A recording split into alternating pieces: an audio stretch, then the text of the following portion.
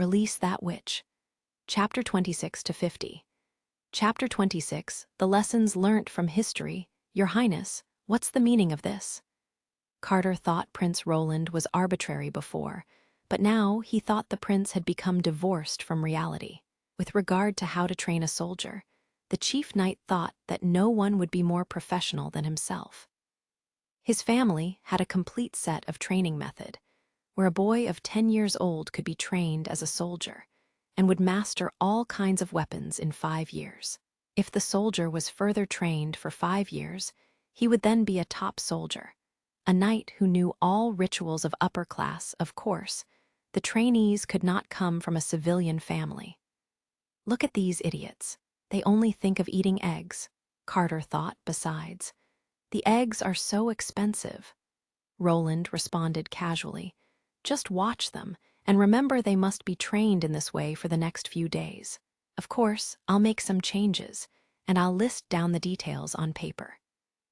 During the Cold War era, it was impossible to train a group of qualified soldiers in 2 or 3 months, and Roland had never thought of that, as he did not need that kind of Spartan warriors who were strong enough to tear a beast apart with bare arms.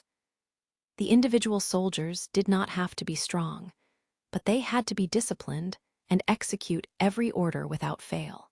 The power of a unit was usually much stronger than individual strength. This was decided by social norm and acceptance, so he needed to form them into a unit quickly. The modern military training, with some modifications to suit the current situation, was a good choice.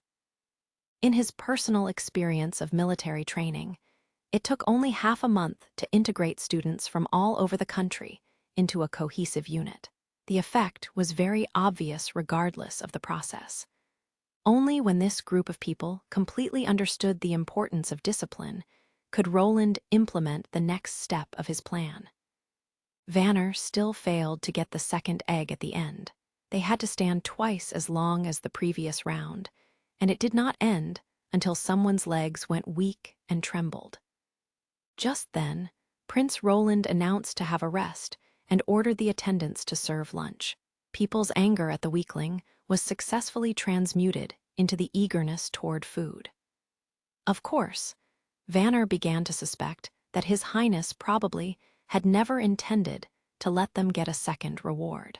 Lunch was packed in 4 large pots, which was transported by carriages to the outside of the town. In addition to food, they also brought a lot of wooden bowls and spoons.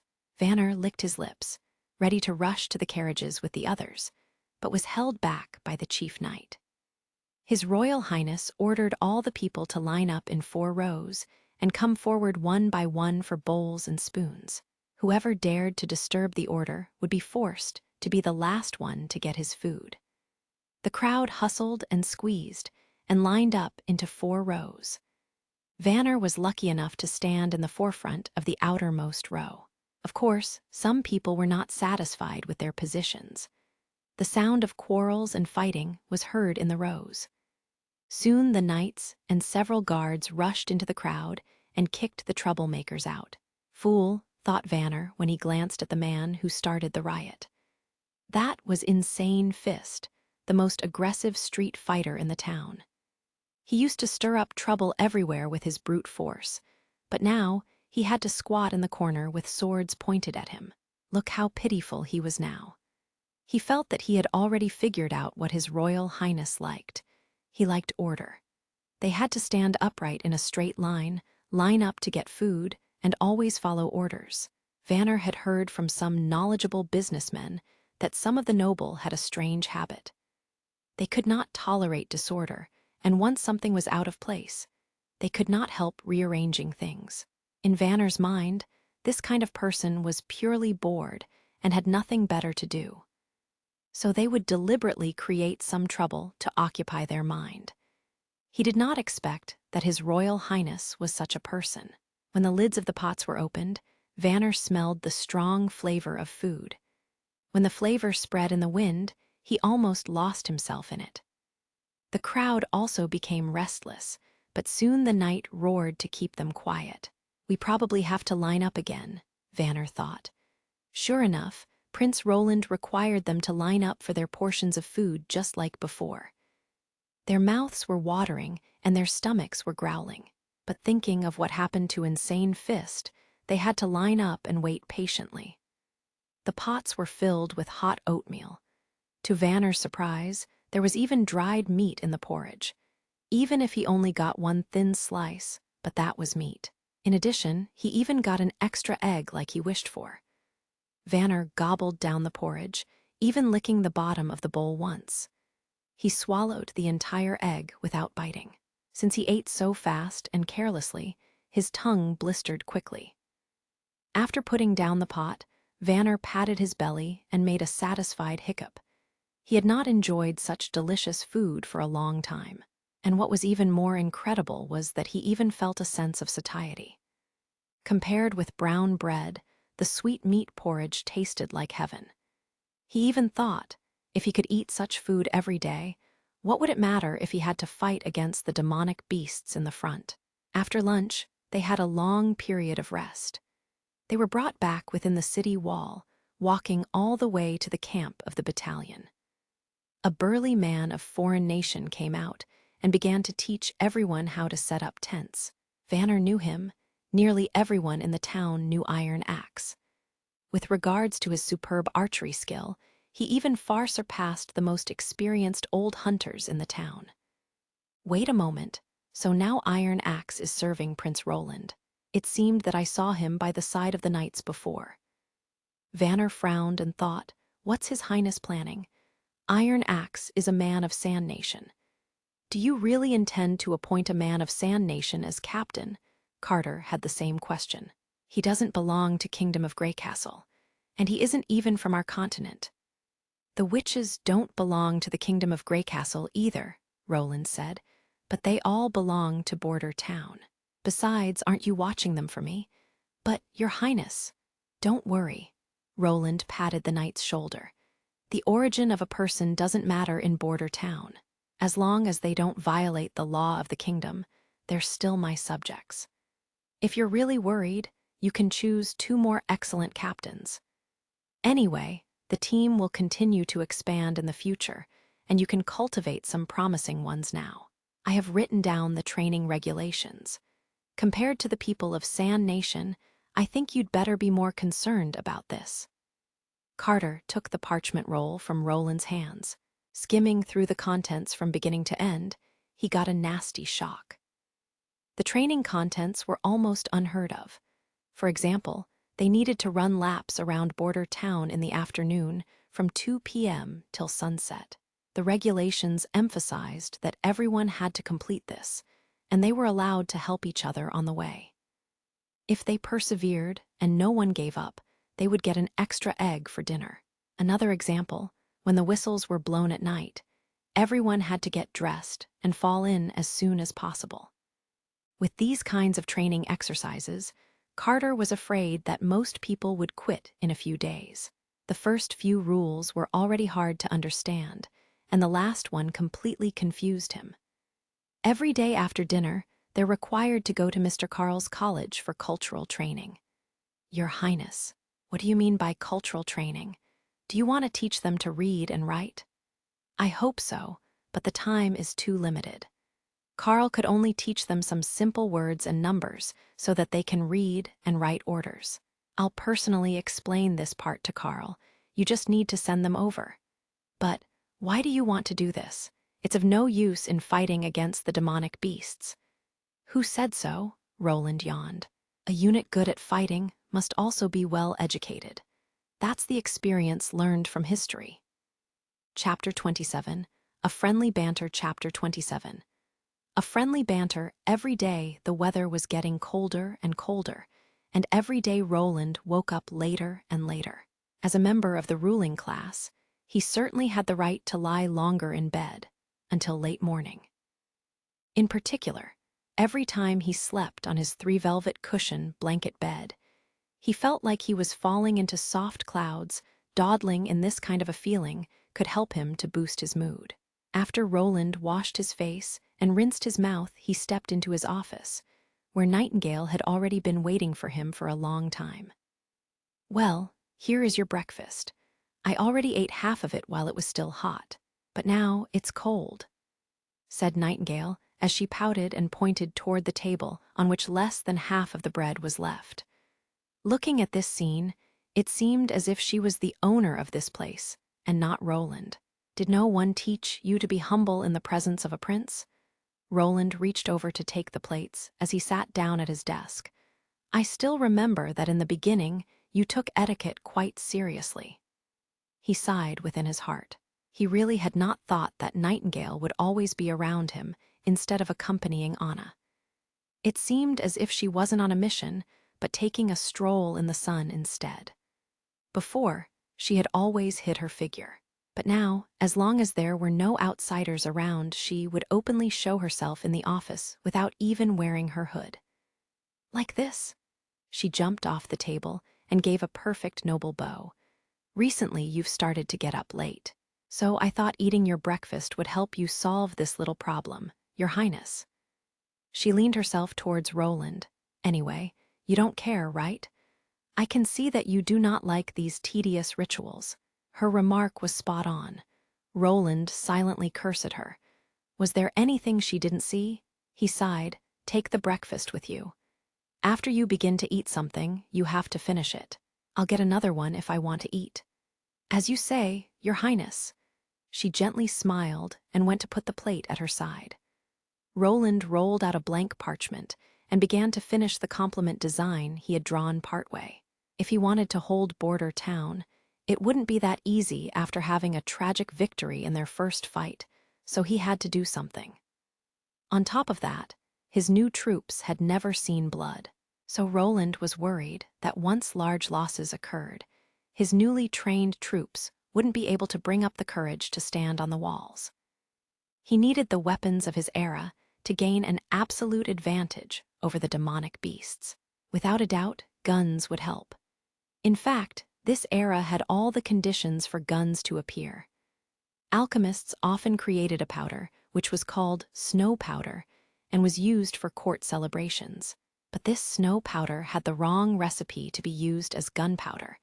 It was slow burning, and its explosion was more exaggerated than the damage it did. In the next 100 years, the prototype of guns, usable for war, will probably appear. Such firearms, because of their complicated operation, would require the collaboration of two people to shoot. Under normal circumstances, they were only used as a single-shot weapon, but in terms of rate of fire and power, they were still not comparable with those of a well-trained archer. Roland was certainly not interested in a repeat of history.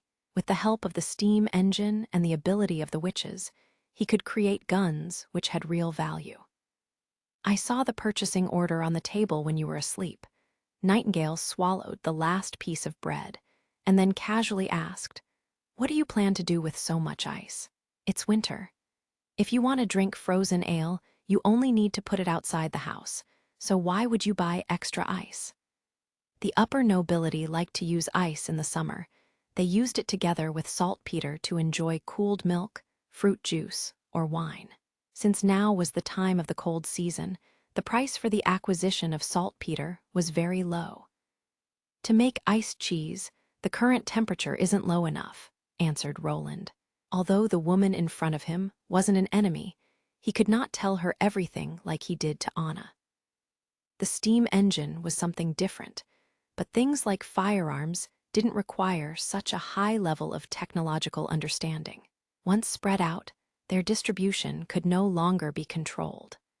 As long as he didn't know what kind of a person she was, it would be better to keep some things a secret from her.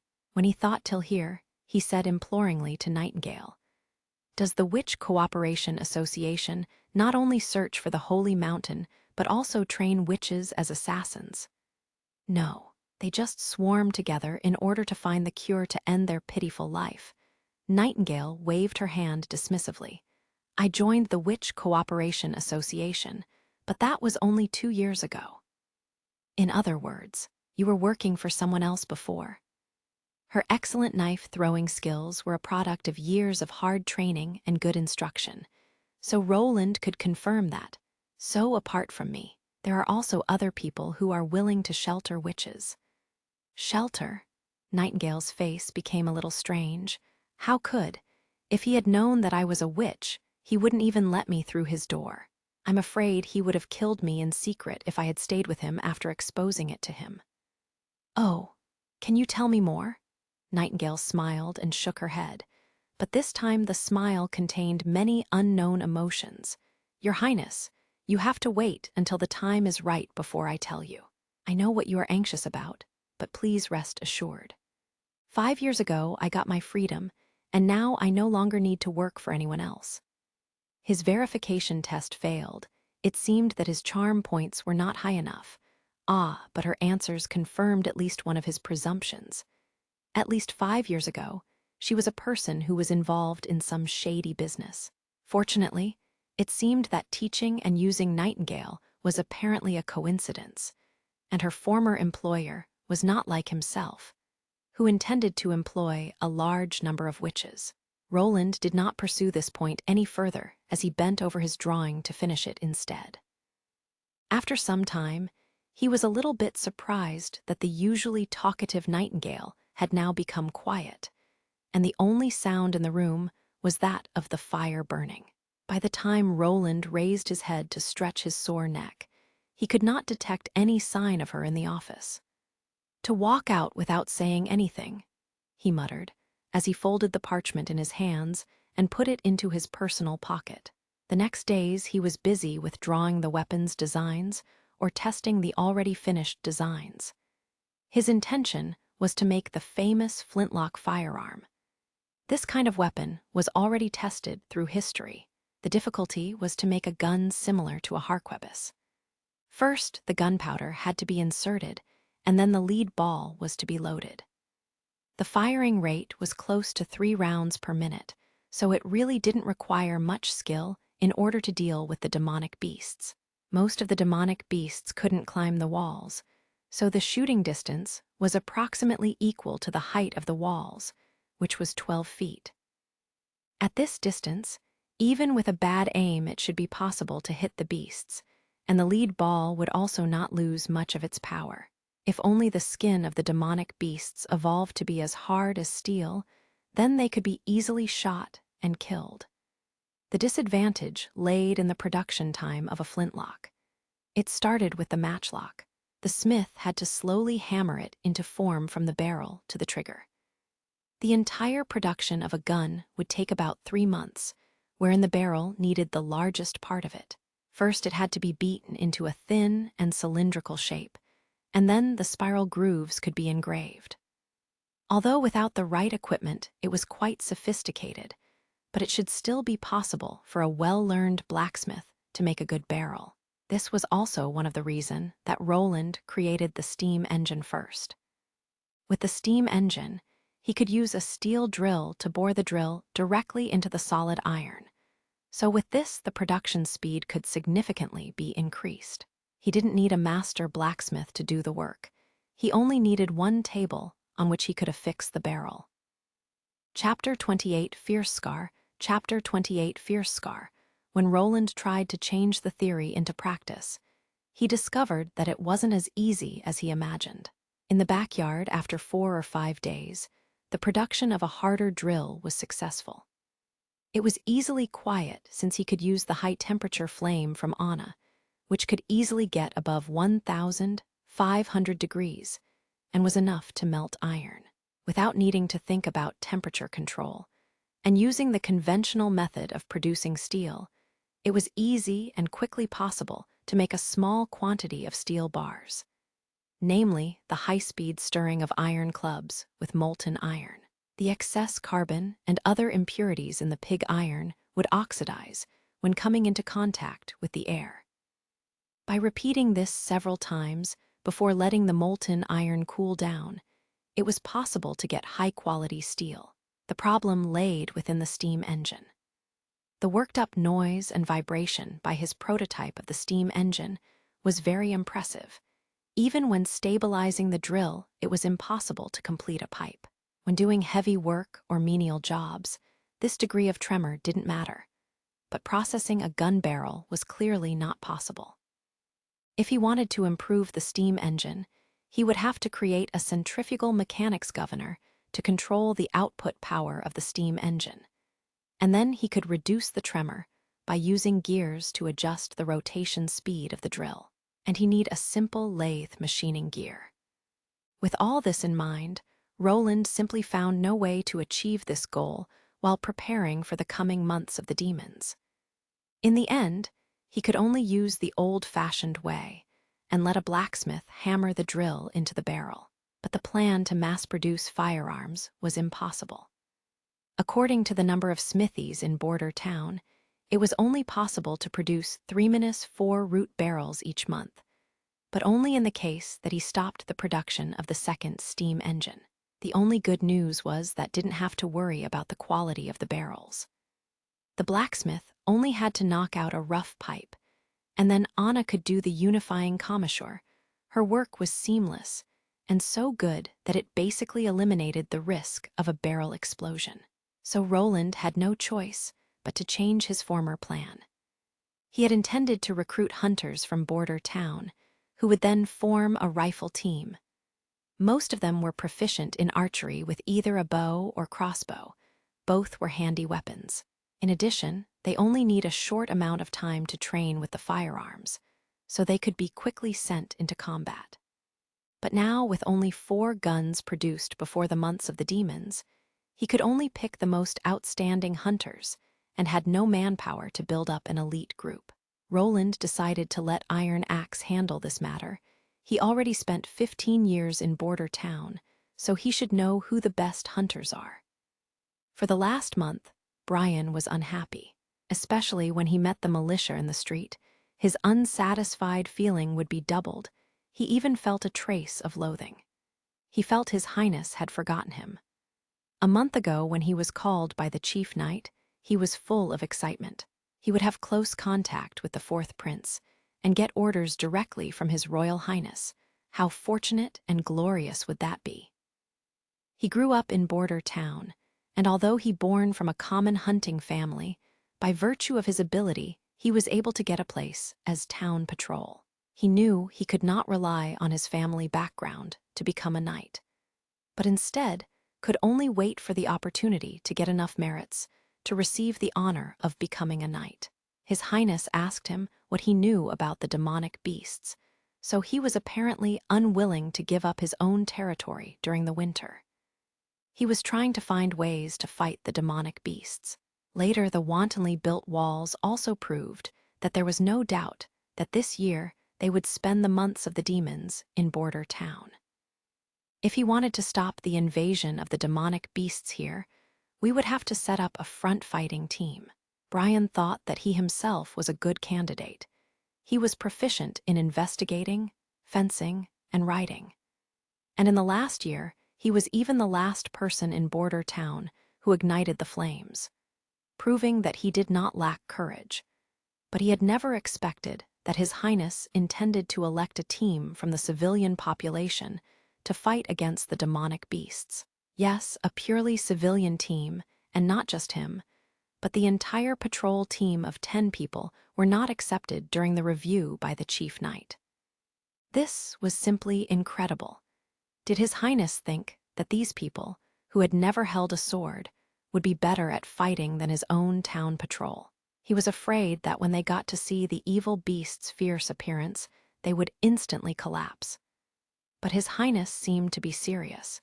He not only trained the mob, but even gave them a uniform and many other clothes. Every afternoon, Brian could see this group of people dressed up in a brown and gray leather armor. They were arranged in 2 columns running down the street. In the beginning, they were lacking any order, but recently they had become neater and neater. While he himself still had to perform his boring task every day, he couldn't see any possibility of promotion now. When he was tossing and turning at night, he could hear a sound at his door. Then the door opened, and someone came in quietly. "Hey, we are up," whispered a person in a low voice. Brian could tell to whom this voice belonged. It belonged to a member of his own patrol, nicknamed Fierscar. In his room slept 5 people. In addition to himself and Greyhound, the other 3 quickly stood up, and they seemed well prepared. They hadn't even taken off their coats. "Captain, get up. I have something important to tell you." In Longsong's stronghold, Fierce Scar had a noble relative who had not heard of his great noble uncle. So thanks to this, he had a high status within the team. It was not good for Brian to ignore him, so he had to climb up and ask, "What happened?" Greyhound also woke up. It's so late. Why don't you sleep? Aren't you sleepy?" "I have the greatest job in your lives to introduce to you. You want to be canonized as a knight, right?" What? Knight?" Greyhound was surprised. Brian's heart jumped wildly, and he quickly asked, "In the end, what is the job?" "You all know my Uncle Hill. He isn't only the herald of Duke Ryan, even more, he is one of his confidants. This is news he himself personally confessed to me." Fierce Scar spoke with a low voice. The fourth prince preparing to shake off the shackles from Longsong's stronghold made Duke Ryan very unhappy. He has decided to let the prince know who the true owner of the western border is. Difficult. Don't your plan assassination." Greyhound was so nervous he even begun to stammer, and he didn't even speak a complete sentence. "How would that be possible?" Fierce Scar laughed maniacally. "After all, he is a prince. If we kill him, not even Duke Ryan could shelter us. I said this is your biggest chance in your life." Brain felt subconsciously that the deal was certainly not as simple as he claimed it to be, but the temptation to be canonized as a knight was too great. He could not help himself and opened his mouth. "Begin to talk. We are listening." Food. If he has no food, he can only humble himself and go back to Longsong's stronghold, where Duke Ryan already promised him a place. As long as we can successfulully burn the food, which the fourth prince had previously bought, Duke Ryan will organize the canonization ceremony for us, and will give each of us fiefdom east of Longsong's stronghold. This is a golden opportunity, Captain. What do you think? Why, you are crazy. Now, hadn't His Royal Highness astrologer said that this year months of the demons would likely hold on for more than 4 months? If we set the food on fire, if we burn it all, what would we eat? Greyhound again and again shook his head. Two years ago, there was a great famine. Has everyone forgotten it?" "What does it have to do with us?" asked another person disdainfully. "Anyway, I do not intend to stay here. If we do the job for Duke Ryan, we can live a comfortable life in the stronghold."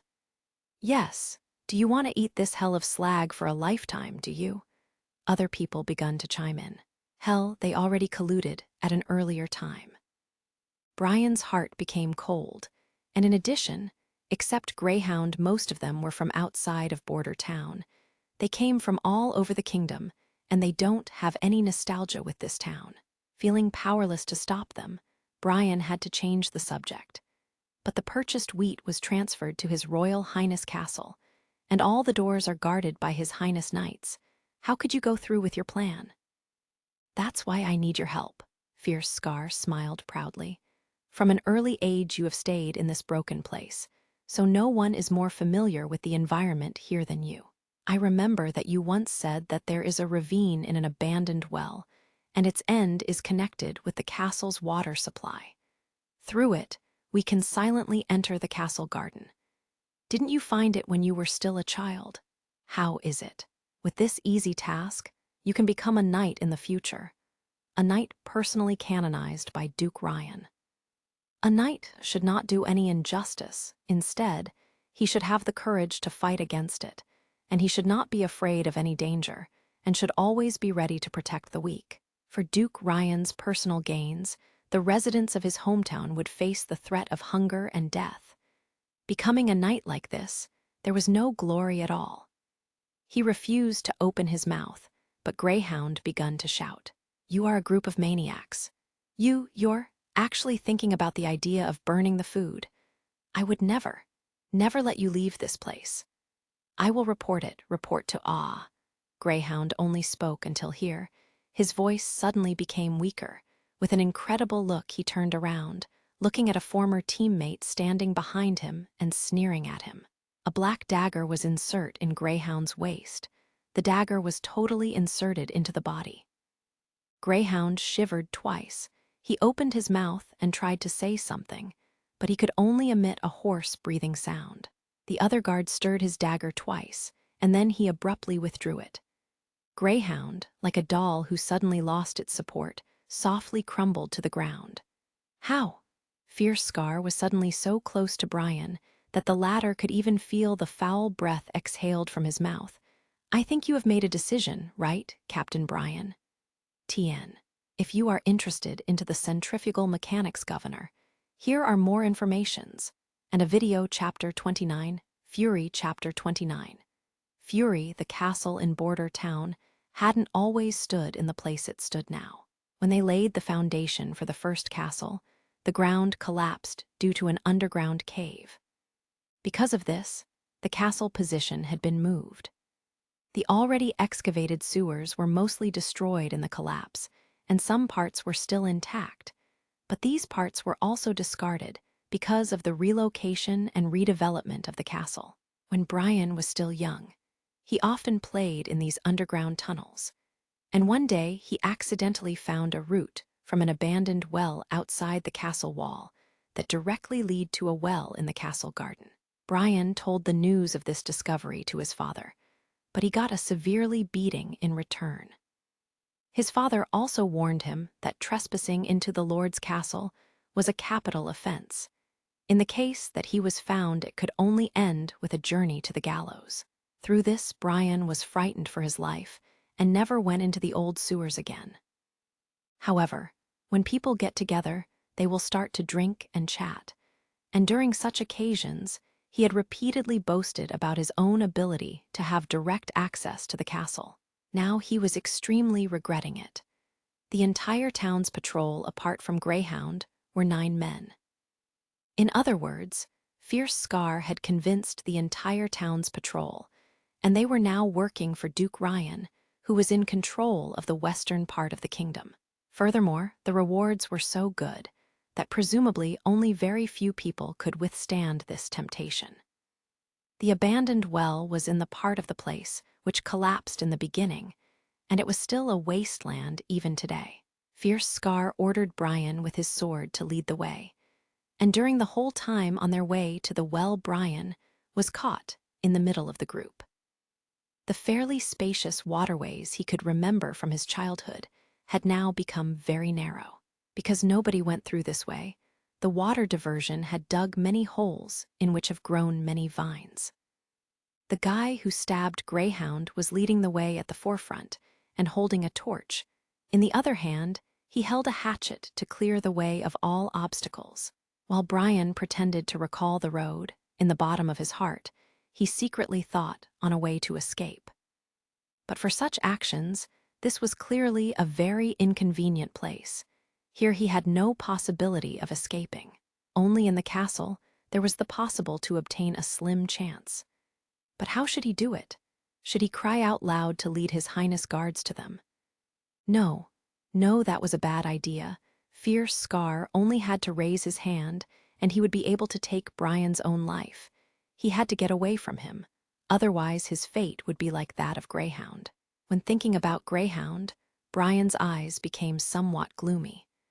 Before Border Town had been established, he and Brian himself were already living here.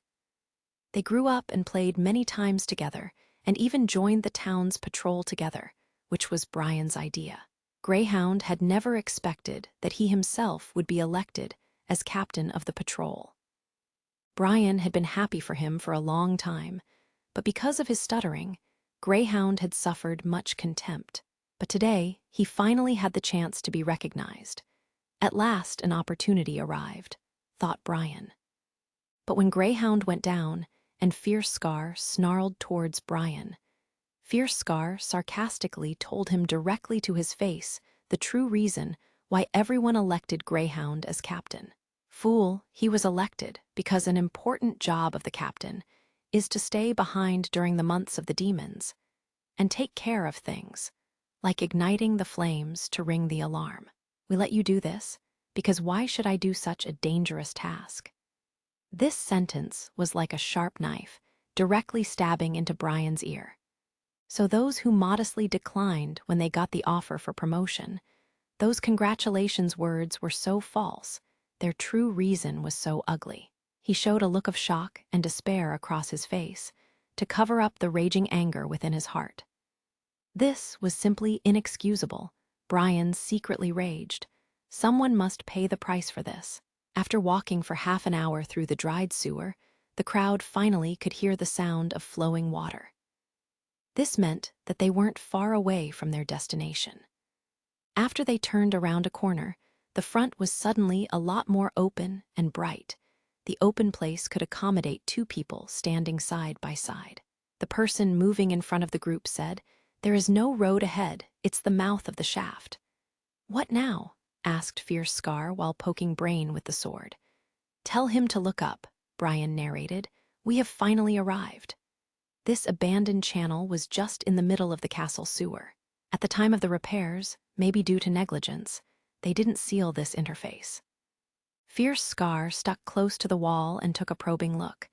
At his feet, the rushing water was 3 feet deep, and when he looked upwards, he was able to see the night sky through a small hole. He let other people of him to look at Brian, and he took his backpack and pulled out a bundle of rope, fastened a hook to it, and gently tossed it up, only to hear the sound of the hook firmly sticking to edge of the wellhead. Fierce Scar followed the rope, cautiously climbing out. Soon, he tugged at the rope from above, and the other people schematically went up. After a long wait, it was finally Brian's turn to climb up the well. Originally, they could only see the cast far into the distance, but now stood right in front of them. Fierce Scar grabbed Brian and ordered silently, "You're coming with us to the warehouse." Brian had only been here once, although in his memory, the look of the castle had become blurred. He still knew where they were. If they forced open the nearest door to the well, they would directly enter the castle. At this time, most of the people in the castle had already gone to sleep, and the oil lamp hanging at the wall of the corridor had already been extinguished, too. In the darkness, someone had to light a fire. The weak fire illuminated only a radius of a few feet, but Brian was waiting for his chance, which would certainly come.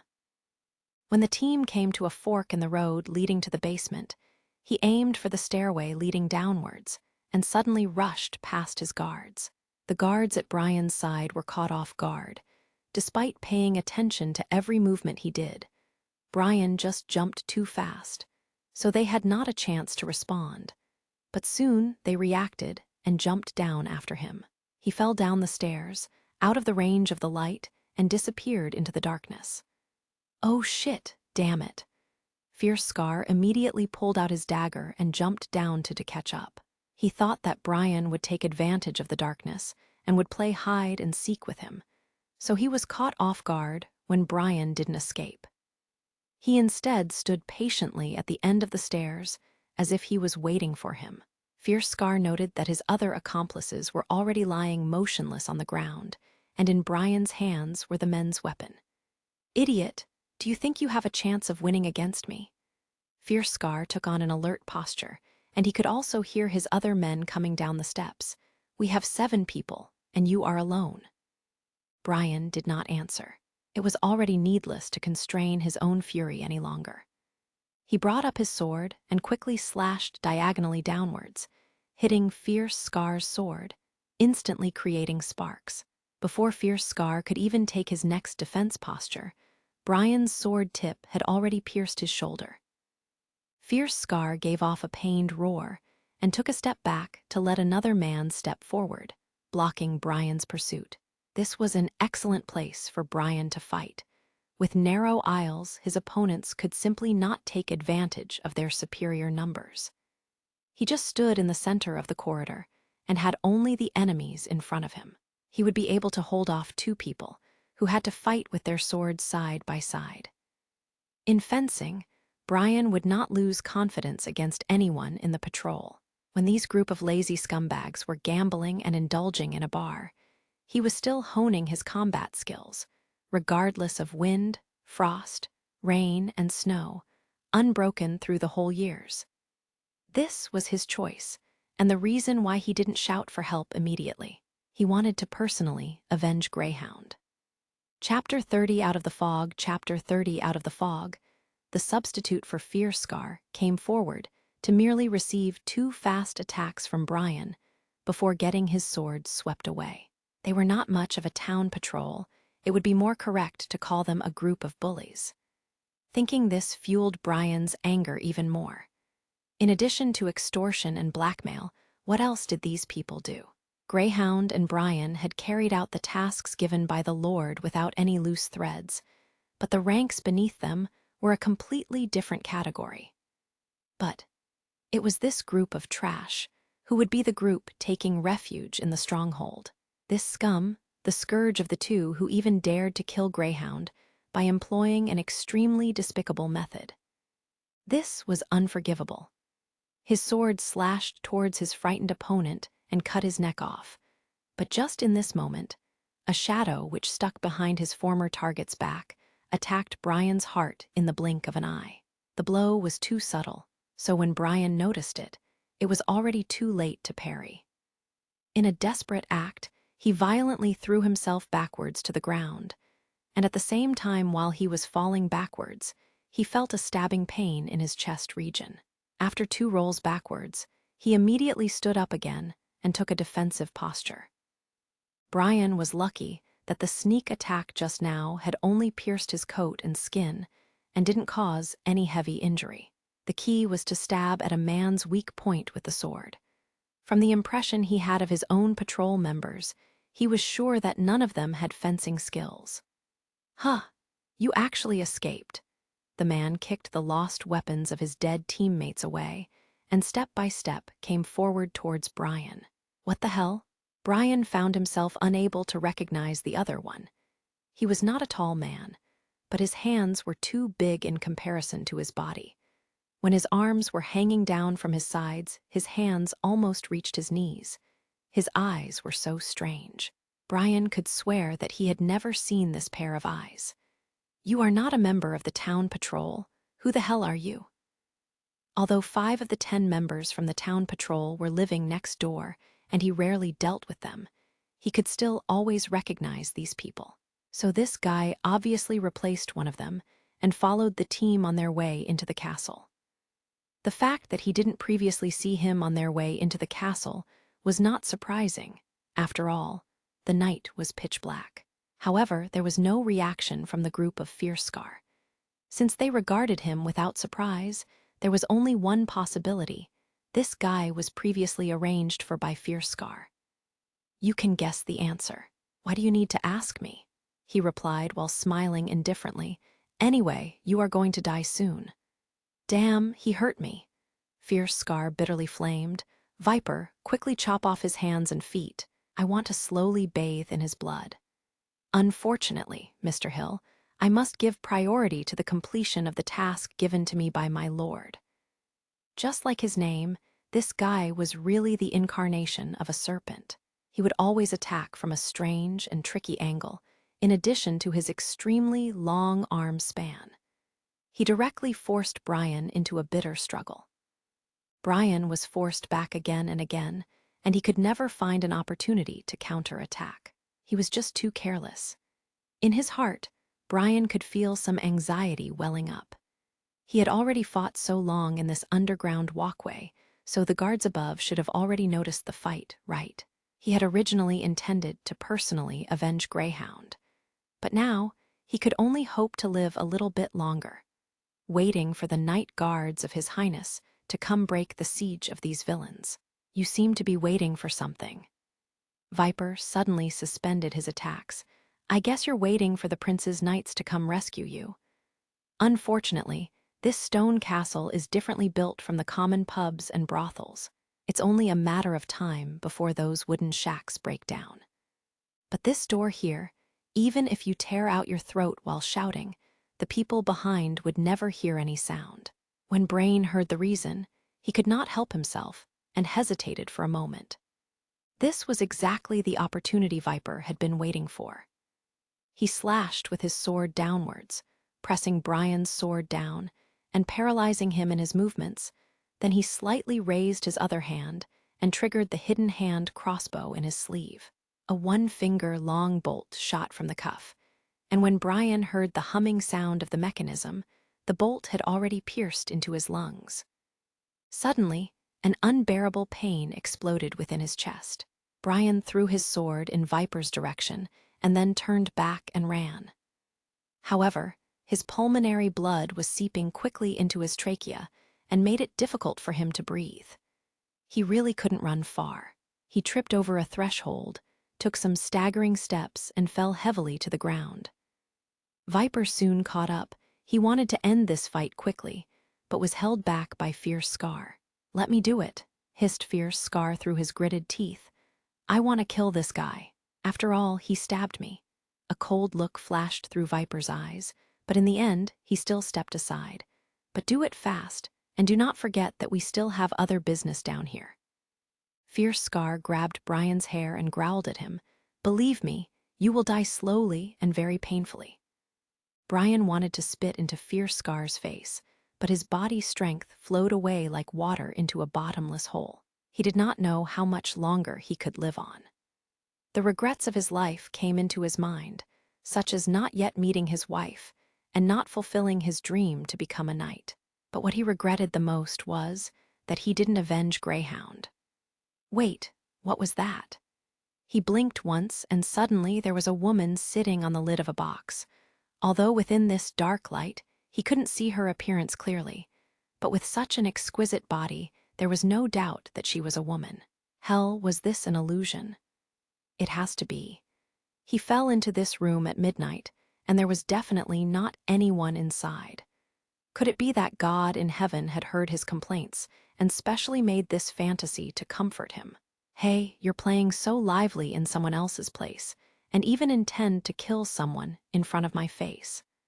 I'm afraid this isn't appropriate, right? Fierce Scar saw something flickering at the edge of his view, so he abruptly let go of Brian's hair. He took his sword out of its scabbard and turned to her while hearing that several other members of his team were doing the same. "Who are you?" Why would they too respond to her? Wait. With his dim consciousness, Brian begun to think, what if what he was seeing wasn't an illusion? "Of course, I'm here." The woman jumped from the box, bent over and patted the dust off her gown. In the dim firelight, Brian could see strange patterns embroidered on her robe, 3 juxtaposed triangles, and set in the center was a huge eye. The contour of the eye, when illuminated by the fire, seemed a bit golden. "Why are you here, sneaking through the sewers like rats?" Her voice was clear and sweet, but her face showed no emotions. This was an anomaly. Anyone seeing such a murder scene shouldn't be so calm. Viper was aware of this point. He looked solemn as he slowly turned around to face the new opponent and suddenly attacked with a piercing strike. The woman didn't look concerned as she casually waved her hand. But Viper didn't even see her arms moving. He only felt a cold wind blowing through his body. Seeing such an unbelievable sight, Fierce Scar could only stare in disbelief. He rushed forward to help Viper, but he could see that he came too late for Viper because the place where his arm normally was already empty. Along with his falling arm and sword, Viper dropped to the ground. Seeing this, Fierce Scar was overwhelmed by fright and could feel a strangling pressure in his throat. Others did not know, but he knew very well the ins and outs of Viper: vicious, cunning, and very dangerous. This was his uncle's evaluation of Viper. He could recruit other people, he held absolute strength, and should never be underestimated. It was even difficult for Brian to hold off Viper's attacks for half a quarter of an hour. But now he had been casually blown away by a woman, and even got his whole arm cut off. "Everyone, don't stupidly stand around. Go and kill her," shouted Viper while pressing on his wounds. Due to his excessive bleeding, Brian's vision began to blur. He could only hear chaotic footsteps, sounds from weapons clashing, as well as the sound of bodies hitting the ground everywhere around him. Then, everything became muffled. In the end, what happened? He tried to turn his head and looked in the direction of the fight. What he saw then was a picture which was too difficult to understand. The woman was just like a ghost, walking in and out of the crowd however she wanted, vanishing out of sight again and again. Every one of her attacks would penetrate the enemy's vitals. It wasn't possible to call it a fight. It would be better to say she was dancing. He had never seen anyone able to wield murderous weapons while having such a sense of rhythm, slaying high and low, drawing an inconceivable path. In contrast, the people around her were nothing more than a group of clumsy clowns. They tried to fight back, only to fall in vain. In the end, only she was left standing, proud and independent. That was the last scene he saw before he lost his consciousness.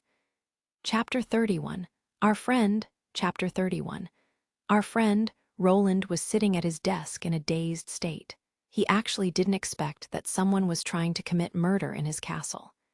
He was afraid that if Nightingale hadn't promptly discovered them, they would have murdered him in cold blood. Who ordered this assassination attempt?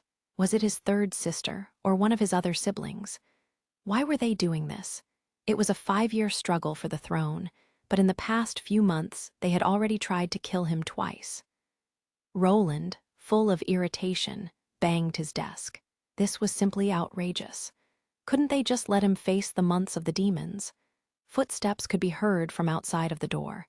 It was Carter, his chief knight. After he pushed open the door, he said, "Your Highness, the identities of the deceased have been identified.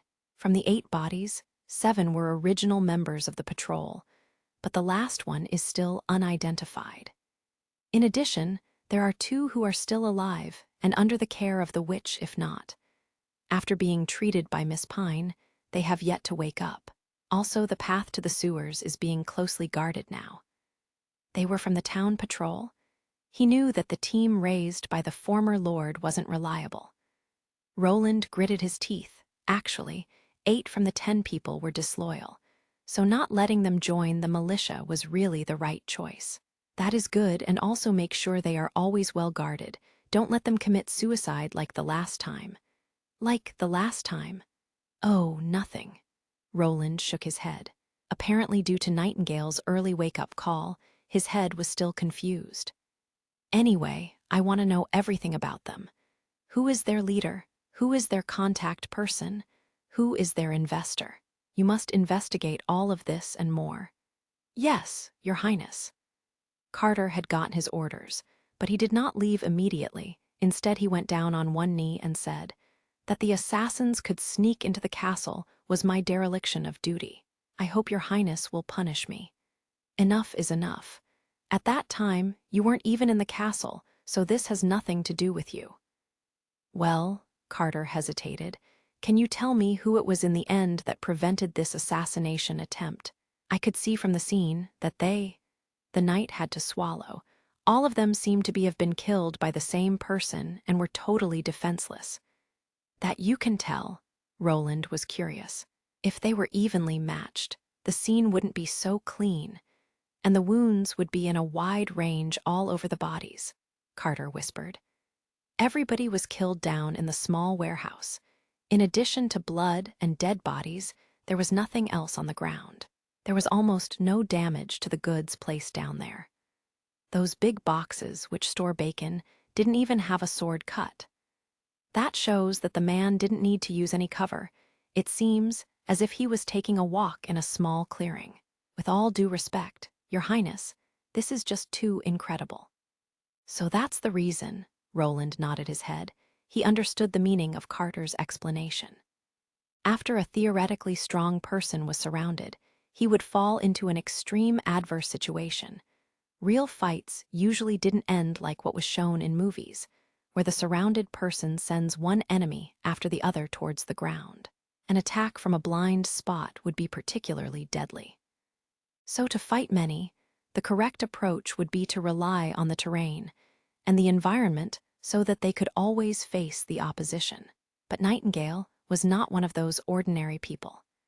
"No matter what you do, you have to complete the mission I gave you first. This person cannot be revealed yet, but when the time comes, I'll tell you."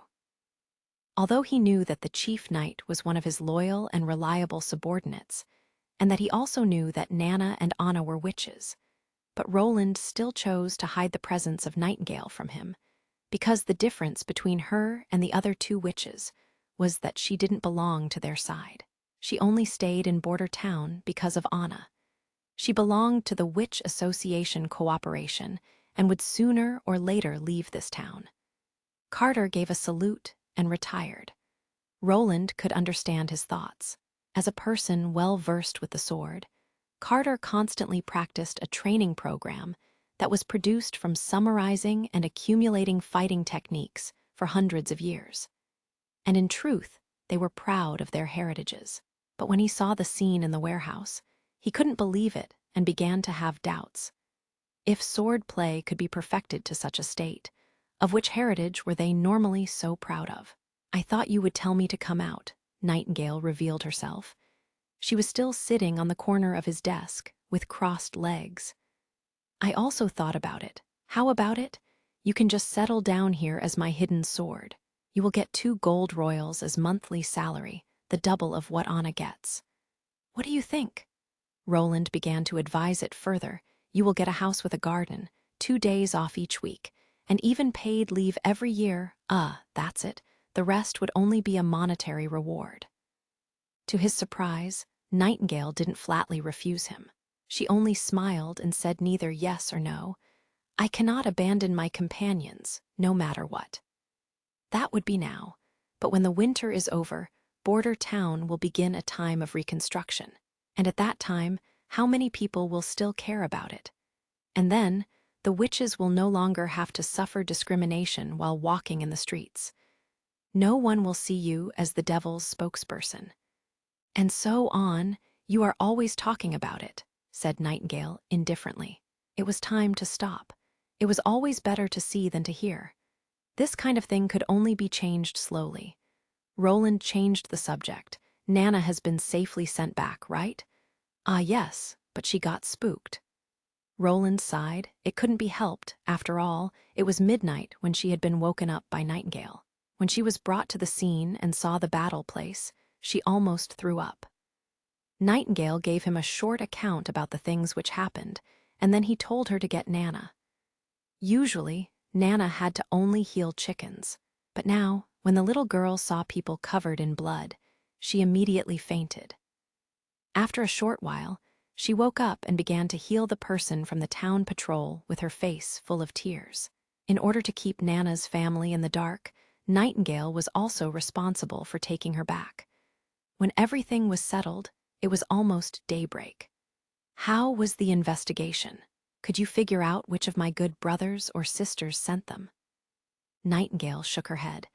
"They were all people of your own patrol, with only one exception. But he also didn't carry any identity-related evidence with him. With enough money, anyone could hire them. But I think that this perhaps isn't related to your siblings." "Why?" "Because it was extremely unorganized. During multiple occasions, the team actually had a lot infighting. And immediately after their failure, they didn't commit suicide, leaving at least 2 people alive. And then, they had no professional performance. In general, they were just street punks. This is unlike the style of your brothers and sisters. It is more likely that it was a layman's plan. I think that even if I wasn't here, there was no way their assassination attempt would have succeeded. Don't forget that Anna is sleeping downstairs." Nightingale reached for Roland's cup.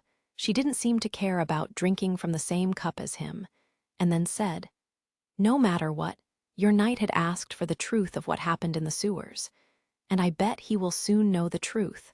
Compared with the former piece of your sister, that guy is much less professional. If I hadn't left, he would still kneel before me begging me to not to kill him. That seriously injured patrol member, it seems that he is the one I summoned not too long ago." "Really?" Nightingale tilted her head. "I think that you'll have to reward him. If he hadn't stood up against the other guys, I would not have found them so quickly, and they would have slipped into the basement of the castle. Although it is still not clear why he did that, but the enemy's enemy is our friend, right?" Yes, Roland thought, but the important part was not if he is a friend or foe, but rather that Nightingale said the 2 words. Our friend. Chapter 32 night. Chapter 32 night. When Brian woke up, The first thing that caught his eyes was the white ceiling. The sunlight shining through the window was somewhat bright, so he had to close his eyes a little. Then, when his eyes got used to the sunlight, he opened them again, only to find the scene in front of him unchanged. Feeling that it wasn't a dream, he thought, "I'm still alive." He tried to move his body, but soon noticed that he could only lift his fingers a little bit. It seemed that his whole body's strength was gone.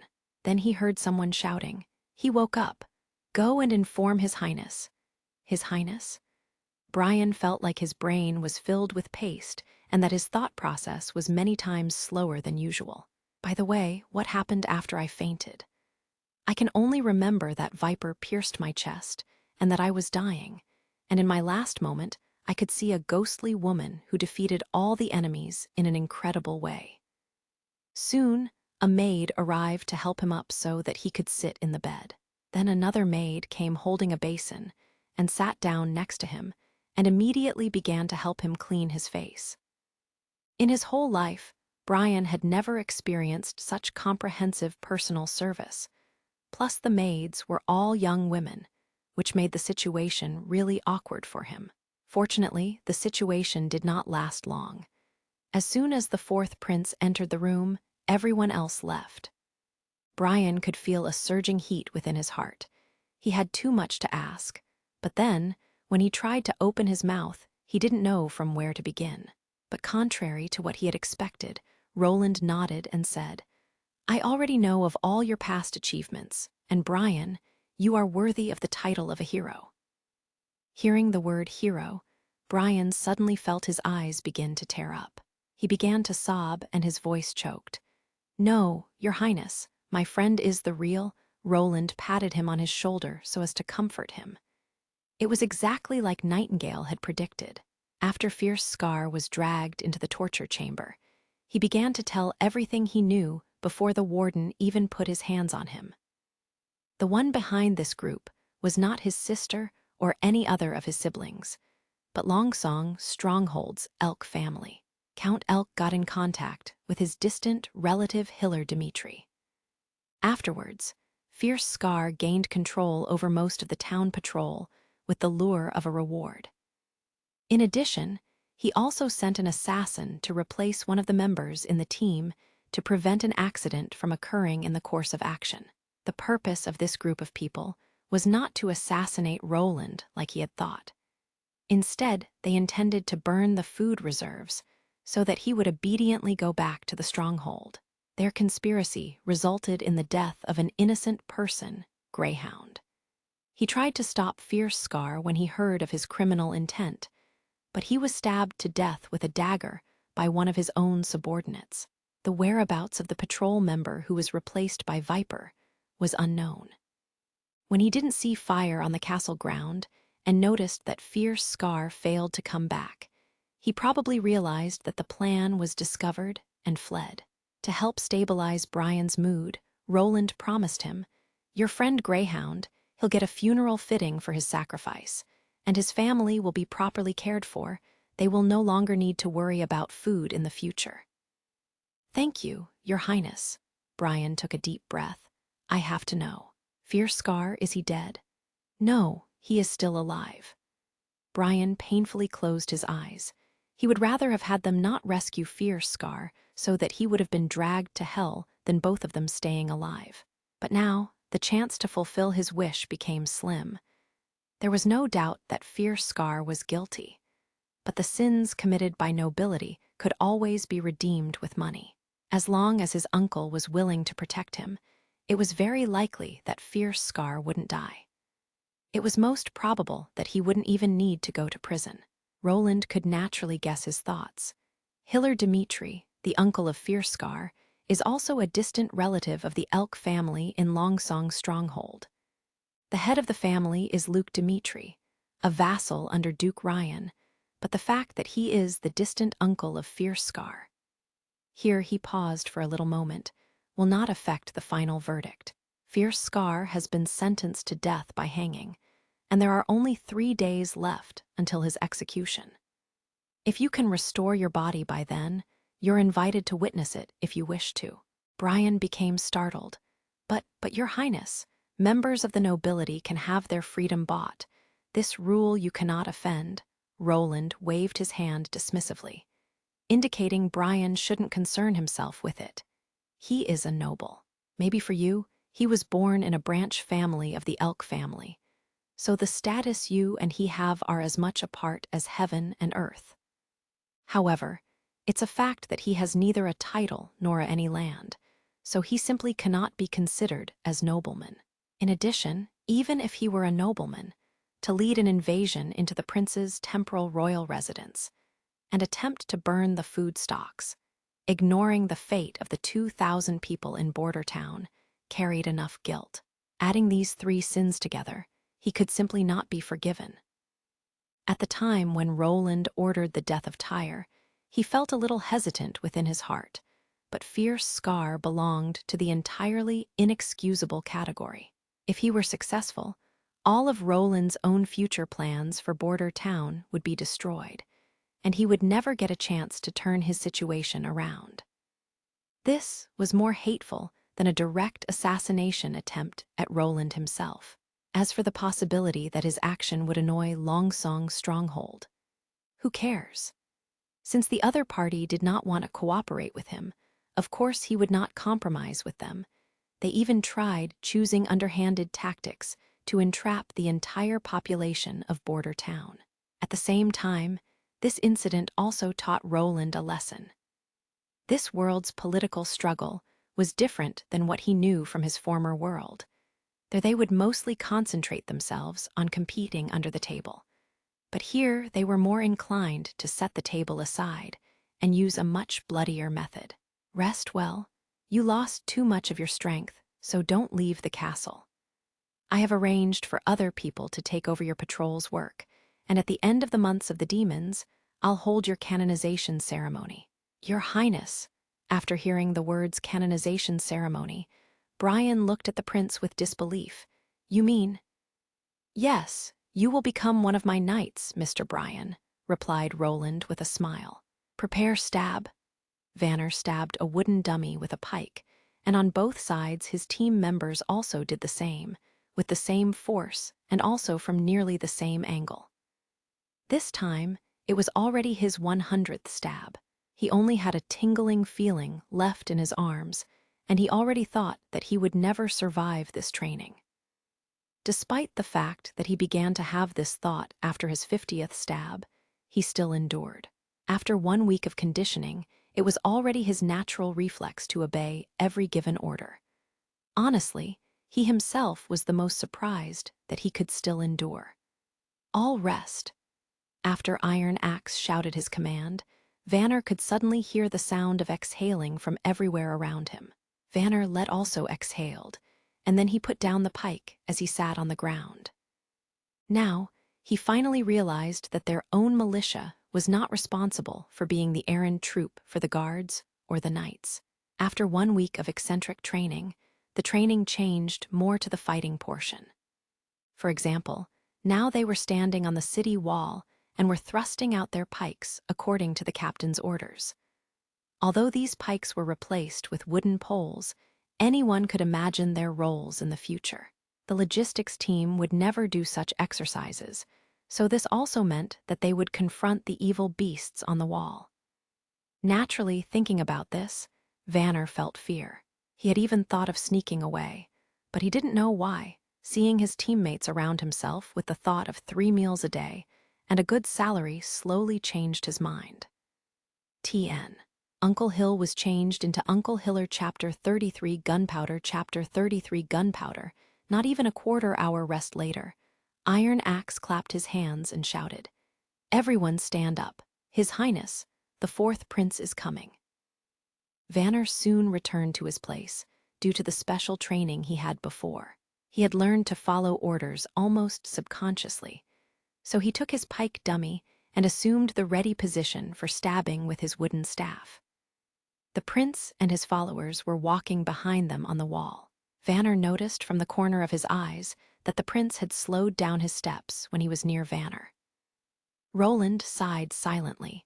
The sayings, "a late evening will destroy the morning," and to get up too early will ruin the whole day were really true. Just when he had finished processing the aftermath of the raid on the castle, he was reminded that he had to inspect the militia's training results. Roland pitied himself. He hadn't slept the whole night, so now he was sleepy the whole day. But he had to come, since now the team had been transferred to the stage of combat training. And he, as the highest commanding officer, if he didn't show himself for a long time, the morale of his team would become unsteady. Well, what would someone usually say when reviewing the team? Roland thought for a bit. Are we only comrades only during good times, or are we also comrades during hardships? If he did not get an answer after shouting this slogan, the whole atmosphere would be very awkward. Maybe it would be better to just pull someone aside and talk with him, asking him for his impression and earning a good reputation.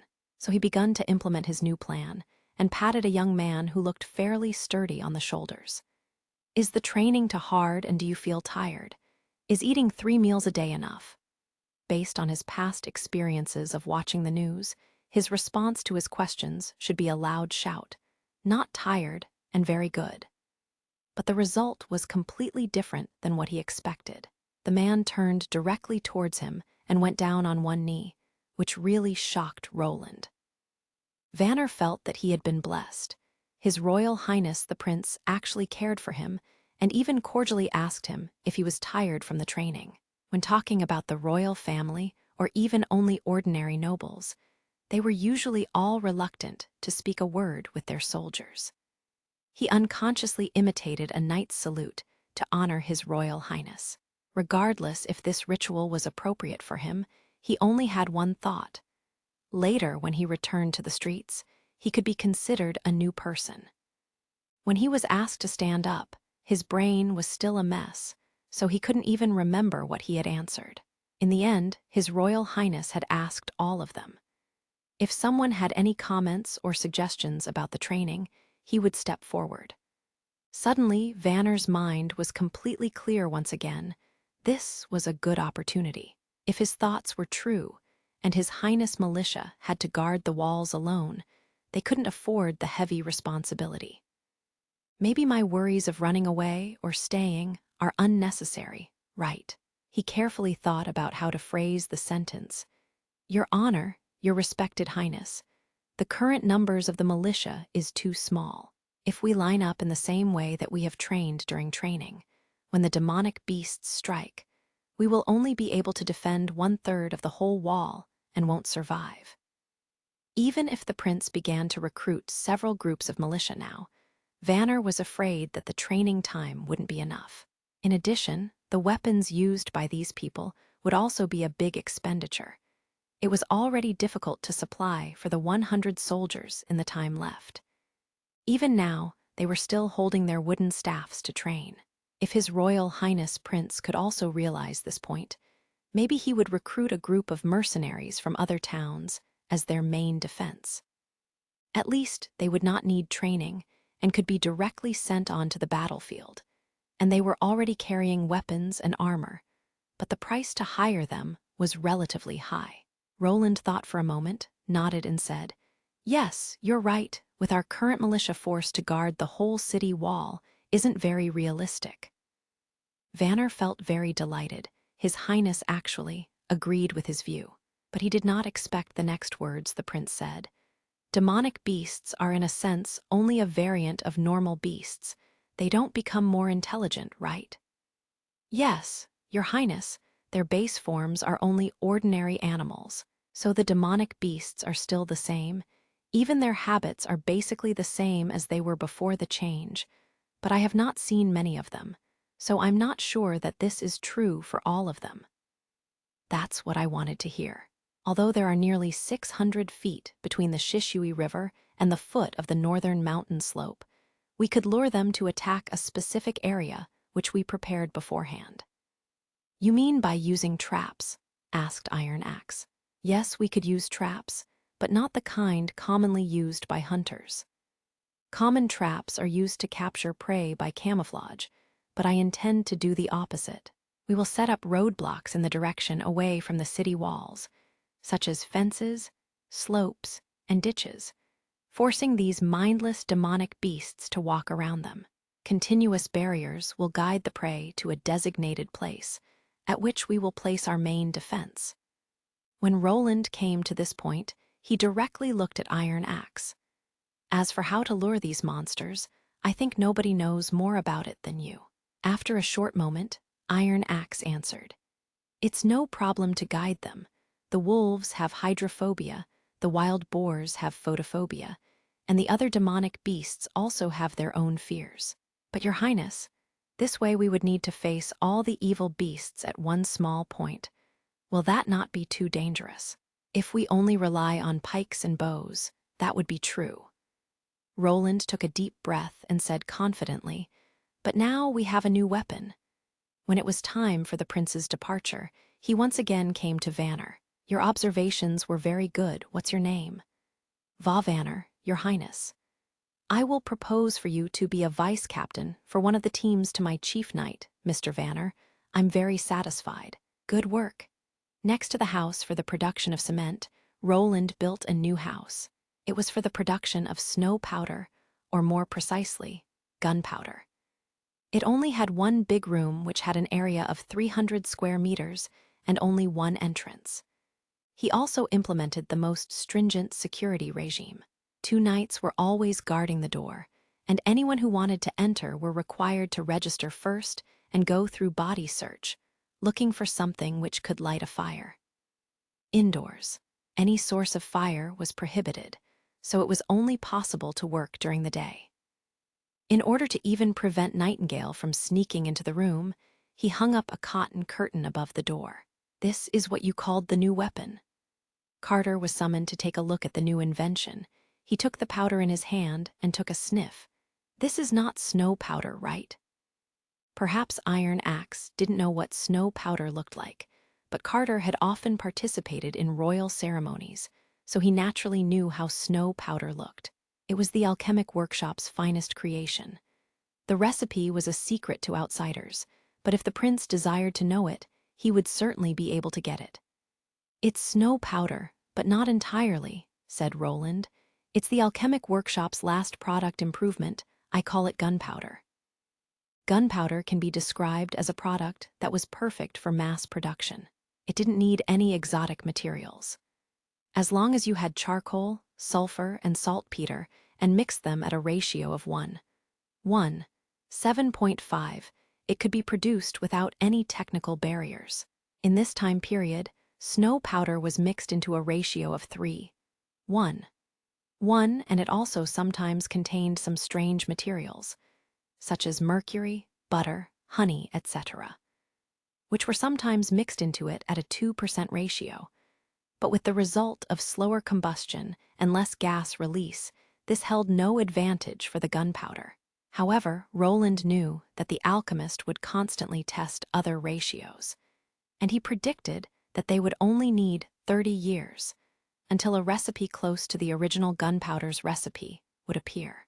In the history of Roland's former world, gunpowder was invented a long time before the production of the first cold weapon. The reason for this was because the recipe and the corresponding weapon manufacturing process didn't work in unison. However, what many people ignored was the fact that one did not need to rely on guns. The gunpowder itself was a very formidable weapon. Chapter 34, Trial Explosion. Chapter 34, The Trial Blasting Translator, Transcend Editor. Right when the firing room for cement was built, Roland had already assigned labs for the several follow-up projects. Most of the labs were being built around the North Slope mine area, so that the labs could be efficiently guarded. The construction of the labs was speedy, due to their simple composition of adobe walls and wooden roofs, and their construction would not intervene with the construction of the city wall. The saltpeter purchased from Willow Town was delivered to the nearby warehouse to be stored. It would be ground, measured, and sent to the labs when it was time to use them. Charcoal and sulfur would go through the same process. The transport and mixture of the 3 ingredients would be completed by different groups of people. This way, Roland could eliminate the risk of the plan being leaked out. Roland took 20 pounds from the pre-made gunpowder and slowly poured it onto a cropped sheepskin. The gunpowder all went through the process of soaking, compressing, drying, grinding, and screening. They were all in similar sizes and extremely inflammable. To prevent any accidents due to the collision of sparks, the entire manufacturing process did not use any metal products. Instead, they used ceramics or wooden products. After pouring the gunpowder, Roland folded the sheepskin to 3 folds and tied it with string. "That's all I need to do?" Carter asked. This object in front of him could also be called a weapon. Although it was the modified version of the snow powder, it would not do any damage just by its loud noise. Perhaps it would be effective to farmers who had never been to the battlefield, but it certainly would not frighten the trained soldiers and mercenaries. However, the chief knight pondered cautiously. Although the things that His Highness had been doing seemed unreasonable, they all turned out to be extremely efficient. If the demonic beasts had similar intelligence to ordinary beasts, perhaps this gunpowder thing would actually work. For example, a sudden loud noise could make them flee in startle. That way, the stress on the troop could be lessened. Roland gave the wrapped-up gunpowder to Carter and took a bag of the inflammable gunpowder that had been ground. "It's almost the time. Let's head to the outside of the city wall. Iron axe should already be prepared." About 2 miles from the city wall to the west, the vacant space between Misty Forest and the impassable mountain range would be the area to do the trial blasting. Iron Axe and the other hunters had already been waiting here for a long time. Besides Iron Axe, everyone was local and also the ones with the best archery skills. Hearing that Prince Roland had a mission to assign them, they immediately followed Iron Axe over. Everyone knew now that the new Lord of Border Town was generous about giving remunerations. Following Roland's command, they set up long wooden poles on the 4 corners, tied up strings, and enclosed a watch circle for half of a mile. Roland assigned knights to scout near the city wall in case anyone approached by accident. Roland examined around the watch circle and nodded. "Did you bring all the praise?" "Your Highness, the praise are here."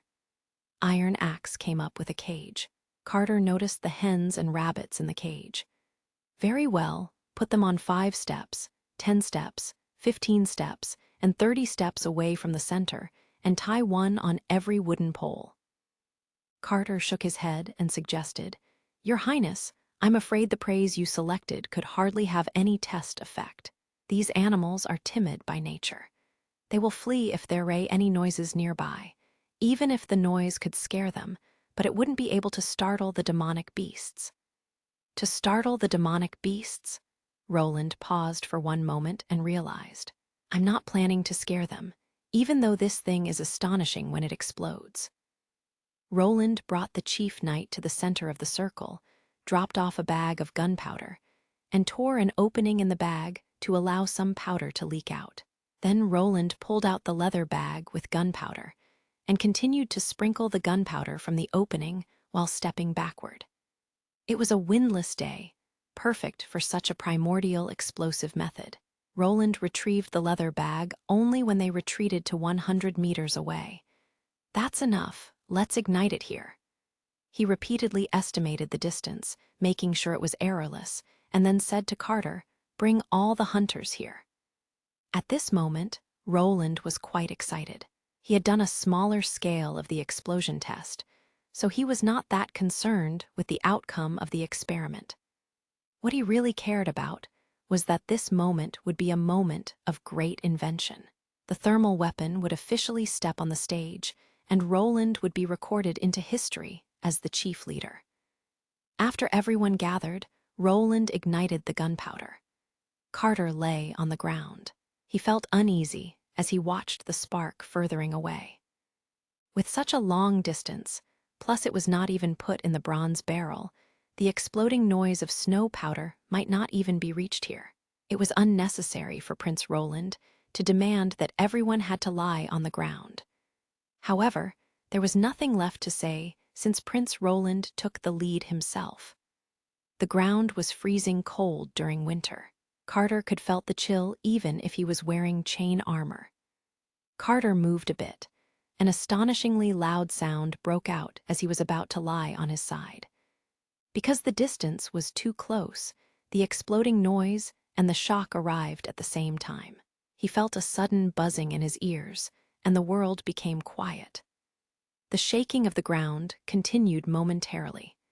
He lifted up his head and saw a black cloud rising into the air, followed by the falling of stones and mud. The shock that Roland received was much less than the chief knight's. As someone that would cover his ears even for firecrackers, Roland promptly prepared protection for himself. The explosive point was unlike in movies, where there would be huge fireballs. The glaring light of flame flashed, multitudes of mud were blasted off the ground, reaching a height of 10 meters in the air. When everything settled down, the only thing that Roland felt was this noise was much louder than firecrackers. Regarding Iron Axe and the other hunters, they were flabbergasted by what they just saw and heard. Only Iron Axe knew that this experiment was to test a new weapon, but he also did not expect the momentum of the weapon to be so groundbreaking. Only the thunder of God's punishment could be comparable to this. Roland stood up. He led the group to the center of the explosion. There was a half-meter deep hole on the ground. The bunny that was closest to the center had utterly disappeared, leaving only a short stake on the ground. Roland examined every other prey. The hens that were placed on the 10-step point and 15-step point were lying on the ground, apparently dead. Although there were no physical damages on them, Roland knew that they died of the shock from the explosion. The only survivor was the gray bunny that was placed on the 30-step, about 15 meters point. There were drops of blood from its ear, and it even gave up struggling when people walked near it. It seemed like that the massive blast of the explosion had deprived its soul. Carter swallowed. The buzzing in his ears was gradually recovering. Until now, he finally understood what Prince Roland meant by not planning to scare them away. Was that the outcome of the modification of snow powder? With such accomplishment, the power of alchemists would be much superior to the power of astrologers. The way Iron Axe looked at Roland had changed. "Your Highness, if the militia could utilize such a weapon, then Border Town would no longer be threatened by the demonic beasts. Could this weapon be mass-produced?" Roland shrugged. "Probably not. We would only be able to produce 20 to 30 of them before the months of demons." The key issue was the saltpeter. The manufacture in this age was still quiet primordial. The only way of manufacturing was to collect the nitric acid crystals separated out by the lime mixture of human and livestock waste. Other than the alchemists and the upper nobles that had a demand, there was almost no other uses. So there were few refining fields. If they were all used to do explosives, they would soon be exhausted. As the ultimate weapon, it had to be used along with flintlock and crossbow bolts. Chapter 35, Home Chapter 35, Home Nightingale was walking through the fog. When she was looking outside from inside the fog, the outer world was only bicolor, black and white. The lines, which were originally the borders of things, were no longer very clear. The borders of straight lines, broken lines, and curved lines became ambiguous, like a picture painted by a child. This kind of feeling was somewhat hard to put into words. Nightingale took a long time to become familiar with how to distinguish between the borders. If Nightingale used her power correctly, she wouldn't be bound by anything while walking through the fog. Even for something like a wall, just looking at it from a slightly different angle would be enough to find a way through. But when looking at it in the real world, there would definitely not be an entrance. In the fog, up and down, front and back were no longer a fixed concept. They transformed into each other, or you could even say they overlapped. For example, what Nightingale was just doing. She entered the castle, which was under the watchful eyes of the guards, without being noticed. Then, within a step, the lines around her changed unpredictably, and she stepped through the ceiling out of nowhere, arriving in Anna's room. For her, this was an entirely free world without any rules. Nightingale was able to relax only in the world of fog. Even though it was silent and lonely, she would never encounter any threat there. Most of the time, the world in the fog was black and white, but occasionally she could see other colors. For example, when she was looking at Anna. The difference between a witch and an average person was their magic powers. Nightingale could see this force flowing and fading in a witch. This was the only color in the world of fog. She had never seen anyone like Anna before, with such a full and intense color. An aquamarine luster surging within her. In its center it was close to incandescent. She was almost unable to look at it. All this made Nightingale very confused, because in general, the color would show the witch's ability and magic power. In her time in the Witch Cooperation Association, she had seen a lot of witches with the fire ability when they used magic. The luster within them was always the color of orange or red, like the cloud of a living fireball. But regardless of size or brightness, other witches couldn't be compared with Anna. If this wasn't already difficult to understand, another point was even more incredible. Within her was such an enormous amount of magic. How could she still be alive? Within the whole Witch Cooperation Association, Nightingale had not found anyone with such an astonishing amount of magical power. Even if it were an adult witch, she would be a dwarf in comparison with Anna. If Anna were to become an adult, no, Anna would never have this opportunity. Nightingale had to sigh, because the stronger the magic power was, the stronger the bite would be. She could not even imagine what would happen when the time came for Anna to face her trial.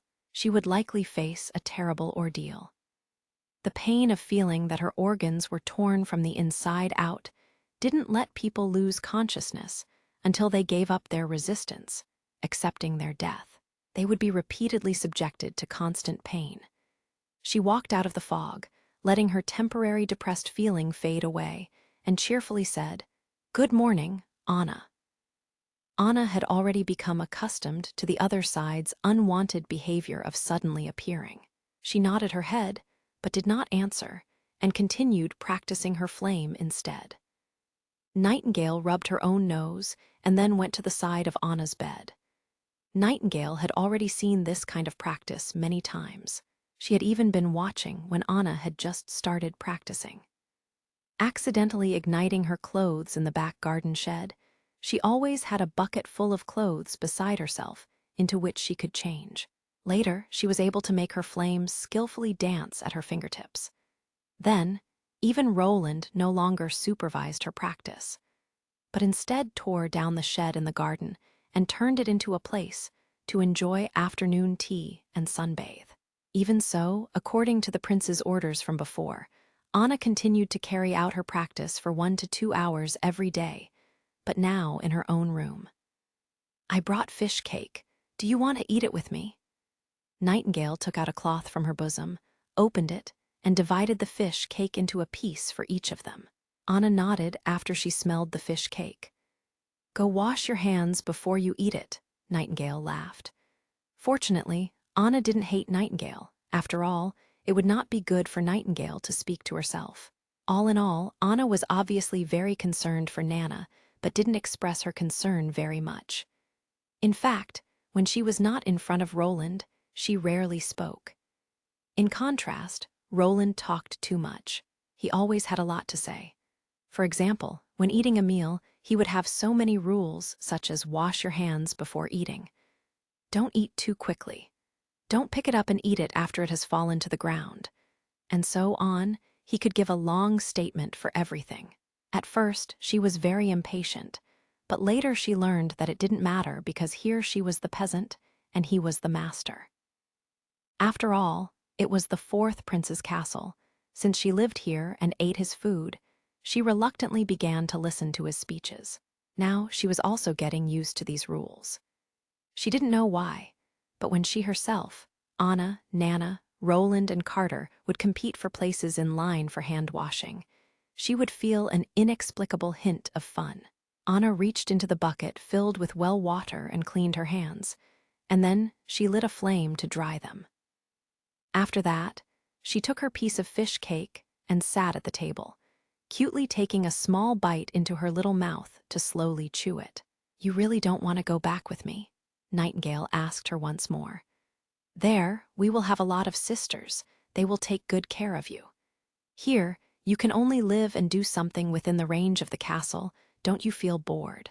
Although they are called the impassable mountains, you can find lots of material to survive. And there, we would all be one big family. Everyone there has gathered together for the same purpose. Your magic power is so strong, they will happily welcome you. This winter, I'm afraid this winter will be your last." When she spoke until there, Nightingale trailed off. Perhaps it was already too late, she thought, even if they were back in the camp. For Anna to have such strong magic power, it would be almost impossible for her to get through adulthood. The only thing Nightingale could do for Anna was to stay by her side when she died.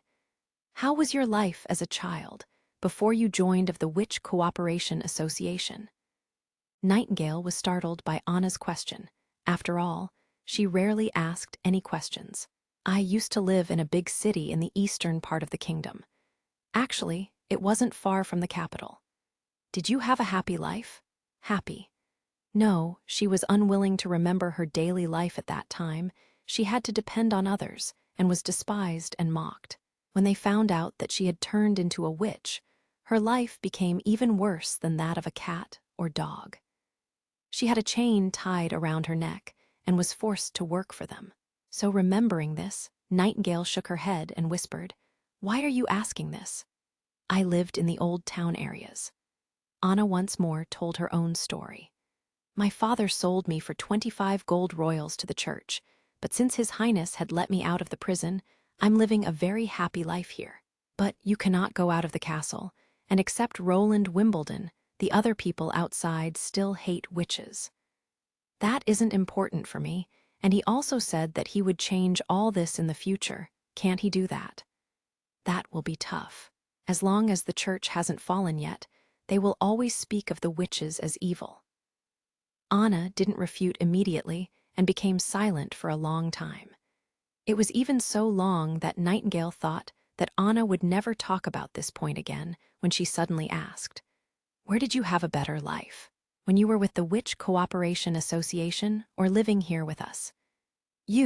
What did you say, ah?" This question caught Nightingale totally off guard. "Well, of course, it would be with the Witch Cooperation Association, right?" To tell the truth, she wasn't really interested in the search for the Holy Mountain, but was interested in the place where all her friends were living. As for Border Town, if she hadn't heard that a witch was in danger, she would never have come to this town. So the answer should be very obvious, but why couldn't she say it the first time? Then, Anna began to smile. Nightingale had rarely seen her smile.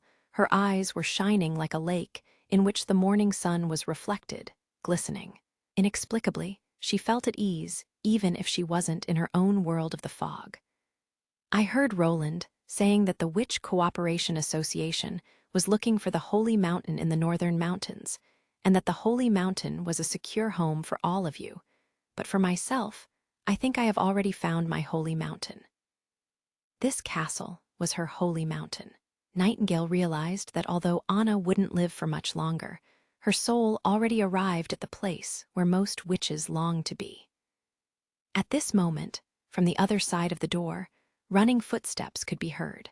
Nightingale listened carefully. They belonged to a panicking Nana. Then the door was opened, and it was really Nana Pine who rushed in.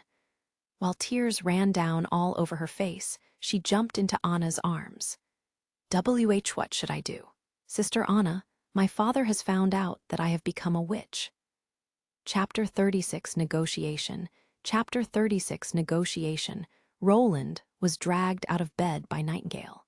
After he had heard that Nana's father came for an audience, he was surprised at first. Soon, he realized that this was a rare opportunity.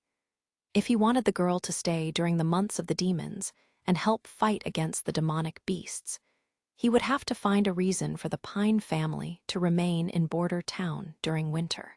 Originally, this was a very tricky situation. After all, the fourth prince's popularity among the nobility had plummeted, and he had a strained relationship with the stronghold. This were the reasons why most of them nobles leave Border Town. However, from the beginning, Roland hadn't considered working together with the nobles. They may have a lot of power, but they weren't suitable for a joined work. He quickly washed his face and dressed himself, then immediately went into the reception hall. Mr. Pine was already brought into the reception hall under the guidance of the guards. When Mr. Pine saw the prince, he immediately stood up, enraged, and asked, "Your Highness, where is my daughter?" This was the first time that Roland saw Nana's father.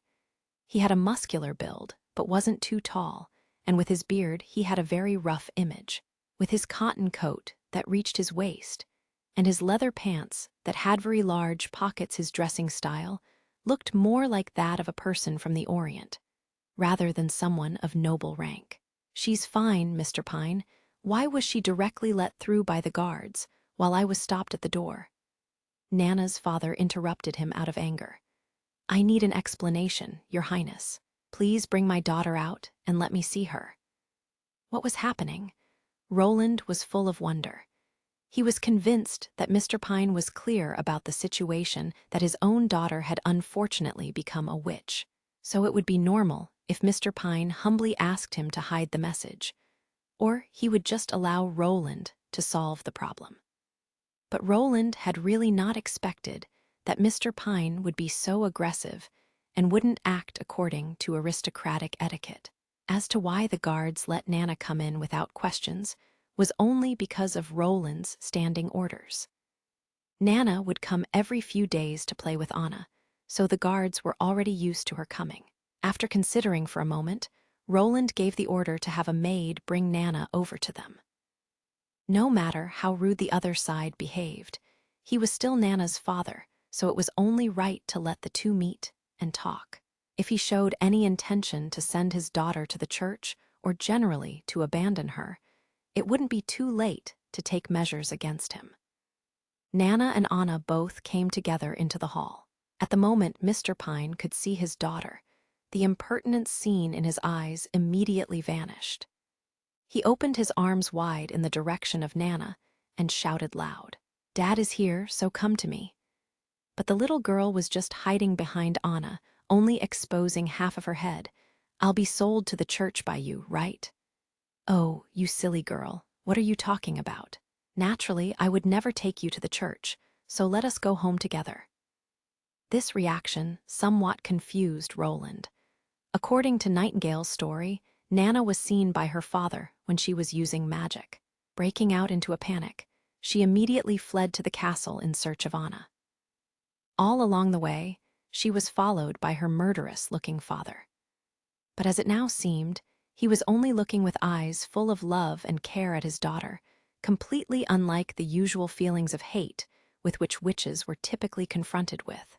So had it only been a misunderstanding. For a moment Roland hesitated, but then he decided to take the bull by the horns and said, "Mr. Pine, your daughter became a witch, you surely know that." "Your Highness, what are you talking about? I don't understand you." Mr. Pine angrily stomped his feet and then went toward Nana, trying to grab her hand. However, Anna stepped in front of him, blocking his view of Nana. "Father, I have become a witch. I'm so sorry," whispered Nana. Hearing Nana mention it once more, Mr. Pine became somewhat anxious. "Don't talk nonsense. How would you become a witch? What has that guy Carl taught you? I shouldn't have ever let you go to the college. There they only teach that rhetoric church shit." Hearing him talking like this, Roland suddenly began to understand the situation. It seemed that Nana's father tried to cover everything for his daughter up. Did he misunderstand Roland's intentions? So because of this, he was so restless until he could see Nana. "Anna." He gave her a sign with his eyes. Anna understood and nodded. Then she stretched out her right hand, in the direction of Nana's father, who still tried to reach his daughter. Flames began to spew out from her palm, direct near Mr. Pine's head, nearly burning him. Mr. Pine was shocked as he immediately stepped away from Anna. Nana also began to panic and hugged Anna's arm, trying to stop her. "Sister Anna, don't attack my father." "Your Highness, this is a... As you can see, she is also a witch, just like your daughter." Roland spread out his hand and said, "The reason why Nana has free access to the castle isn't what you think. Can we all calm down and talk about the future?" At this moment, Mr. Pine felt like he had awakened from a dreamlike state. He needed to start twice. "Your Highness, sit down first, and then we can speak." Roland pointed to the table nearby. "Also have a cup of tea." "Well," he sighed, "my reputation was so bad, they even fear to let their children be near me." Now Roland fully understood Mr. Pine's rude behavior at the beginning. He had only shown his concern for his own daughter. When he had seen his daughter run into the prince's castle, and the guards were already used to her appearance, he couldn't think of any good reason for it. In case Roland was in Mr. Pine's position, he was afraid he would have tried to tear down the castle empty-handed. As for why he had denied back then that his daughter was a witch, his intention was very apparent. He feared that the prince would say, "Nana has fallen, so she needs to be purified." So he tried to convince himself, and everyone else, that his daughter wasn't a witch so that no one would care about her. Mr. Pine hesitated for a long time, but in the end, he still sat down and drank a whole cup of tea at once. After that, he wiped his mouth and looked a little embarrassed. "Sorry, my behavior was coarse. Excuse me, since when do you know that my daughter has turned into a witch?" "Since before the winter. I wasn't the first one who had found out that she has awakened. It was her teacher, Carl van Bart. Due to her and Anna being friends, he sent Nana to me, so that I could look after her and that I could protect her," explained Roland carefully. "The last 1.5 months, she came to the castle to learn her ability without fear of discovery. By the way, your daughter's ability is to heal." "Is that right?" Mr. Pine scratched his head. "So that was the reason why the cat could suddenly run and jump again." "Cat. Cough, cough, in fact, it doesn't matter. When I came home, I saw a boy who was sitting in the doorway with a cat, which was hit by a carriage in his arms. I planned to hide the cat from Nana's view so that she wouldn't be frightened. I didn't think that she had seen me and would immediately run to me looking for the cat. It was very obvious that the cat had been hit and her leg was broken." He looked at Nana and Anna. "So you were friends." Anna didn't say what she thought, but Nana quickly nodded her head. Mr. Pine, seeing his daughter's reaction, his expression softened a bit. Upon seeing this, Roland asked, "You do not seem to think that the witches were people tempted by the devil and had become his spokesperson?" "My daughter is undoubtedly not a wicked person." He categorically denied this possibility. "No matter what she has become, I have no doubt about this." Anna's father and Nana's father were entirely different kind of people. Roland couldn't help but feel that he now could somewhat understand why Nana was always so carefree, always having a smile on her face. Such a family, for a child it was just like a warm cradle. "I also do not think so, Mr. Pine." Then Roland said bluntly, "Your daughter's ability to heal other people is of great significance for me. I want her to stay in Border Town, helping me to fight the demonic beasts during the months of the demons." Hearing this, Mr. Pine hesitated. "Your Highness, I am afraid I will have to refuse your request. When the demonic beasts come, it will become very dangerous in this town. I cannot leave her in this small town." Since the Pine family didn't belong to the territory under the jurisdiction of Border Town, so even he as a prince couldn't directly command them to stay. But as long as Mr. Pine was willing to sit down and talk, Roland was sure that he could convince him. Chapter 37, Family History. Chapter 37, Family History. "The danger isn't as great as you think, Mr. Pine. If something is dangerous, it will also always offer some opportunities." In his head, the fourth prince went through all the information his assistant minister had collected once more. I heard that you inherited your title from your father. He became a knight through merits gathered from battle, awarded the rank of baron, and given his own territories. That is true, confirmed Mr. Pine. It was at the time of the Months of the Demons. A small group of demonic beasts unexpectedly broke through the stronghold defense near the Shishui River and were running rampant. When Nana's father was on patrol, he encountered the rampaging demonic beasts. Instead of avoiding them like most people would do, he notified the stronghold, asking for reinforcements, and began to siege the demonic beasts to save the nearby town, even though he had no relationship with the town. While speaking, Roland observed the expressions of the other people. But Mr. Pine, you should know the things which happened at that time better than me. Your father called for the militia from the town. Then, with his attendants and the militia, he fought the demonic beasts and won. That large battle was fought to stand up for the innocent. Yes.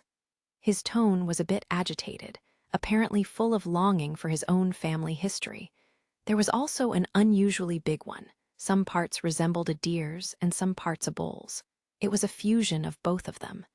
Its legs were thicker than my father's torso, and when it was ran, the ground trembled. If I were in his position, I really wouldn't have known how to beat the monster.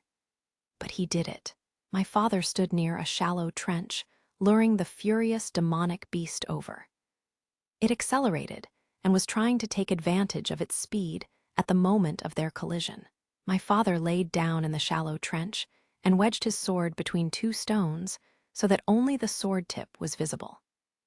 The seemingly unbeatable idiotic beast couldn't stop, and its belly hit the tip of the sword. The entire stomach was cut open. Black blood and some intestines flowed out of its belly. It was so much that my father almost drowned within the trench. Even today, the spoils of that battle, the great horn of the demonic beast, hangs above my family's fireplace. Roland, who was sipping his tea leisurely, said, "It was an admirable fight. He followed the knight's code of faith, compassion, and bravery.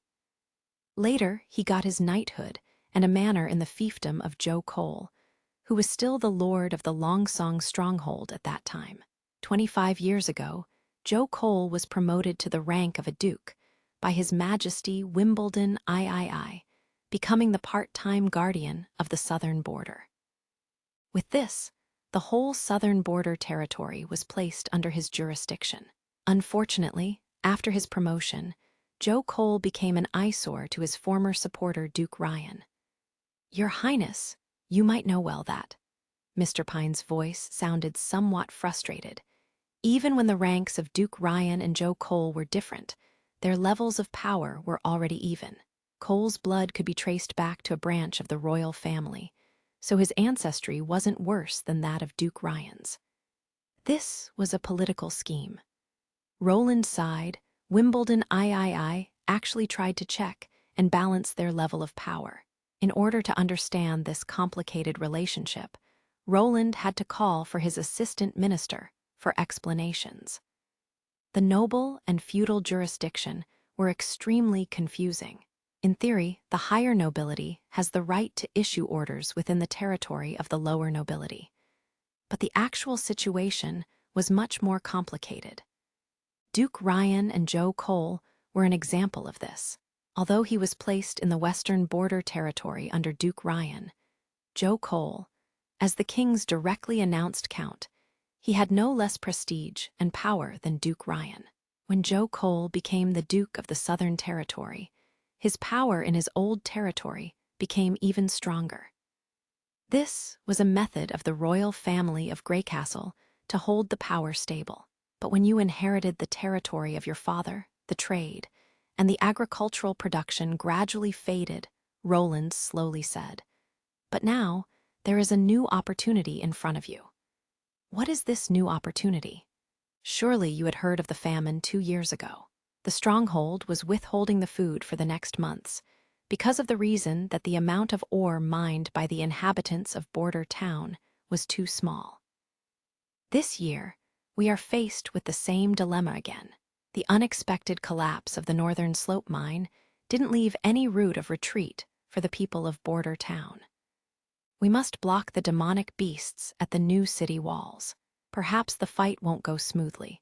But as I said before, facing this dangerous task also means a new opportunity for us. Mr. Pine had to first understand the meaning of what the prince said, so he only frowned and didn't immediately give his answer. To be honest with you, you do not really resemble a typical noble. Roland gently smiled. No noble would go out dressed like you, and your hands are full with crusts and calluses. Mr. Pine, you didn't let your father's inheritance down, right? You're a knight with excellent fighting skills. He certainly did not let his father down. Roland was very sure of this, or Mr. Pine wouldn't have trained and ran through the woods for a whole day. According to the information provided by Barov, in the last week, Mr. Pine had spent at least 3 days training in the forest. On each visit, he was always fully equipped, and if he couldn't afford it for his attendants, he directly hired some helper from the town of Orion. Some people were just born for battle. Mr. Pine was obviously such a person. If you will stay in Border Town, I will provide you with the opportunity to let you regain your father's glory. Just like he did, you will get the chance to obtain honor and outstanding achievements with only your sword and your courage. I'll also reward you with a territory in the east of the Border Town, and you will become a viscount appointed by me. Although this would be a rare situation, the commitment would be valid. As an adult prince, he was able to legally canonize viscounts, barons, and knights. However, he could only seldom confer such titles to other people. 1, it would undercut the regional system of aristocracy, and 2, if the other side refused the offer, it would become more awkward. Roland didn't care about the opinion of the local nobility. He just wanted Nana to stay in Border Town. As for refusing Mr. Pine, Roland wasn't too worried. After Joe Cole had become the guard of the Southern Border Guard, his relationship with Mr. Pine's father didn't carry on. He had entirely abandoned the Pine family. When hearing this, Mr. Pine finally began to talk again. Then, Your Highness, if I stay, can I still send Nana back to the stronghold? Until now, no one had ever tried to resist the demonic beasts in this place. If we fail, I do not want my daughter to be buried here. As I already told you in the beginning, Mr. Pine, the danger in staying here is relatively low. Have you ever thought about what would happen if Nana was found to be a witch in Longsong's stronghold? There it would be entirely different than here in Border Town. The stronghold is completely in the possession of the church. They have already grown their roots in the city for a long time. Their believers and overseers are everywhere in the city. At the moment she is exposed, even I won't be able to save her. Roland paused, then added, Border Town will definitely not fall. When the months of the demons arrive and the demonic beasts come, I'll be on the wall to lead my people and fight alongside them. Our opponents are nothing more than a group of mutated beasts. They are not invulnerable. Your father had no cover and was able to win against them in an open surrounding. However, we have the new city walls. If, instead, I really only mean, if an accident does happen, I'll take measures to guarantee that Nana will immediately leave the town. He paused for a second. And naturally, Anna will also move. I will prepare a boat for them at the dock beforehand, so I can promise you that they will be safe. So, I will believe in you, Your Highness. When saying this, Mr. Pine stood up and went directly down on one knee to give the standard knight salute to the prince. And I am willing to fight for you. After Nana and her father had left, Anna rolled her eyes at Roland. What are you talking about? She firmly said. I'm not going anywhere. Chapter 38, The Era of Hot Weapons. Chapter 38, The Era of Hot Weapons. Iron Axe became aware of the fact that they were now under watch.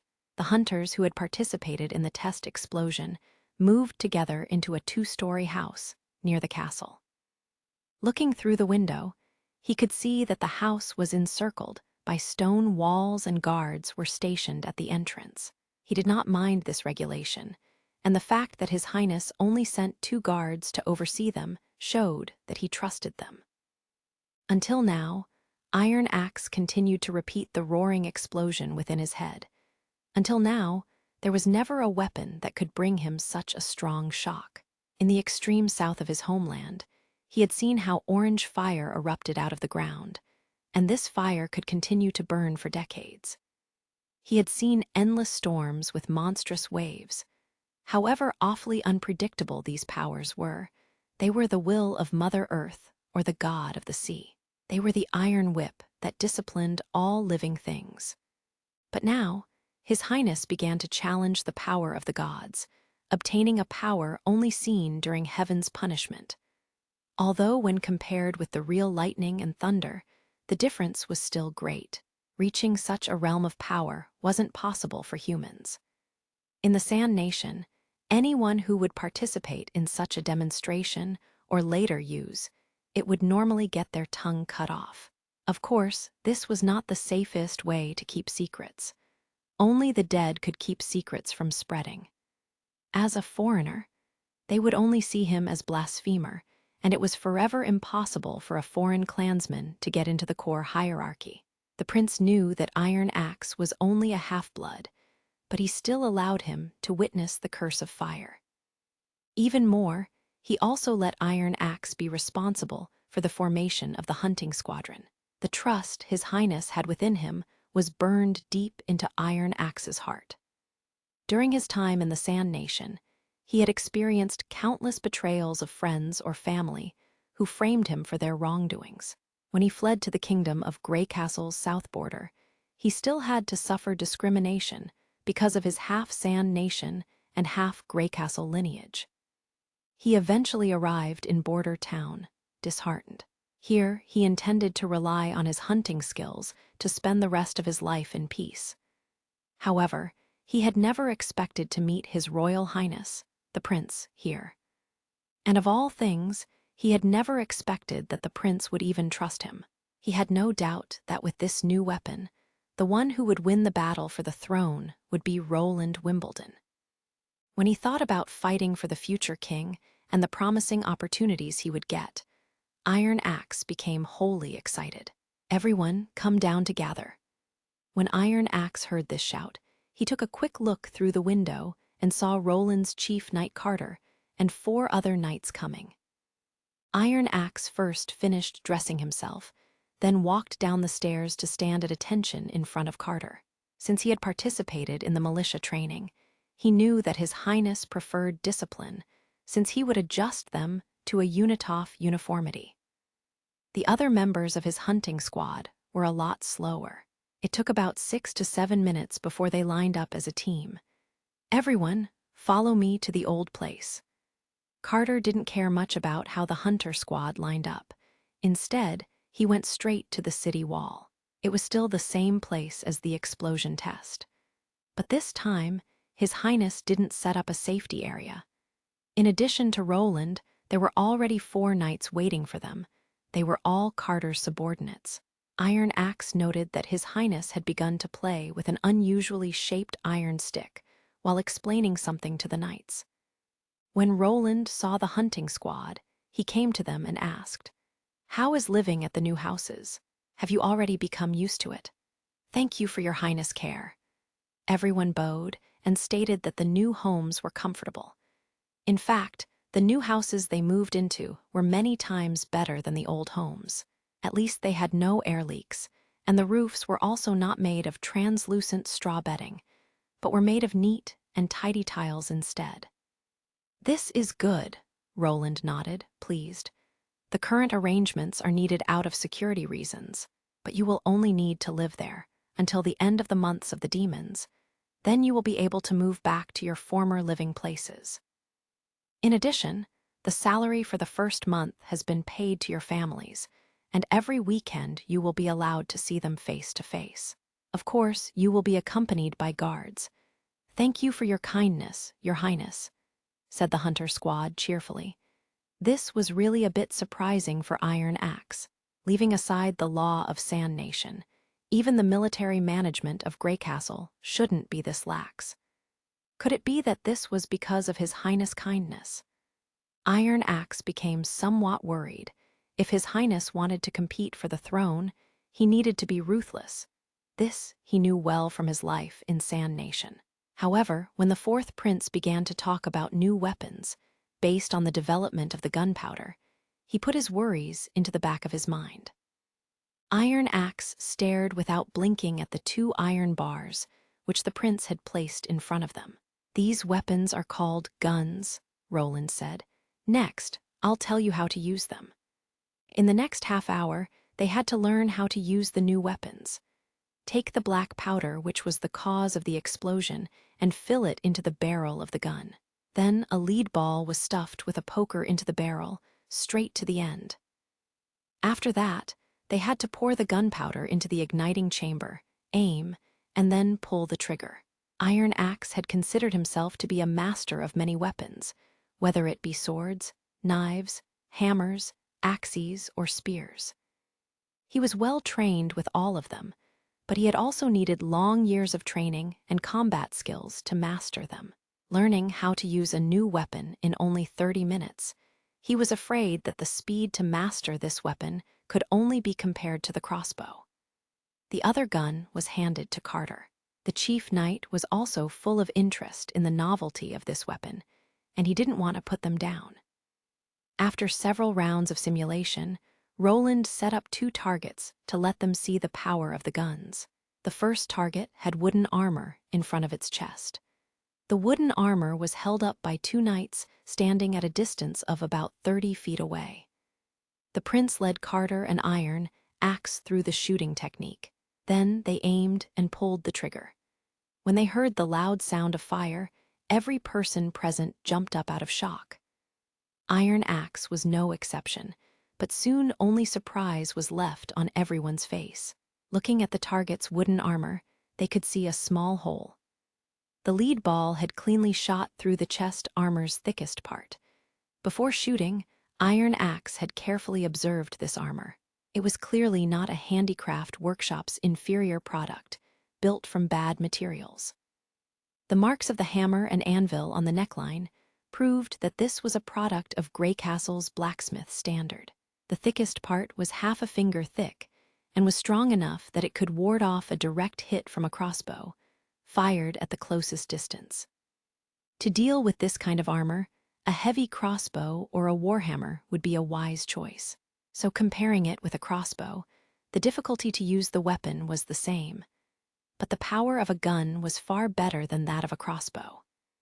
In addition, the gun's loading speed and the loading speed of a crossbow were nearly equivalent. So, looking at the target, which was 30 feet away, Iron Axe couldn't see a problem.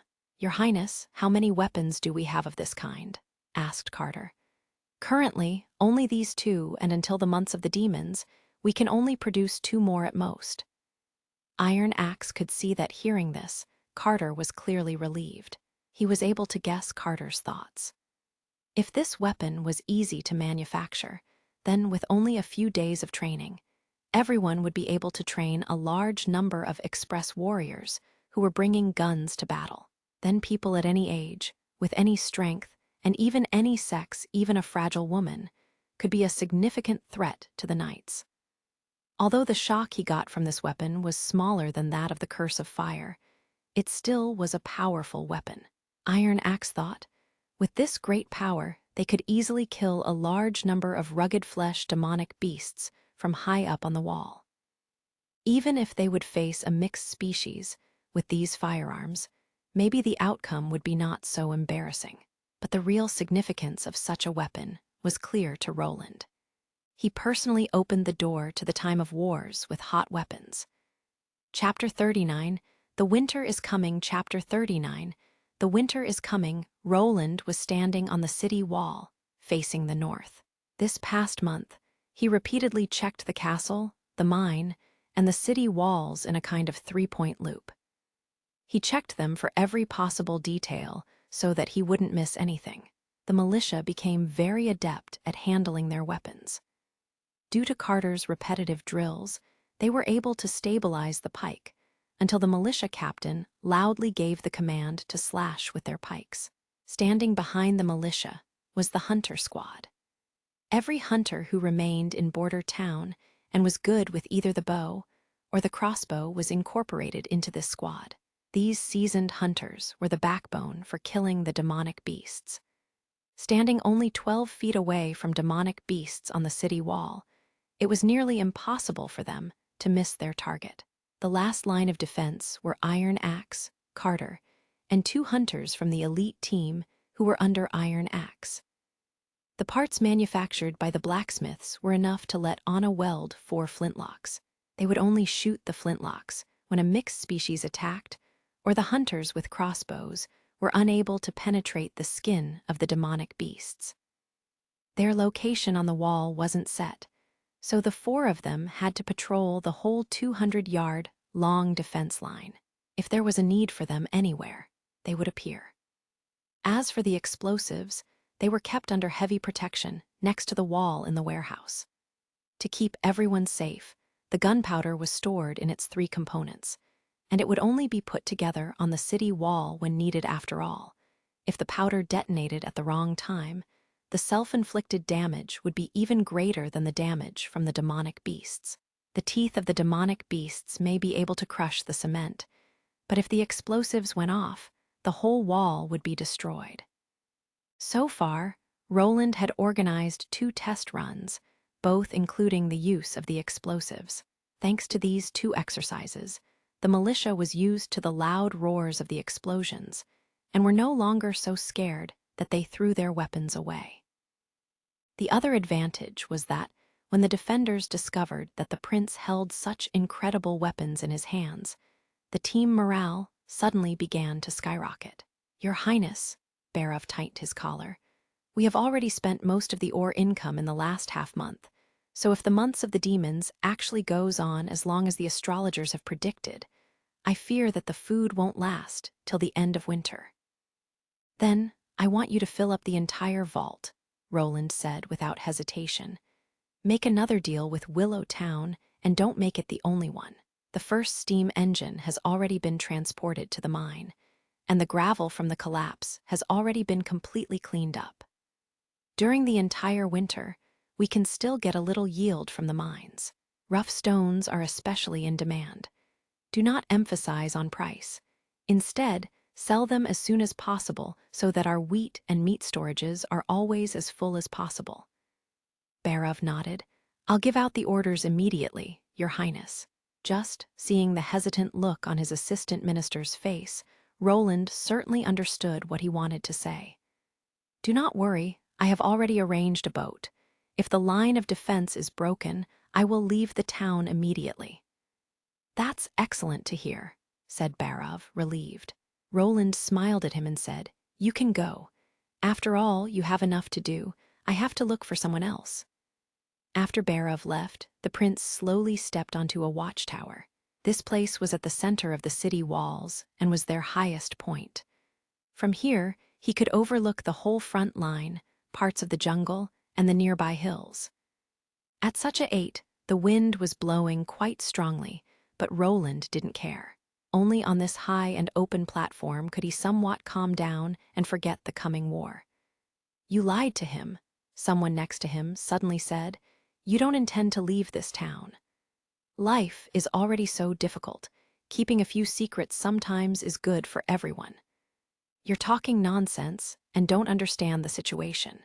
If you already consider the identity of a prince as a difficulty, what would you see us as?" Nightingale emerged out of the fog.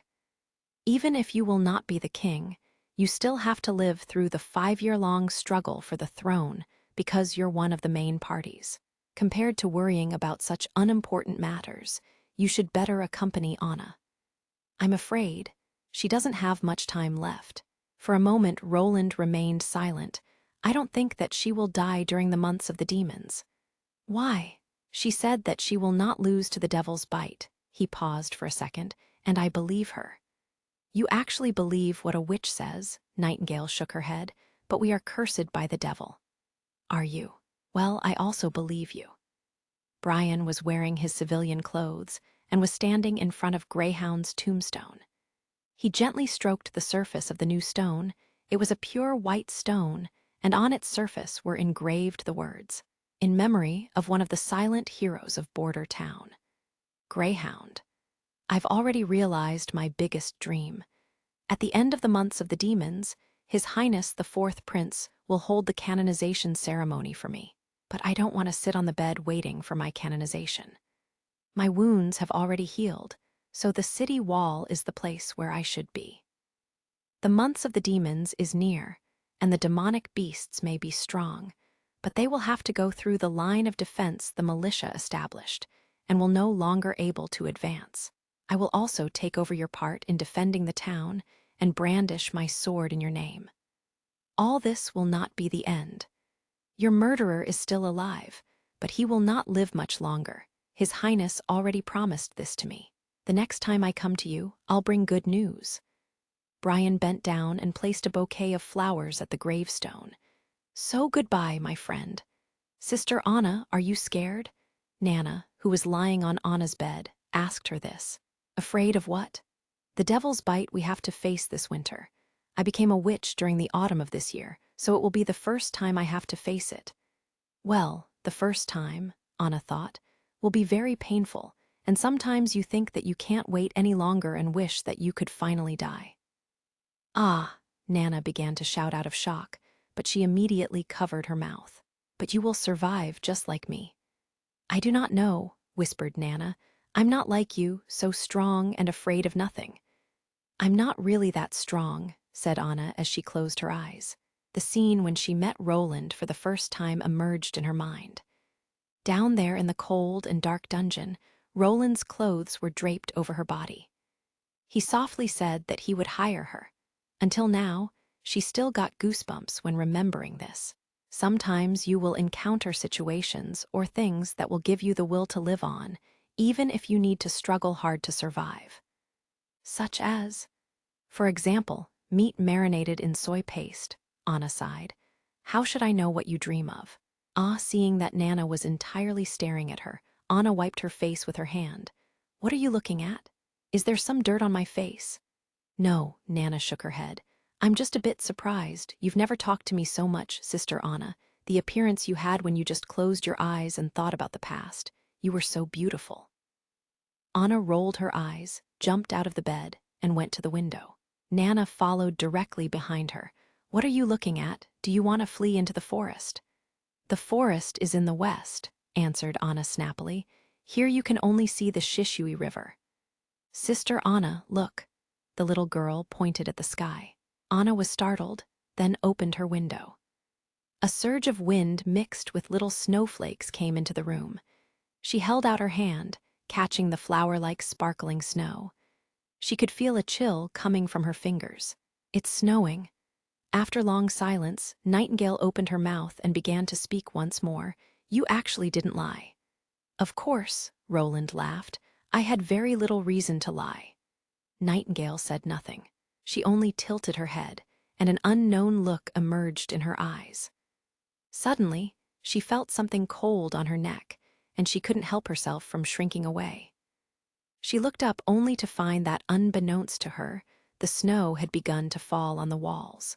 Under the gray sky, there seemed to be an uncountable number of snowflakes. They danced in the wind, flying all over the place, accompanied by the shouts of the militia. The months of the demons had begun. Chapter 40 letter, Chapter 40 letter, the firewood was burning violently, but Gerald Wimbledon didn't feel much of the heat. Although he was in a large tent made of stitched leather, and the ground was also completely sealed without any air leakage, he still felt cold. His toes were especially cold. They were almost frozen to the point that he couldn't feel them any longer. This damn place, even the urine freezes when you take a piss. He spat and stood up. He grabbed the table on both sides with his hands. When he used all his strength, so that even his hand became red from the effort, the 6-foot square wooden table became lively and left the ground. After he put the table at the edge of the fire pit, Gerald felt a lot more comfortable. He took off his shoes and put his feet next to the fire, warming them in the heat. He spread out the text scroll with his hands once more and continued to write the unfinished letter. Dear lovely Olivia, it has been already a month since I came to Hermes, but of course, The church prefers to call this place their new holy city. If it wasn't for the months of the demons, I wouldn't want to stay here for even a moment. I just want to get back to you and share the warm bed with you once more. Faithful to the convention, the church is monitoring us with their own forces instead of supporting us. It's kind of ironic, isn't it? Speaking about the church, I have to admit that what they were able to do is really amazing. I can still remember the time when I was here for the first time. It was around 20 years ago. In addition to the mountains and rocks around Hermes, there was nothing here besides a little church at the bottom of the mountains. But now, they have not only opened up a road for a carriageway up the mountain peak, but they have also established a large-scale fortress city. During the summer, you really should come and take a look at this city with me. The new holy city is even grander than our Grey Castle. Do you remember the theater in Grey Castle? You and I had gone there to watch The Revenge of the Prince. You were so impressed with the theater's architecture. The interior was so spacious that it was unbelievable. But after you see the holy city's new hall of military affairs, you will think that the theater in Grey Castle was only a shack. It is hard to call it a building. I think it's more like a piece of exquisite art. It's so spacious that it could swallow 5 theaters. However, not a single pillar supports the exterior walls. The walls are held up by 8 behemoth-like demonic beast bones. Between the curved bones are many smaller bones which are connected by hemp ropes, and the roof hovers in midair as if it were on a pole. How could they think off a building like this? And those bones, if they were stripped from a demonic beast, I bet that guy's size was certainly more than 100 feet. Probably only in Hermes will you be able to encounter such a monster. But honey, please do not worry. Even if the demonic beasts are massive, they are still the devil's minions. In the presence of God's eye of retribution, no evil can escape God's jurisdiction. Whether it is a demonic beast, a witch, or the devil himself, their only fate is to turn into ashes.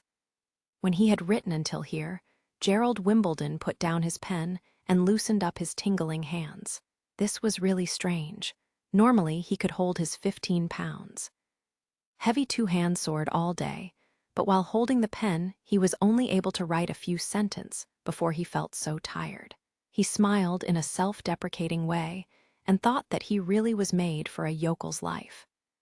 When speaking of demonic beasts, I suddenly think of my 4th brother.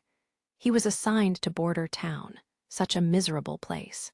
I'm afraid he has already turned tail and fled to Longsong's stronghold. Even there, the demonic beasts will not be able to reach him, and the stronghold's defense is comparable to Hermes. But I think this is not his fault. Even if I went to that place, I would only be able to take refuge in the stronghold. Here it can be seen how unfair my father is. Just because our younger brother performed exceptionally intelligently from an early age, he decided to let him inherit the throne. Father forgets that he himself didn't win the throne with calculating means. Since our mother's death, it has become more and more difficult for me to find out what father is thinking. Gerald hesitated before he began to write the next part of his letter. He did not know if he should tell his real intentions to Olivia or not. He paused for a moment, but then he decided to write it down. If his plans went well, he should already have arrived at the palace in Grey Castle before she received his letter. My dear, astrologer Anstur was right. If I do nothing, ultimately the throne will not end up in my hands. Anstur observed the stars, and what he said was, the star of the apocalypse will burn for the next 4 months before it leaves its orbit again. This tells me that I obviously have little time left and cannot wait in vain any longer like this. After today's battle, I will quietly return to the capital and meet my father, and I will take my loyal soldiers with me. Here maybe I have much less opportunities to get riches like in the city of Golden Harvest, but instead there is no shortage of brave warriors here. I just have to throw some coins around and make some promises, and they will follow me like hungry wolves and help me reach my goal. Of course, I do not want to start a revolt. I just want to personally ask my father why he gave the orders to start the battle for the throne. In the end, what was it that let him forget that I, as his eldest son, have the right of inheritance? Anstur has already arranged everything for me. Olivia, my love, you will only need to wait a little longer. The day when I become the king is the day that I will marry you as my queen. If I fail miserably, you shouldn't come back to the capital, but instead, you should stay in the kingdom of eternal winter. Love you, Gerald. He carefully folded the letter and put it in an envelope, then sealed it with wax. After checking it a few times, he knocked on his table, and his personal guard quickly entered the tent. You have to deliver this letter to the hands of the Rose family in the freezing Wind Mountain range. You do not have to travel all day and night. Don't even take a horse. Just travel dressed as an ordinary traveler, as a passenger on a wagon from town to town. You only have to remember one thing: this letter must be hand-delivered. Yes, Your Royal Highness? Good, you may leave. After Gerald waved his guard away, he simply sat down at the table once more, letting his feet hang over the fire pit. If something happened, he would have no way out. He closed his eyes, recalling scenes of his childhood. At that time, he was playing hide and seek with his second brother and his third sister in the king's garden. When his third sister fell down, she needed her two brothers to take care of her. Exactly when had it began that the three of them became more and more like strangers. Gerald shook his head, putting his confusing thoughts aside. It wasn't suitable for him to become sentimental, he thought. There was only one possibility to end this. He himself had to sit on the throne. At this moment, the dull sound of a horn could be heard in the tent. Oh, oh, oh, oh, oh, oh, oh. I'm coming. He jumped up from the table and put on his shoes. Stepping out of the tent, he saw that the whole camp was a riot. Everywhere, soldiers were running and waving flags, merging into one big chaos, getting into battle formation. From the distant mountains, a muddy echo came in continuous stretches. When the horn blew, it meant the demonic beasts were attacking. Come with me. He rode on his warhorse, taking his guards with him. Only one person remained standing on the walls of the holy city in order to experience its grandeur.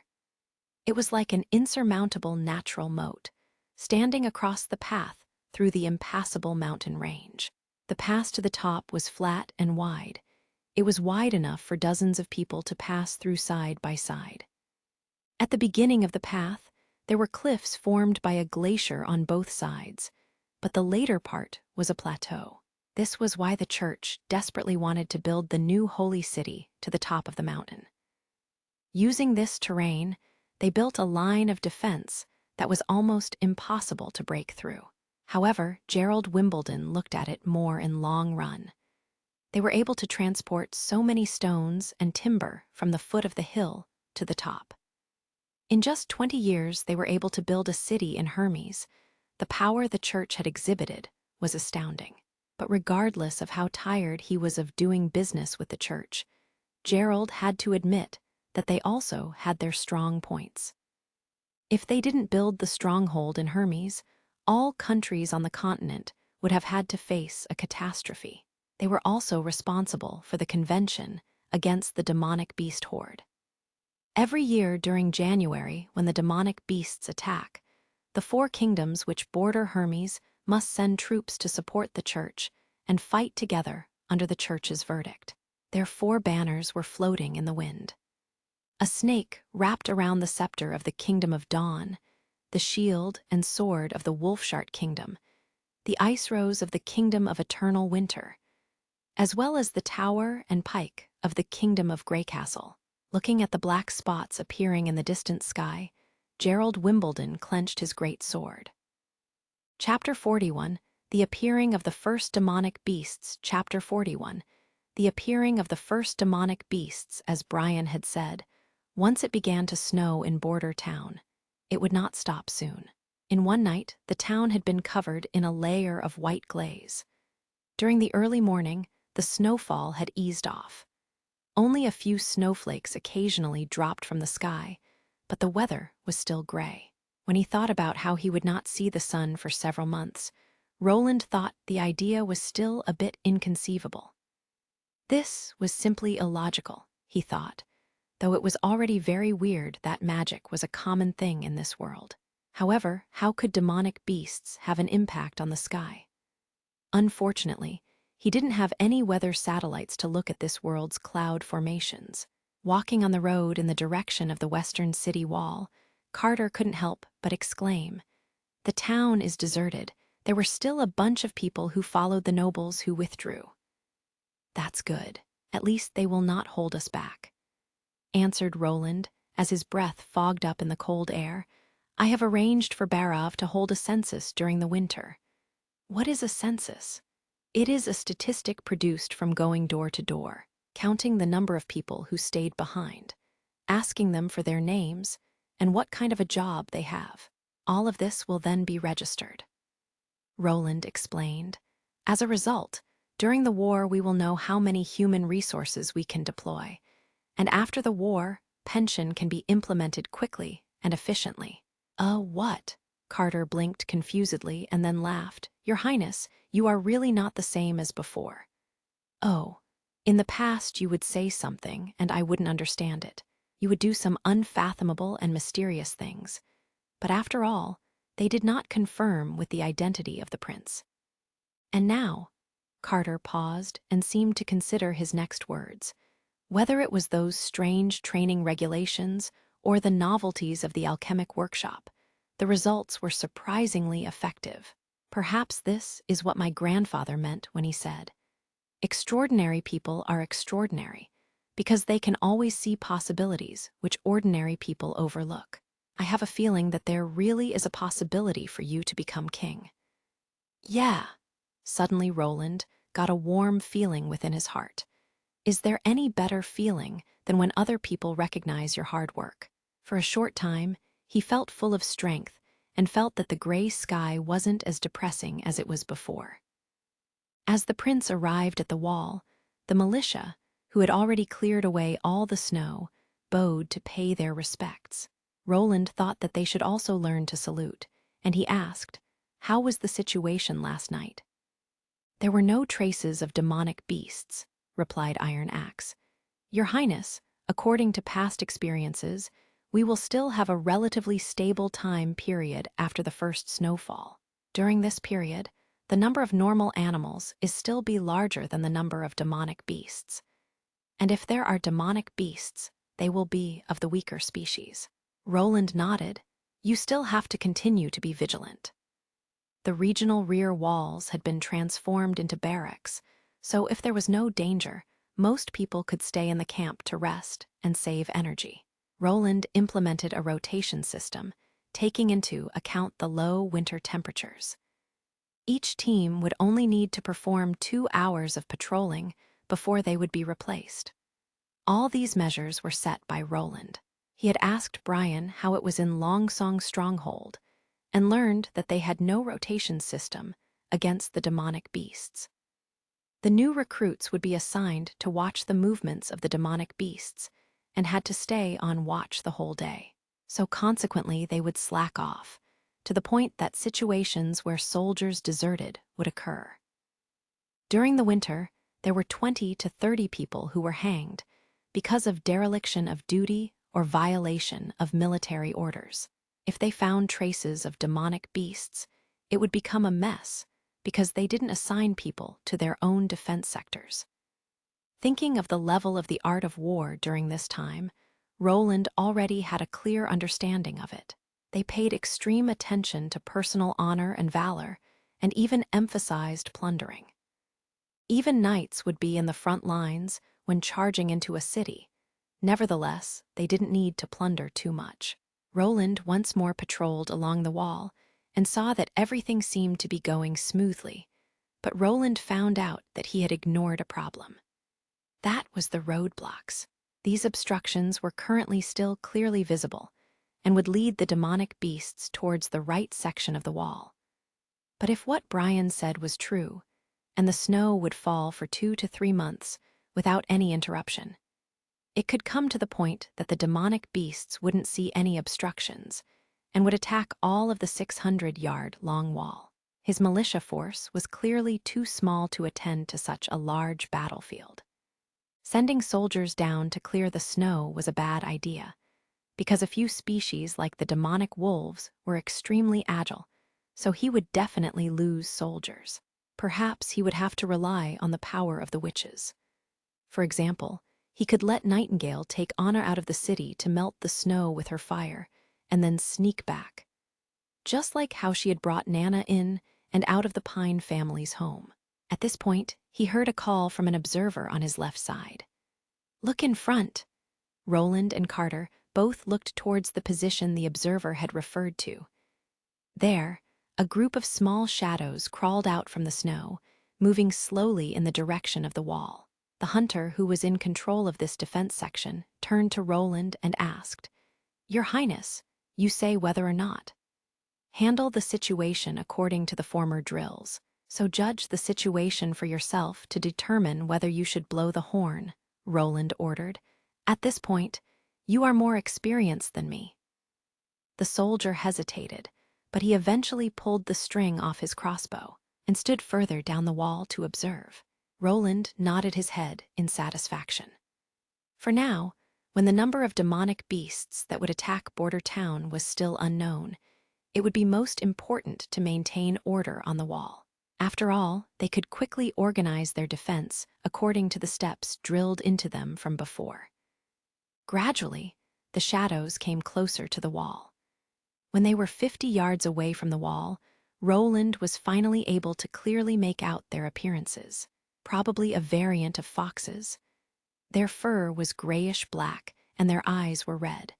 When they were at the walls, they were panting heavily. "It looks like it wasn't long ago that they were turned into demonic beasts. They aren't a threat," said Iron Axe while aiming with his bow. "You mean they were infected by the breath of hell which was expulsed in the West?" "It doesn't happen only in the West," Carter came over and answered. "The gates of hell can open anywhere in the mountains. There is no place safe from it in the mountains. In the north, there is an especially large path, which is often under the attack of the demonic beasts.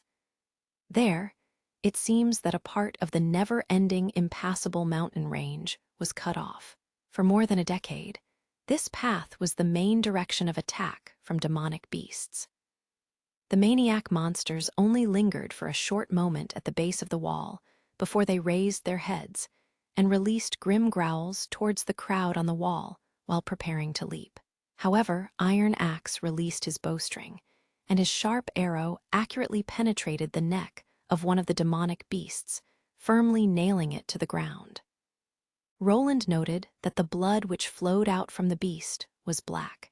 It was the same kind of erosion for the demonic beasts and witches.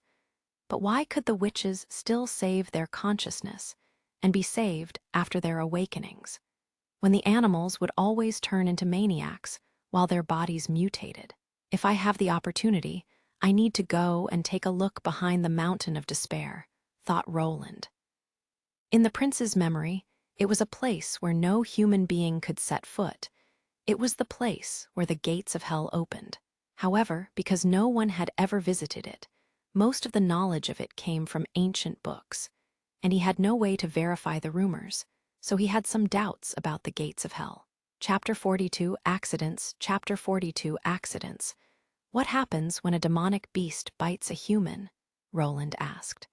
"Will they become the same like the demonic beast?"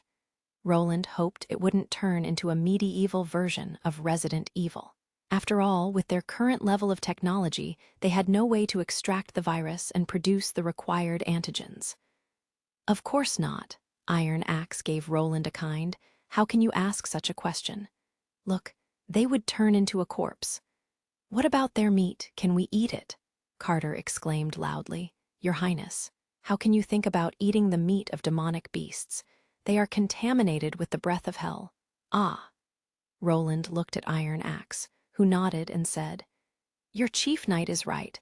I have cut off meat from some demonic beasts to feed to my dogs. The result was that my dogs died shortly after eating the meat. That happened. That's really a shame." Roland sighed. During this time, the food sources were scarce. If they were able to eat the demonic beasts, the winter months would turn into months of simple harvest.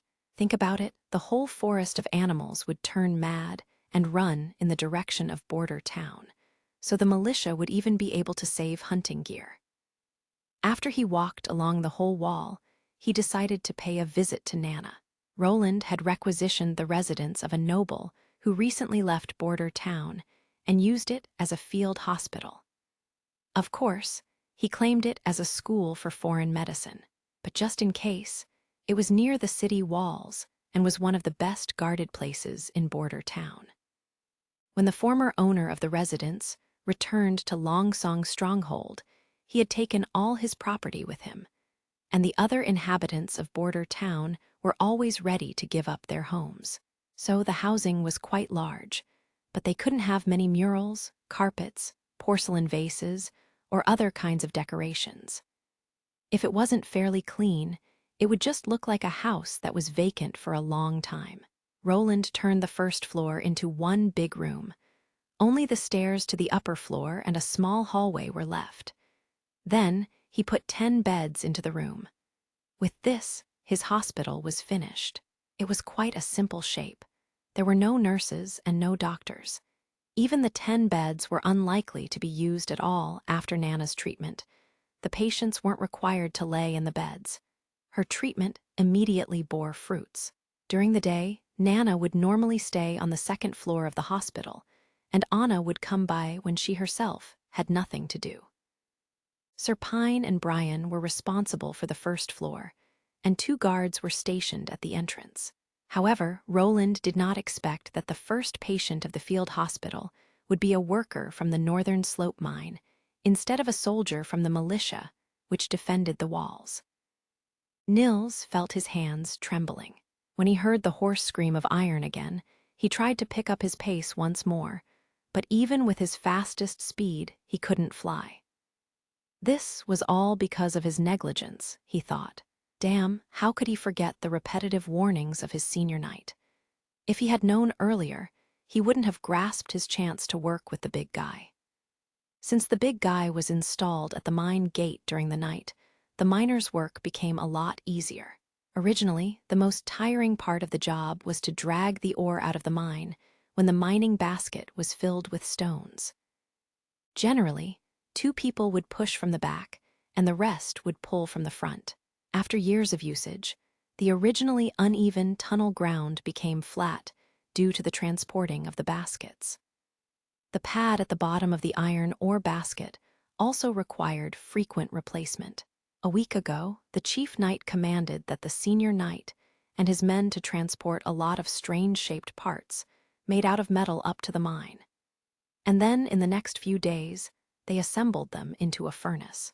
Nils had absolutely not foreseen that this furnace could move by itself when fueled with fire. It could not only move, but it also had extraordinary strength. The senior knight had said that it was His Royal Highness' invention and was seemingly called the steam engine. First, a basket had to be fastened with a rope to the steam engine, then a fire had to be lit before the big machine would begin to hum. Then, the winch began to turn, and the basket was quickly hauled towards the mine entrance. Incredible. The senior knight had selected a person responsible for the steam engine after several test runs. When Nils was selected, he was very pleased with himself, since he had waited a long time for such a good opportunity. After all, he just had to stand in front of the machine. He would no longer have to dig out stones or minerals, and he would never ever need to push a basket. That last mine collapse still left him spooked. The words the senior knight told him were still in his head. He said it wasn't a difficult task. The big guy would do all the work. All he had to do was to pull the green lever first, and then the red lever second. The senior knight also said that the green lever was linked to the intake valve, while an exhaust valve was linked with the red lever, so that the steam would pass through the pipe into the cylinder. After the basket was pulled to the mine entrance, he would have to do the reverse if he wanted to stop the machine. First, he had to lift the red lever and then the green lever. With The steam would be discharged from the side of the boiler. After each cycle, the oven needed be supplemented with water until it was full. Although he didn't understand what a valve and a cylinder were, Nils still promised to do everything step by step. However, the senior knight stressed 2 points that were most important. First, the order could not be wrong. To start the engine, the green lever was first before the red lever. To stop, the green had to be closed after the red. If he made a mistake, it could lead to the destruction of the machine. The second point was that, when he was discharging the steam, he had to constantly remind the miners to step back until the red lever was completely lifted. The first point Nils had engraved into his head. Even with closed eyes, he wouldn't make a mistake. But with the second point, he had some problems. Today, he was shutting down the machine as usual. He noticed that other miners were no longer around. He felt that he would be a fool if he shouted a warning when no one was around, so he was totally absorbed in pulling the red lever. The red lever was a bit hard to pull, and out of exhaustion, he had to bare his teeth during the pull. He hadn't expected Titus to appear in front of the stove. When he pulled the lever, Nils hadn't seen him due to the steam engine's big size, and because of the loud noise it created, he hadn't even heard the footsteps. The white steam, which was exhausted from the boiler, directly rushed into Titus' face. Nils was stunned out of fright. He only saw Titus suddenly falling to the ground and rolling around, holding his face and screaming his life out. Titus' screams were so heartbreaking for Nils that they directly attacked the core of his being.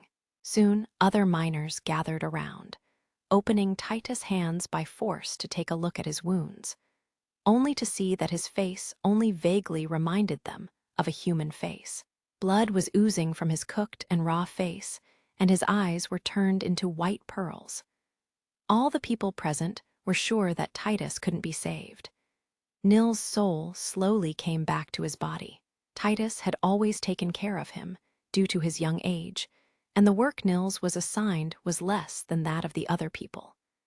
But the wages Nils got were never less than that of the others, and now this accident only happened due to his negligence. Between his grief and anxiety, Nils suddenly remembered what the senior knight also said. If one of the miners were accidentally injured, he should be brought to the safe area near the walls. There was a newly opened medical center there. Although Nils knew that such a serious injury was an incurable wound, and that the size of the injury was too big, even if herbal medicine could help a little, it couldn't stop the deterioration of Titus' health. Then Titus would get high fever and would soon fall into a coma. But nonetheless, Nils still took Titus into his arms, regardless of the confused looks he got from the nearby people, bit his teeth together, and ran. If he did nothing and Titus died, Nils was afraid that he could never forgive himself for the rest of his life. Chapter 43, Be Strong. Chapter 43, Be Strong, Sister Anna. When Nana heard thunderous footsteps coming from the stairs, she ran to the door and took a quick look. But she was soon disappointed because she found out that the person who was coming was His Royal Highness, the Prince. Anna should still be working, but she will probably come by later, said Roland when he arrived at Nana's side. Work. Nana had recently often heard this word out of the mouth of the prince. You mean she is burning this gray mud powder?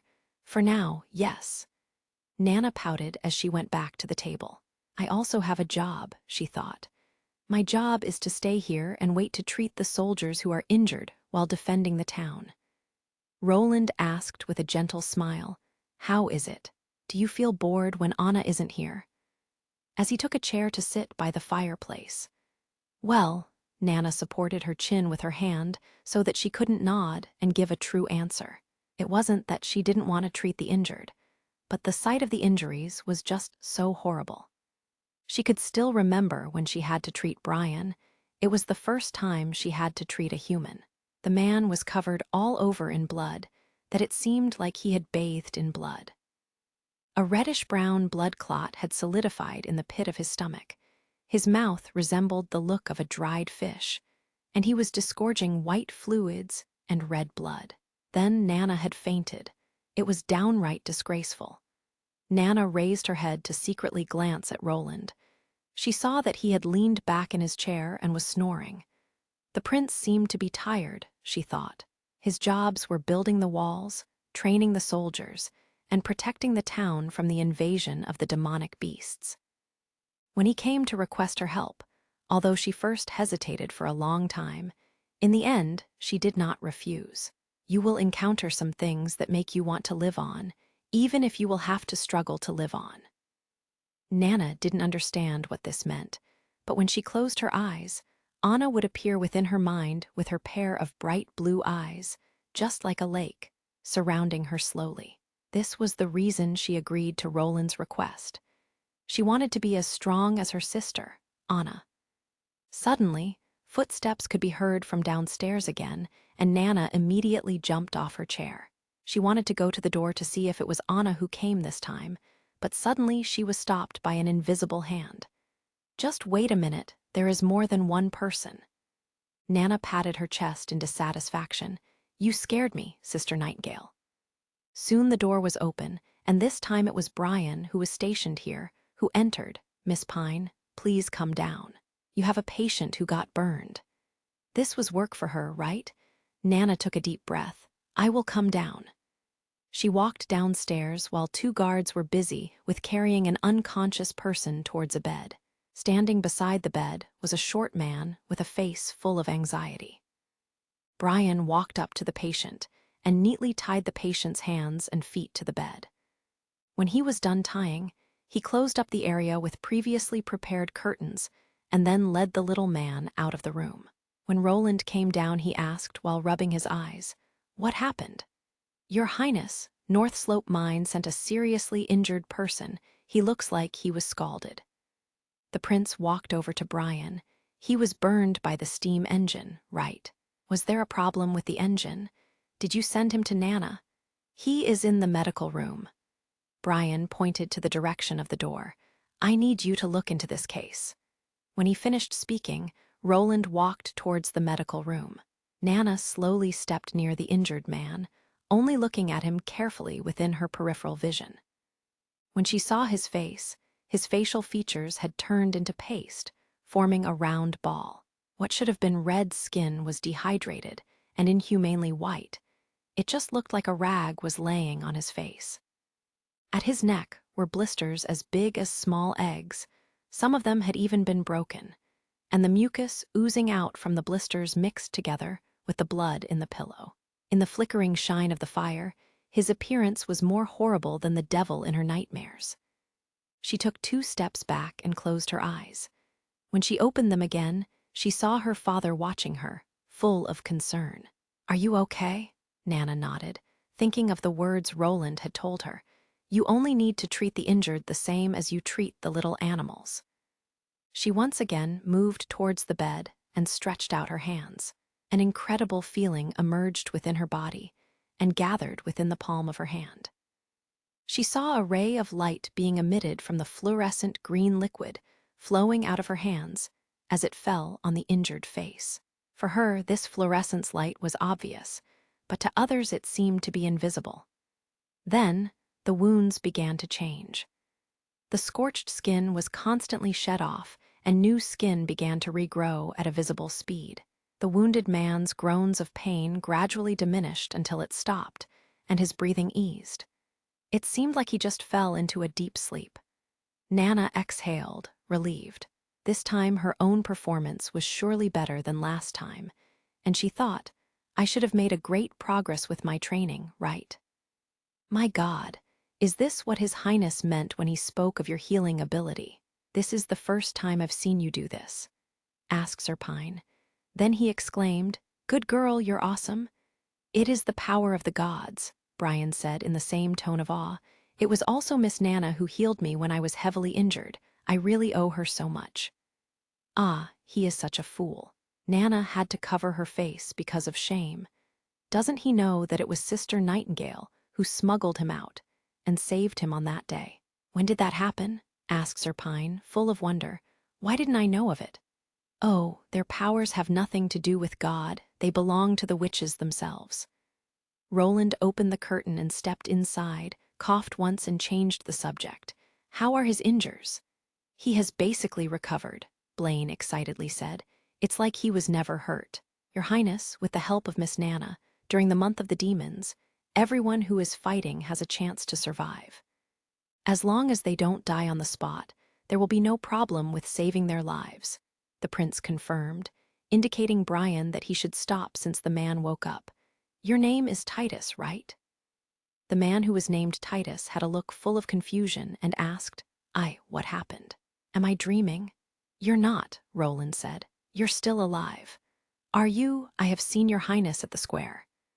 The man suddenly woke up like he was hit by lightning, jumped up from the bed, and fell to his knees. Your Royal Highness, was it you who saved me? It was the daughter of the Pine family who saved you. She is a witch and has a healing ability. Nana's mind froze. He directly said that she was a witch. Would she be okay? Sure enough, the look in the man's eye changed immediately. A woman? She is a witch. Your Highness, aren't they the devils?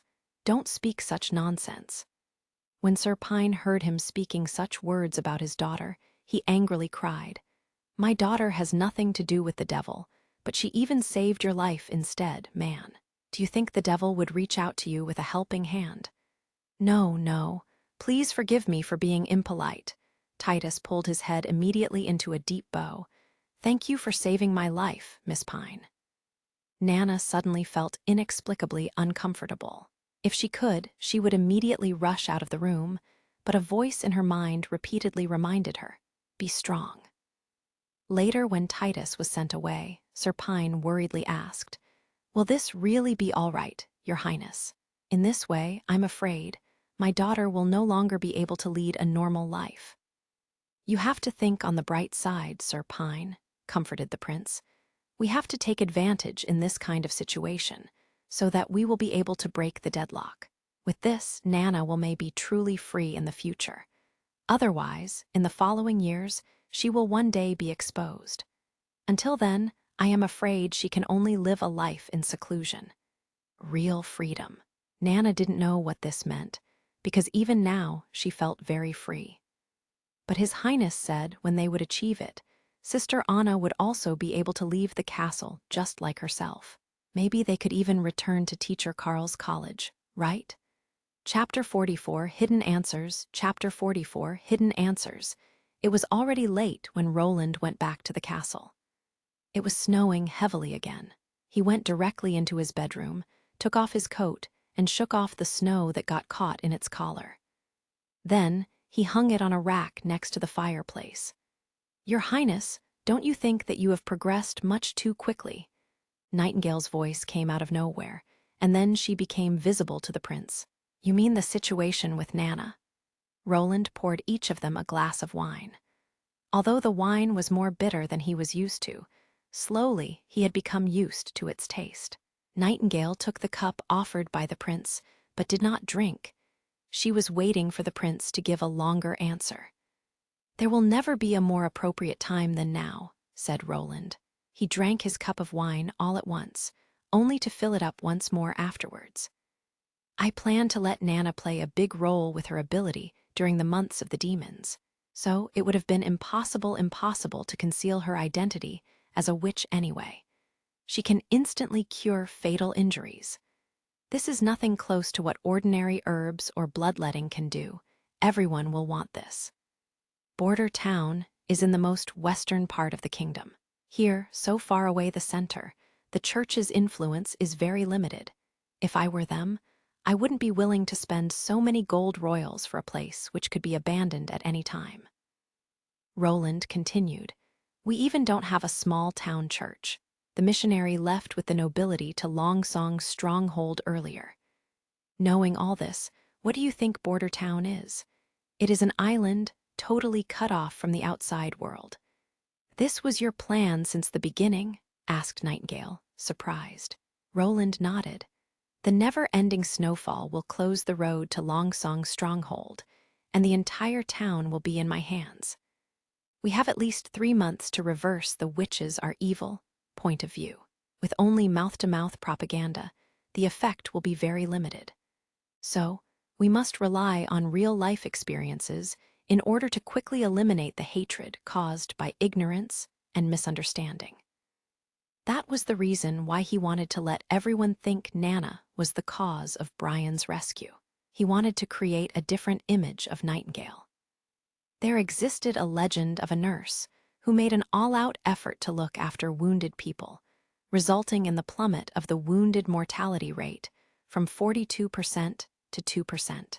Thus, the fighters conferred her the title of Lady with the Lamp, and the popularity of the whole nurse profession had been elevated to the rank of worship. Nana's ability to heal had more to offer than only heal the injured. As long as someone didn't die on the spot, she could restore him completely like he was never injured. This would be more important and boost the morale more than any weapon upgrade he had presented.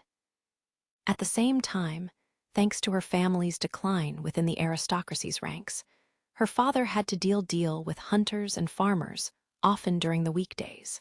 Because of this, he had a very calm and kind attitude towards the normal civilians, and he even allowed Nana to visit Carl's collage and learn with them.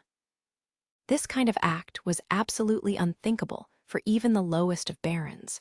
They would never agree if their children had something to do with the peasants. In their eyes, these people were the so-called untouchables. Can we really do this? Even Nightingale, when facing such a big monster like the church, felt extraordinarily small and weak. If we never try to change, we will never know the answer. Roland did not expect that he would be able to change the view of all the inhabitants of Border Town, but he at least hoped to plant seeds within the hearts of some and get a small team of supporters. Later, he wanted to rely on the seeds, to let them grow and let them spread. Within 3 months, many changes could be achieved. Nightingale thought about it and then whispered, "Why do you want to step out of the masses and help us witches?" In order to use their power for the production of resources, make himself more powerful, and have a better chance in winning the throne, of course. All these answers were not suitable to say aloud. Even so, Roland was a mechanical engineer. He had played a good variety dating games, so he could even be seen as a veteran who knew a lot. So, with the experience of having lived for more than 40 years in 2 different worlds, he knew that this time he had to face a crucial question and give the right answer. So he thought carefully about his next words and said slowly, "I haven't told you yet, but I do not care about the background of any inhabitant of Border Town. I hope that one day, in my territory, even witches can live a life as free as any other person." This time Nightingale was silent for a long time, and the only sound left was the crackling of the burning firewood. Her face, highlighted by the flickering flames, was like an otherworldly picture. When she spoke again, Roland had enough time to free himself from the beautiful illusion. "You really don't have to accomplish all this." Her voice was small but gentle. "Please forgive me for lying to you before. My sisters in the Witch Cooperation Association have been living the life of refugees for far too long. They do not expect so much. Their only goal is to have a place where they can live in seclusion. Even living in this castle would be enough." "How would that be different from living your life within a cage?" Roland shook his head, but then he suddenly come to an understanding. His eyes became wide open when he looked full of shock at Nightingale. "What do you mean? Are you saying that you are willing to bring your sisters back here?" Nightingale sighed and avoided looking directly at the prince. "When I do this, you will become the enemy of the church. Their arm has been stretched too far and has become too thin." Roland didn't mind the future road. Do the slogan, "The power of the king is granted by the god." The church and the mortal power will conflict sooner or later. As for Border Town, we only have to live through the next months. Then they will not be able to do much to us. Here, we are thousands of miles away from their seat of power. What do you think will happen when the Bishop of Longsong's stronghold holds a military trial to come to crusade me? My father would never allow this to happen. This would be a much too great of an attack against his royal power. Nightingale didn't know how to answer. She gave him her salute and left. When Nightingale was out of the room, Roland let himself fall onto the bed and took in a deep breath to relax. There were some things he didn't tell her. For example, he didn't tell her that the center of the church's power was 1,000 miles away. In accordance with the world's news circulation speed, they would probably only be able to react in late spring. In addition to the distance, there was also his identity as a prince. So a big possibility would be that they would only send envoys to ascertain the situation. As a result, Roland thought that they would only arrive after half a year. By then, he himself would already have a solution to break their strength. Thus, the biggest risk of his plan wasn't the church, but rather the witches themselves. This point was only known by himself. Although at the moment the witches were at a disadvantage, the current situation would not last forever. The power of the witch did not rely on blood heritage, so there was no pattern to who would awaken. It was all random. This meant that they could not be eradicated, so their number could only increase. The church relies on their god's eye of retribution, and for the moment they can still maintain their advantages over the witches with it, but it can only offset their magic. However, the witch awakening not only gives them a wide range of ability, but also boosts their physical power and mental reaction speed. Even their appearances would become more beautiful than ordinary people. They essentially could be regarded as a new mankind. The more brutal the oppression becomes, the more intense the resistance will be. How much damage would be caused to Greycastle if the witches started and lead a riot? Because the church gave birth to the hatred, once they lost control, it would be likely that the hatred would turn against all the residents of the kingdom of Greycastle. Roland didn't want to see that happen, so he needed to start from border town and lay down the structure to contain both sides. Later, he would need to extend the structure to Longsong's stronghold, and in the end, to the whole kingdom. He was creating a world in which common people and witches could coexist. Chapter 45 Conspiracy Part 1 Chapter 45 Conspiracy Part 1 During the night of the new moon, the silhouette of Gerald Wimbledon could be seen near the walls of the city of Greycastle. After his few months of stationing at Hermes came to an end, he was now finally back, he thought. The long journey left him totally exhausted, but he was still vigilant of his surroundings. He reined his horse to stop and motioned his deputy to go and inquire about the situation. If everything went as planned, the scholar Anster should have had all of the guards replaced with guards loyal to Gerald.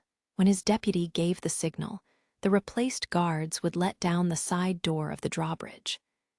Gerald was wide-eyed and was staring forward out of fear that the guards would overlook the signal. The truth was that he hadn't waited very long, but for Gerald, it felt like time froze and he had to wait forever. When his eyes had already ached to their breaking point, he finally saw a short flicker in the distance, 2 short flickers at the bottom of the wall, and then 3 times above the wall as the answer, signaling that everything was going as planned. Gerald had to take a deep breath before giving his troops the signal to march forward. Seeing this, he already believed himself to be only a step away from the throne.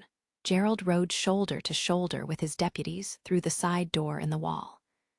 Behind him were more than 20 men of his cavalry following him. No one spoke a word. The only sound which could be heard was the pulling of the reins to move the horses slowly forward. The walls of the city were built out of stones from the fallen Dragon Mountain. Under the illumination of the torches, the brown and dark red stones made the wall look like it was overflowing with blood. The entire wall was 20 feet wide, and during the construction of the biggest wall in the world at that time, more than 1,000 hard laborers, masons and slaves had to die.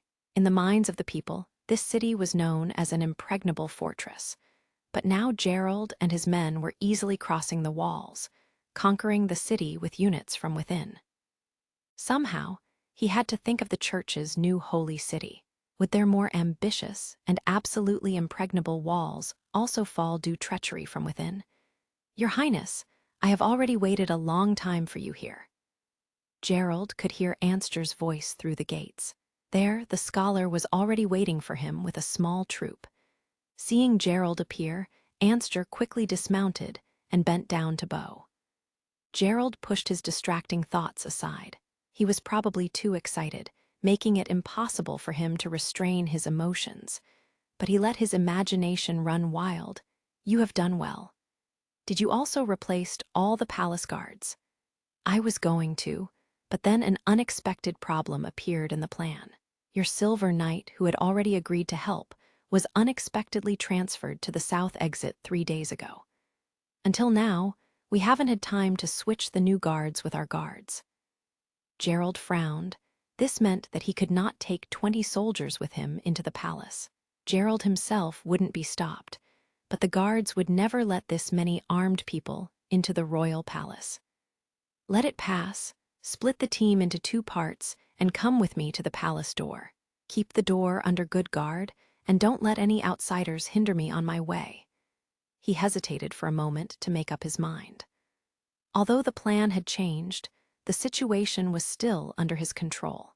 Naturally, at night, guards would stand outside his father's chamber, but as long as someone could distract them for a moment, he was sure to cut them down with his sword.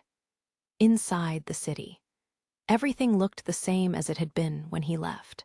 Although he was now walking through the city at night, he was still able to recognize every street. This was his territory. There existed no doubt. Everyone jumped off their horses and marched rapidly forward in the direction of the palace. When they arrived at the door, his more than 20 soldiers spread out according to the new plan, lurking outside the palace. It was just like Anster had said, except the guards were surprised as to why the prince wanted to speak with the king so late at night. However, after hearing Gerald's bluff about having to discuss important matters, they directly opened the door and let him enter. After all, he was the eldest son of the king and the first heir to the throne. Anster and Gerald went together through the garden and the halls of the palace. In front of the palace was the residence of Wimbledon III.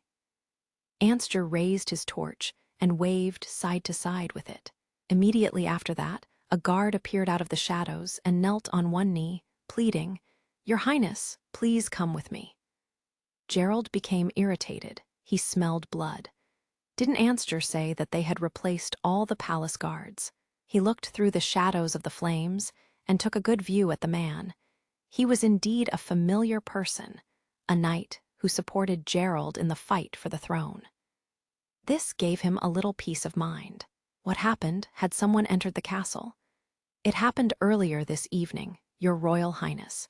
His Majesty had summoned a maid for this evening, but she came exactly at the moment of the changing of the guards." The other replied, "Please be assured that we have handled the situation well." He summoned a maid. His father had not touched a woman for a long time, since the death of his mother. Gerald was a little surprised, but now he had not the time to entangle himself in such a trivial matter. So he nodded and said nothing more about it, and instead went into the castle, followed by his guards. Even with his eyes closed, Gerald could find his way through the castle. He had lived here for more than 20 years. Where there was a secret passage, where there was a secret door, everything was crystal clear for him. However, the purpose of this trip was to persuade his father to pass the throne to him without bloodshed. So surreptitiously sneaking into the palace was meaningless.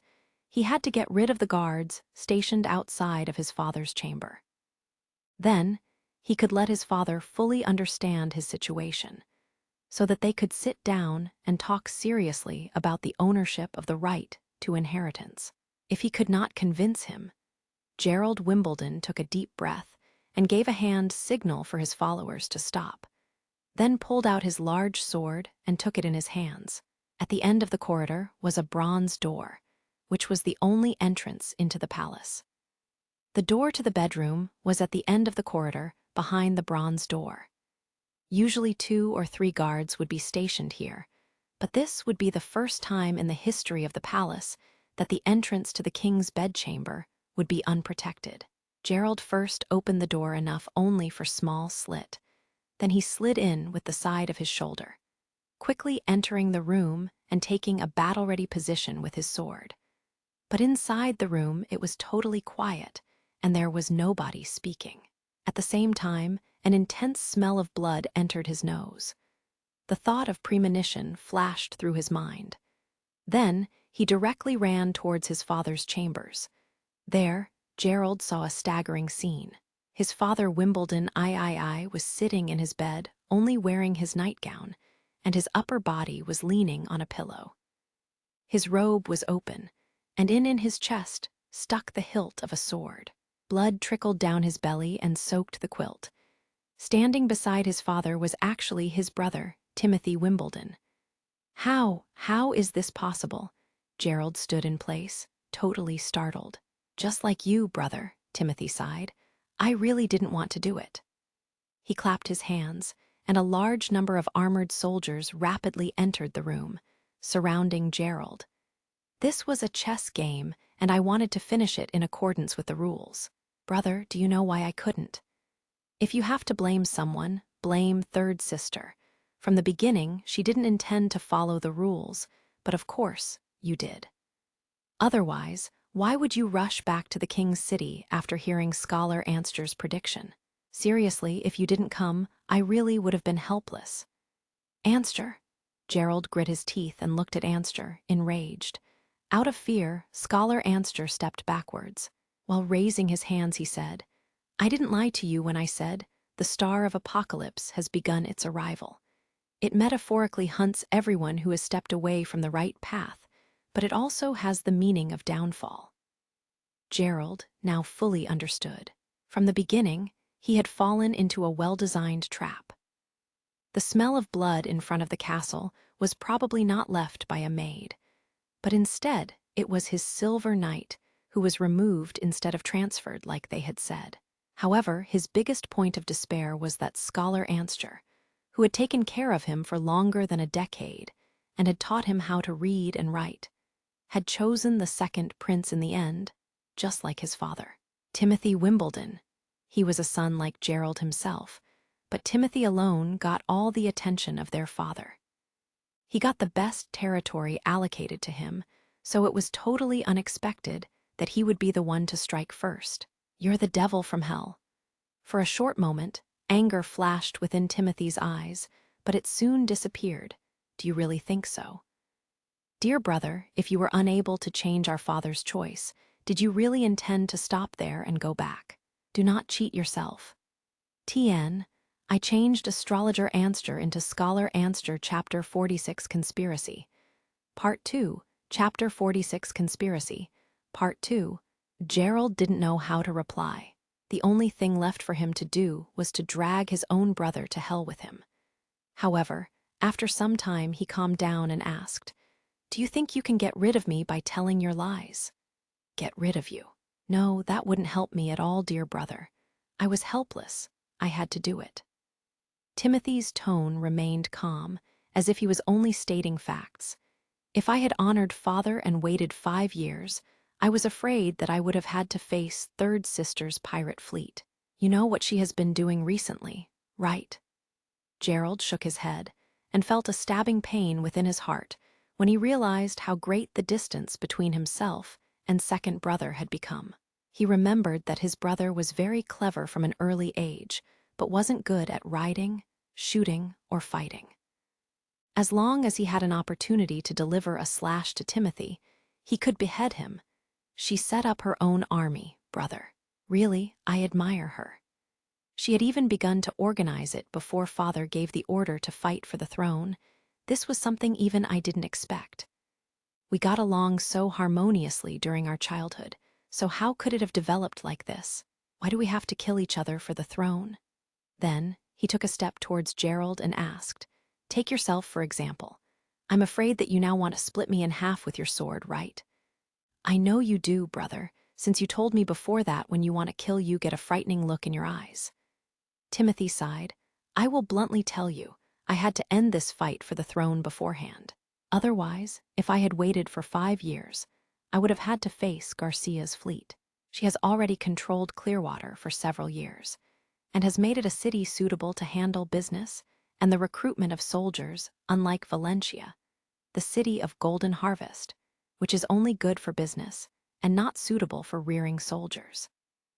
I need an army strong enough to withstand Third Sister's fleet, which isn't something I can achieve when I can only depend on a trading city. Gerald Wimbledon, tomorrow you will be sentenced to trial because of the assassination of the king and your absence from your territory. I, on the other hand, will travel back to Valencia during the night so that I will be there before the news of father's death spreads. I'll be deeply heartbroken and will accept the throne only because I, as the second prince, am the duty-bound inheritor. Anyway, I will become the king while you will be sentenced to death by the guillotine. You, Gerald roared, enraged, and attacked his brother. However, the distance between him and Timothy was too far, so his sword was intercepted by two knights who then slashed at him in return, and a sword pierced his calf. Gerald lost his balance due to the sudden injury and fell on the ground. The guards tightly swarmed around him and pinned him to the ground so that he could not move. You want to hold a trial? Do you think so lowly of me? I will tell everyone about what happened. I will let all people know what kind of monster you are. Of course, I will not allow you to do that, brother, Timothy patiently declared. The alchemic workshop has invented a drug named Forgotten Language. It uses the modulated poison of the sand lizard from the southern border and is mixed together with milk. After drinking it, you won't be able to emit any sound. Rest assured, you won't feel any pain, but the flavor is mellow and it's befuddling. If you have to blame someone, then blame our third sister, the genius. If it wasn't for her, I wouldn't be forced to do this. Timothy waved his hand towards the knight commander, who gave his salute and led Gerald out of the palace. The other guards also left so that the last remaining people were Scholar Anster and Timothy. Your Highness, since your taking over the throne is already settled, I will call you Your Majesty from now on, said Anster as he bent down. You have done well. When I sit on the throne of Grey Castle, I will honor our agreement. But after I saw how miserable my brother was today, I think some provisions should be added to our agreement to ensure my safety. The scholars looked changed immediately. Your Majesty, you mean, rest assured, I just do not want to be betrayed. Timothy pulled a small pill from his pocket. This must have been so much for you to handle. Maybe you should take this pill. It will dissolve after 7 days. This should be enough time for me to travel to Valencia, getting the sad news, and then to travel back to Grey Castle. Later, when I become king, you will become the chief astrologer like we had agreed, but I do not want the others to offer you a higher price. Your Majesty, you have to be joking. Scholar Anster's face became pale, and his look became pained. But in the end, he grit his teeth and eventually swallowed the pill. Smart choice, said Timothy as he nodded with satisfaction. You may go. When the palace was deserted, the prince's face darkened. He grabbed the porcelain that was placed on a small table beside the bed. Several sounds of porcelain shattering could be heard, so the guards who were stationed outside immediately rushed in. Your Highness? Get out, he shouted. Yes, the guards quickly lowered their heads and went out, closing the door behind them. Damn, this wasn't how I had planned it. Timothy hadn't planned to kill his father. With Wimbledon III's favor, he only wanted his father to take notice of Garcia's actions and stop her. His older brother, Prince Gerald, on the other hand, would be a pawn within Timothy's hand. Timothy had thought that this plan couldn't go wrong. By controlling Gerald's mentor, Scholar Anster, Timothy could manipulate his brother from the dark. Within the Astrologers' Association, Scholar Anster's status wasn't high. But when Anster wrote some letters to Gerald, the first prince was quickly hooked. All this went exactly like Timothy had planned. His elder brother was strong in battle, but he wasn't good at thinking. But he still wasn't willing to hand over the throne. With each letter they exchanged, Scholar Anster would increase the ambitions of Gerald, guiding him along the path Timothy had prepared. When the last letter with the astrological predictions was sent, Timothy secretly returned to the side of the king, informing him that the first prince may come to pressure him into abdicating the throne. There was no doubt that once this matter was confirmed, the king would immediately imprison the prince out of rage, or even sentence him to death or exile instead. Then, King Wimbledon would have to focus on his other children, and when he saw that Garcia was actively developing her military forces, she would inevitably become a second eyesore for him. But who could have thought that, when Timothy had revealed the news, the king would only smile, pull out his personal dagger, and directly stab himself in his chest. Everything happened so quickly that Timothy had no chance to intervene. He could only watch his father die. He slowly sat down beside the bed. In the first moments after the incident, he thought that this was all an illusion. His father's final smile was just like a nightmare, causing his hair to stand on end. Timothy went through the whole thing over and over again, even inspecting his father's body. But he still couldn't find a single clue as to why his father had killed himself.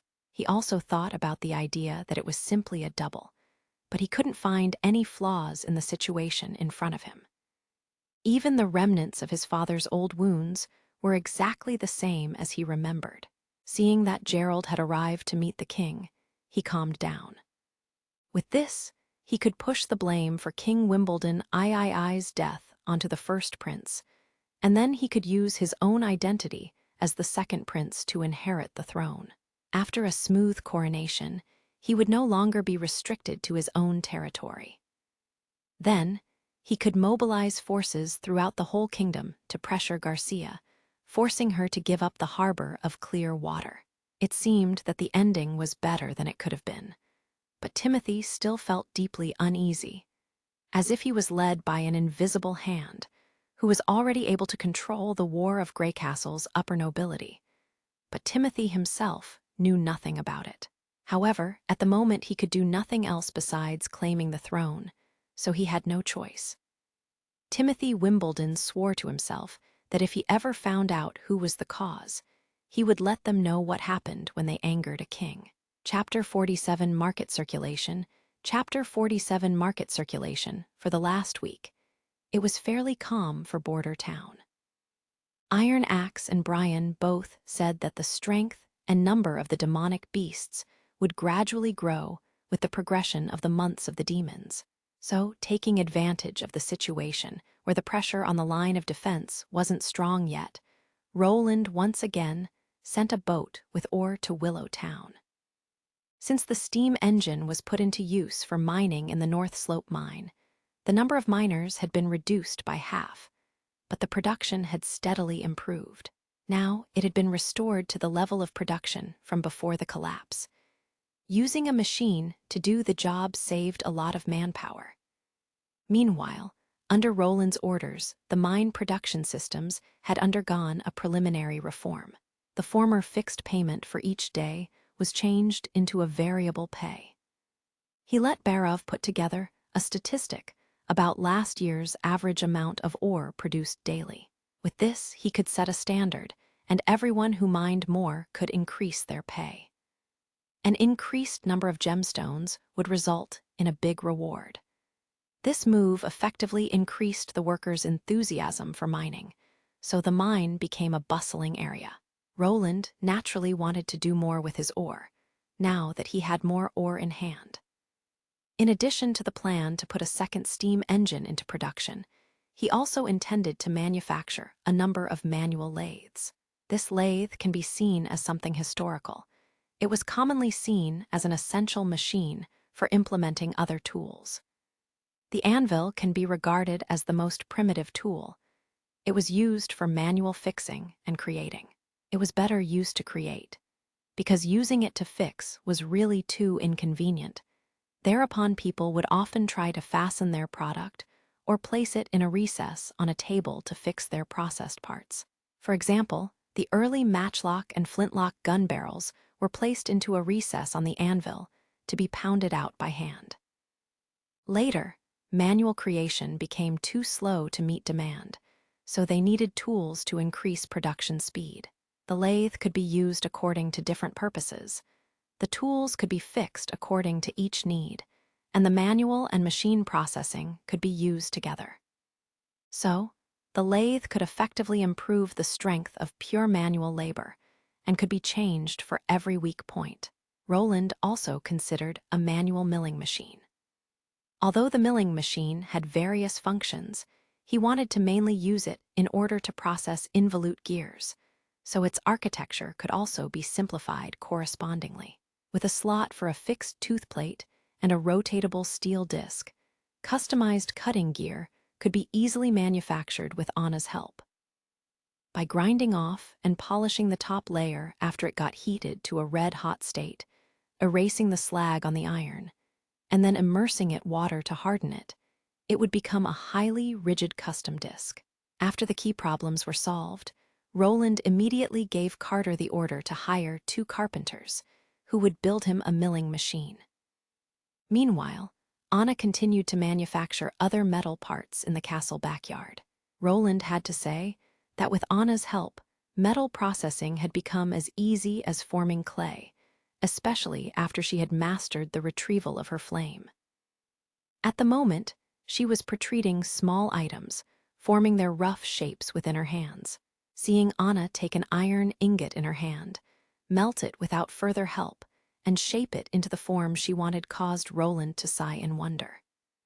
If he hadn't been able to employ a witch, Roland thought, achieving his production program would be delayed by more than a decade. 2 days later, the first simple milling machine appeared in the backyard. This time Roland wasn't idle. Drawing the gears could be regarded as his job. He designed a set of gears to be used for speed control and stabilizing the steam output. The corresponding tooth plate's design was already normed, and Roland could only wait until the milling machine was completely assembled before they could start with the production of the gears. Using gears wasn't a new thing. Most of the mines in this world used a winch mechanism to drain the water, which was built out of wooden gears and pulled by animals. The chief knight finally felt satisfied. Last time, His Highness had done so many unfathomable things, but this time he could understand what the prince tried to achieve. Roland also gathered 3 blacksmiths with their apprentices, who would learn how to use the milling machine together. After all, he could not personally operate the machine every day, so it was necessary to train a group of professional workers. After everyone respectfully bowed, Roland began to demonstrate how to use the milling machine to process the gears. Roland didn't mind acting as a teacher in front of everyone. In fact, what else could one do in this era? Plus, while doing this, there was no one who could criticize his manners, so he could operate the machine without any pressure. The chief knight was in charge of pouring hot lard into the machine as lubrication. Naturally, in this age, there were no oil lubricants. Replacing it with lard was a bit of a waste, but it was still better than nothing. After drenching the disc, the lard would fall into a pot which was placed under the machine. With this, the lard could be reused several times. Roland first placed the lower milling stone in accordance with the design he had engraved beforehand. Then, he set the tooth gear above it so that the tooth gear, the milling stone, and a wooden wheel were in one line. The wooden wheel was driven by a pedal, and its power was transmitted to the lower millstone by a leather belt. Then, he put his hands down to gently stabilize the disc handle until the lower millstone and the slowly moving tooth gear were at a 90 angle. Because the material of the tooth disc was iron and the lower millstone was out of steel, cutting out the teeth marks was not very difficult. Due to the hot lard, the yard was soon filled with a tasty smell. But because the blacksmiths and their apprentices hadn't had meat in a long time, they had to swallow their saliva when smelling it. After the demonstration, the contract was soon signed. Border Town's commerce was still in the initial phase, but calling it an industry was out of the question. No matter if it were the steam engine or the lathe, there would be no phenomenon where the people would run to the store, striving to be first or fearing to be the last to buy them. In this day and age, most people were not aware of the enormous significance they represented, as well as the potential commercial value they possessed. As such, Roland could only take the initiative to promote the use of these machines. Roland specifically wrote in the contract that the blacksmiths who used the milling machine were required to process at least one set of gears each week. The required materials would be provided by the castle, and the processing cost was set at 10 silver royals. At the same time, the blacksmiths had to pay a weekly fee of 2 gold royals. The milling machine was not given to them for use free of charge, but was rented out to them instead. After entering the months of the demons, the blacksmiths would usually have a lot less to do. So, this time when they had the chance to make money, and it was even under an order from His Highness, there was naturally no blacksmith who had any objections. Meanwhile, Roland told them that this was only the first milling machine. In the future, he would produce several, one after another, and if they were interested in one, they could apply for it in the town hall. Your Highness, why didn't you directly write a processing fee of 8 silver royals in the contract? Asked Carter, puzzled, after the blacksmiths had left the backyard. Although these two figures are the same, they don't contain the same meaning, Roland explained. This is probably Border Town's first commercial leasing contract, so I had to set an industry norm. The chief knight rubbed his forehead. The fourth prince seemed to be talking rubbish once more, but Carter was already used to it. As long as he pretended to listen carefully, His Highness would continue to explain it. A good beginning is always important in order to form a virtuous circle. I am the only one who currently needs to buy the gears, so I have to provide the tools while they provide the manpower. They will also get paid. In the future, when there are others who have a demand for gears, they will realize that having their own tools will be better than renting the machine and earning the remuneration provided. When Roland spoke up to hear, he paused for a moment and then said, "In this way, when they see something new, they can first rent the machine and decide later if the market is big enough for buying their own machine, and if not, they will just continue renting the machine. This is a virtuous circle." Chapter 48 Assembly. Chapter 48 Assembly, while Roland, full of interest, was talking about implementing a fair trading system, the sound of distant horns could be heard. The patrol team would only blow the horn in the case that they couldn't cope with the current situation, alerting the town to assemble soldiers. Roland and Carter looked at each other surprised, and then immediately walked out of the castle backyard, where the guards had already prepared horses. Roland directly mounted his horse and rode with Carter and his men in the direction of the walls. When they arrived at the wall, they saw that all members of the militia had already climbed up the wall and had taken their places, setting up a forest of pikes.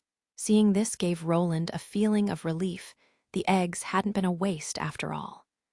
Looking northwest, Roland could see a group of black shadows approaching Border Town.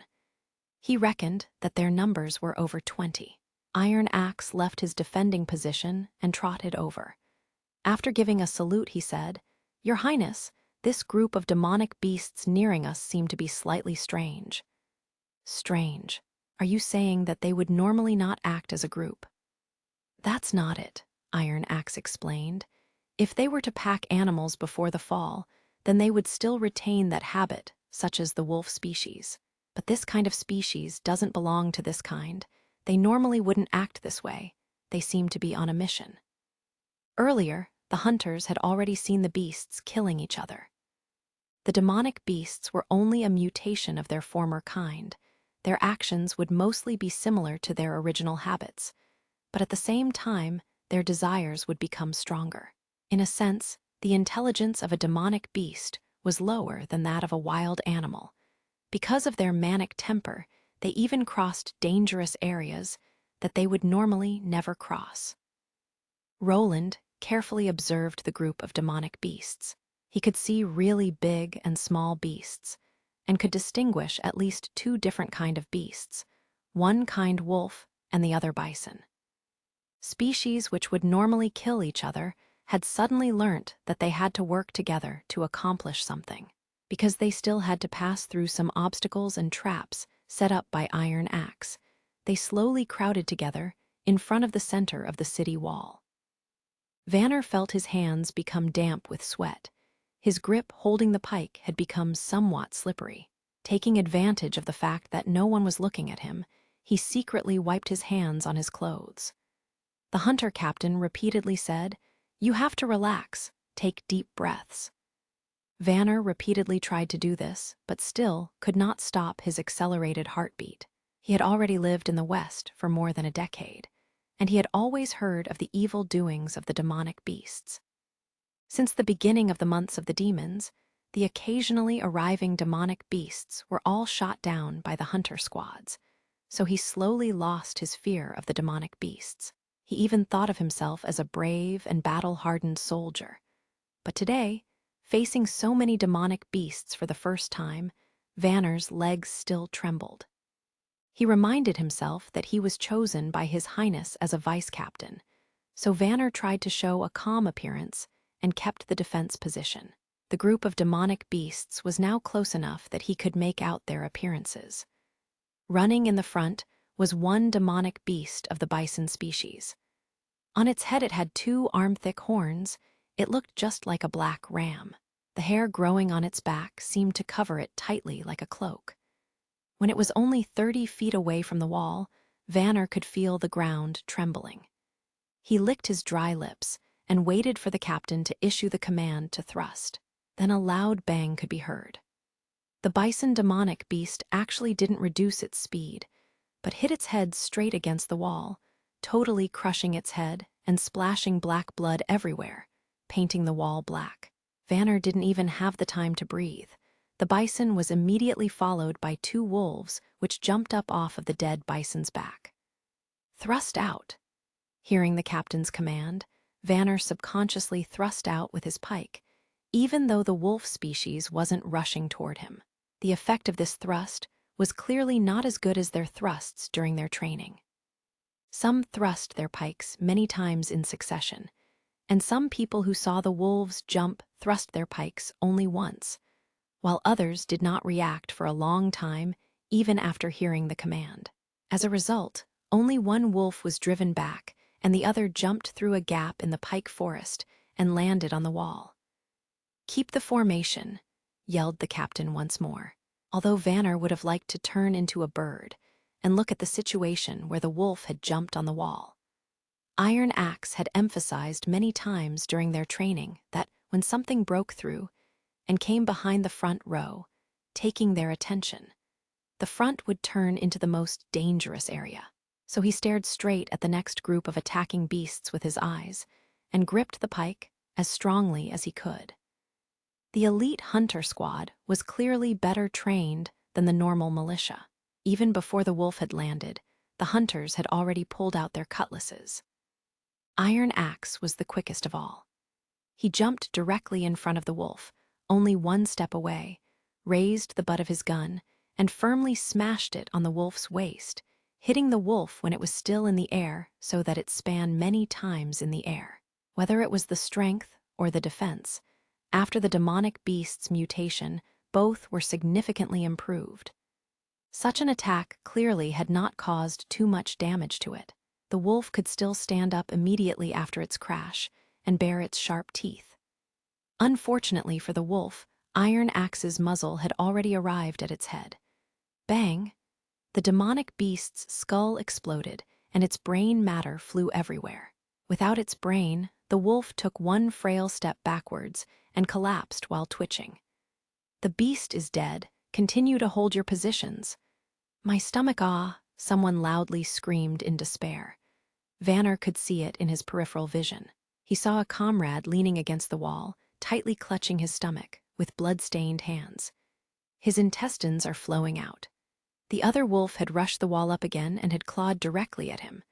"Help me, damn! Someone take out some cloth to press down on the wound."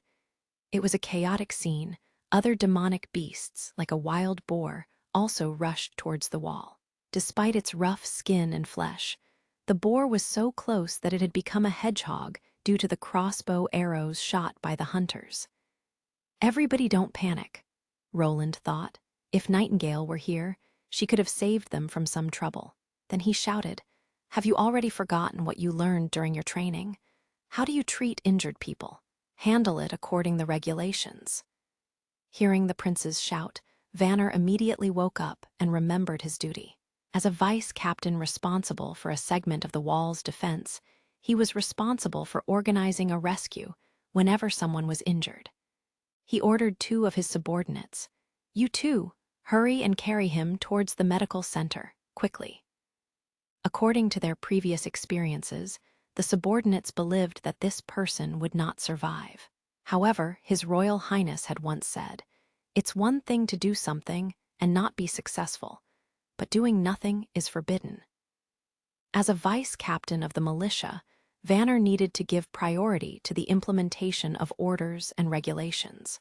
When the wounded comrade was carried away, order was finally restored on the wall. This wave of demonic beasts was seemingly large, but only a few could threaten the members of the militia on the wall. The hunters shot the rest of the demonic beasts down one by one. Seeing this, Vanner could finally breathe relieved. Even though the whole battle had only lasted half an hour, he felt empty and had no strength left. However, at this moment, the person responsible for lookout of the demonic beasts shouted again, "My God, what is that?" Vanner could also see the new beasts. Although it was still a long distance away from the wall, its outline was still clearly visible. This beast was really a monster. Vanner swore, even if 10 oxen were piled up in front of this monster, they couldn't compare. Only the experienced iron axe could immediately identify the newcomer. He had to take a deep breath to calm himself down. There was no doubt that this was a hybrid species. The militia was in trouble. Chapter 49 Mixed Species. Chapter 49 Mixed Species. Roland rubbed his eyes in disbelief. What the hell was this? Was this still within the scope of the biological variability of a demonic beast? What he saw was hard to describe with words. Even monsters in horror films were not this absurd. From afar, it looked like a giant turtle with 2 heads, but from close up, it was actually 2 wolf heads. Roland thought, was this a test specimen from Dr. Frankenstein? It was almost as tall as the city walls. Its body was 7 yards long, and it had a total of 6 legs which were stumpy and shaped like a rhinoceros legs. However, 1 foot was the size of at least 1 adult torso. The head, unlike the 2-headed monsters in various monster films, they weren't yelling at each other, biting each other, or trying to show who was the boss. Instead, they were just hanging down, and their eyes had a wooden glaze. It was like a zombie which was brainlessly moving forward. However, the demonic beast's most striking feature was the shell on its back. The shell's surface was dark brown and covered with algae, and it had a special hardness. It was just like a turtle shell, covering the turtle from the front to the back. If this monster could also shrink back into its shell like a turtle, it would be really hard to get rid of it. However, Roland didn't worry. A demonic beast this big had to be slow, so it was destined to be a target. Even if the firearms couldn't penetrate its shell, it was still possible to shoot the heads that were sticking out.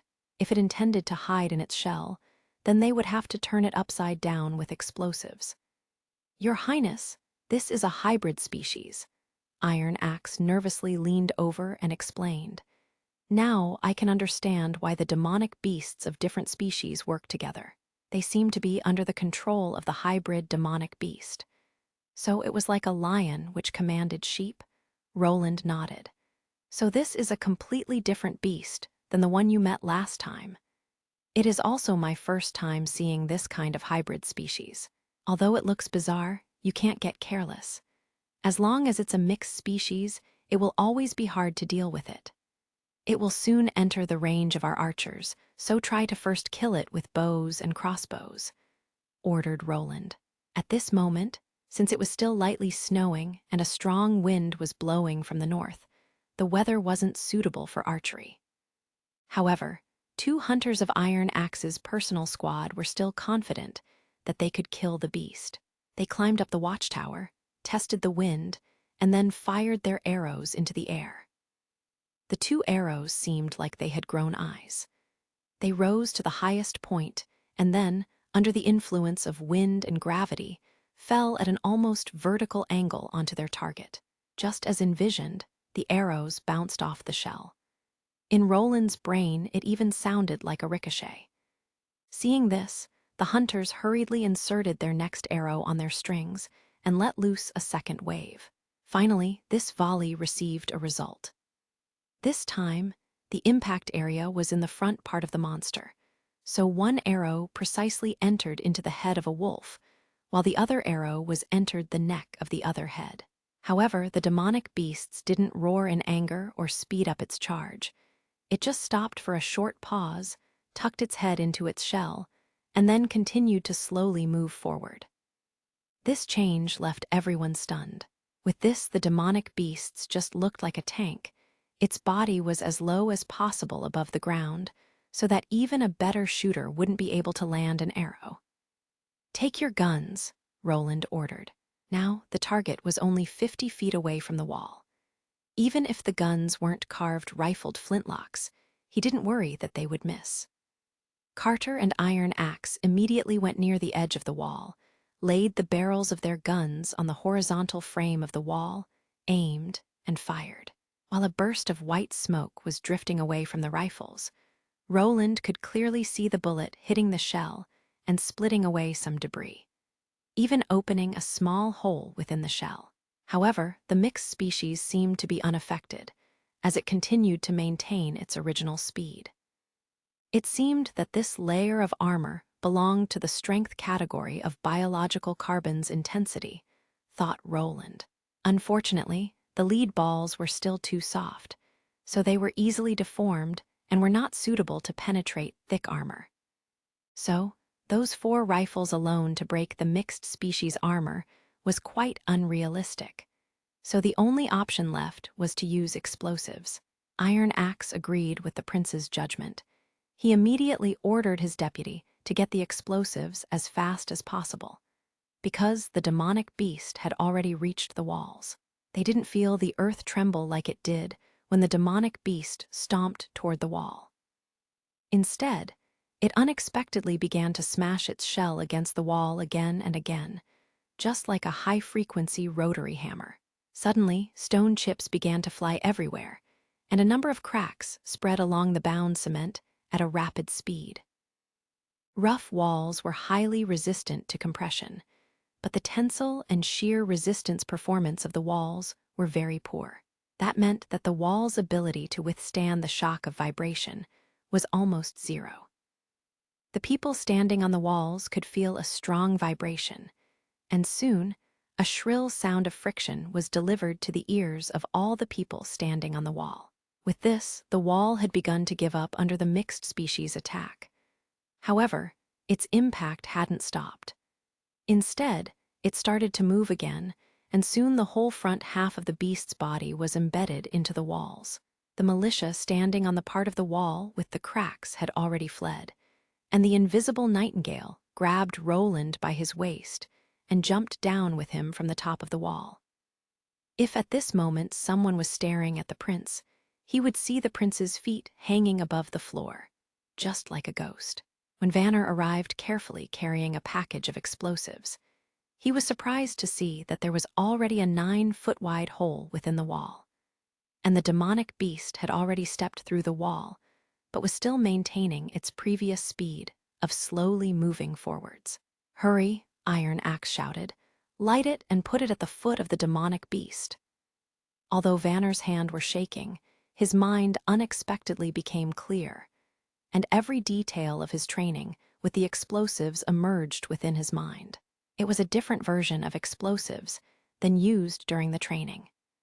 To reduce costs, the explosive was now placed inside a wooden box filled with debris from the mine. At the same time, the ignition design was also optimized. It used a flint and copper wire type ignition. If this failed, the kit also contained normal ignition leads. He hurried to tear away the oilcloth and open the bag, where he then got to see a copper string. When he exhausted all of his body's strength to pull the string, he could hear a sizzling sound coming out from the box, and white smoke began to rise up. This was the sign of a successful ignition. To slow down the burning time, the lead wire was soaked in salt, only needing the time of 10 breaths to explode. When Vanner saw white smoke rising up from the box, his world turned quiet around him. He had already witnessed the power of this thing. If it exploded in his hands, he was afraid that not even any pieces of his own body would be left. 9 breaths. Vanner could hear his own heartbeat, as if it wanted to give him a countdown. Step by step, he went in front of the demonic beast, placing explosives under the beast. 5 breaths. Now that it had built up so much pressure, nothing could stop the explosion now. 3 breaths. Vanner turned and ran. 2 breaths. Once breaths, he could only hear a muffled sound. Vanner felt the shockwave, and the world became noisy again. He turned around and could see a lot of white blasted up from under the shell. That was the snow shot into the air from the explosives. At first glance, it looked like a diffused, misty flower. The demonic beast finally stopped, but before it fell, it crashed into the ground, as if it couldn't afford to hold up its heavy carapace any longer. Then, black blood surged out from under the carapace, soaking the ground around it. Oh, oh, oh, seeing this, the crowd suddenly burst out in cheers. Vanner fell down to the ground, only now discovering that his clothes were soaked with sweat. It was finally over. When everyone thought this, the sound of the horn resounded throughout Border Town again. Once more, a horde of demonic beasts was marching toward Border Town, trying to destroy it. Chapter 50, Wall of Flames. Do you feel better now? Anna patted Nana on her back to comfort her. Anna's stomach was also turned upside down, but in the end, she was still able to swallow it down. When the wounded man was carried in, he was still conscious and was constantly repeating, "Help me, help me," seeing the expression of despair and begging within his eyes, left the people around him feeling heartbroken. Seeing the man's intestines hanging outside from his belly, Nana couldn't hold back and threw up. Even so, she still insisted on treating him. After placing the intestines back into the belly of the patient, Nana laid her hands above the wound, closed her eyes, and began to heal the patient's wounds.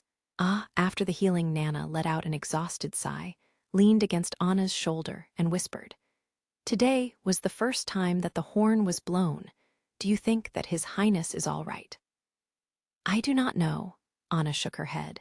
She wanted to go over there to see the situation at the walls with her own eyes, afraid that Roland could be in trouble. She was even a little envious of Nightingale. Her ability to act without being noticed was very convenient. At this moment, a booming sound could be heard from the direction of the wall, and everyone could feel the earth slightly trembling. Brian jumped off from the bed he was sitting on and began walking somewhat restlessly through the room. "Young man, you have to relax," said Sir Pine, while calmly wiping his sword. "A knight isn't allowed to lose his cool before he enters a battle. This will only make bad things worse. Moreover, this situation is still far from bad." "I'm very sorry, sir," replied Brian, ashamed. "I just thought that there had to be a desperate battle on the wall, but I'm here, wasting my time, so I find it difficult to feel at ease. After all, it is my duty to defend the town." "Perhaps." Sir Pine shrugged his shoulders, "but it's not your responsibility to guard the town. After you heard that His Highness will canonize you as a knight after winter, you should first understand that the first principle of the knight is allegiance. Now he needs you to protect Anna, so now your responsibility is here." When you put it like this." For a moment, Brian hesitated, but then he seated himself on the bed again. But soon they heard the horn blow a second time. It was even more rapid than the first time. It just felt like thunder would roll over everyone's heart. Sir Pine frowned. "Anna!" exclaimed Nana, shocked.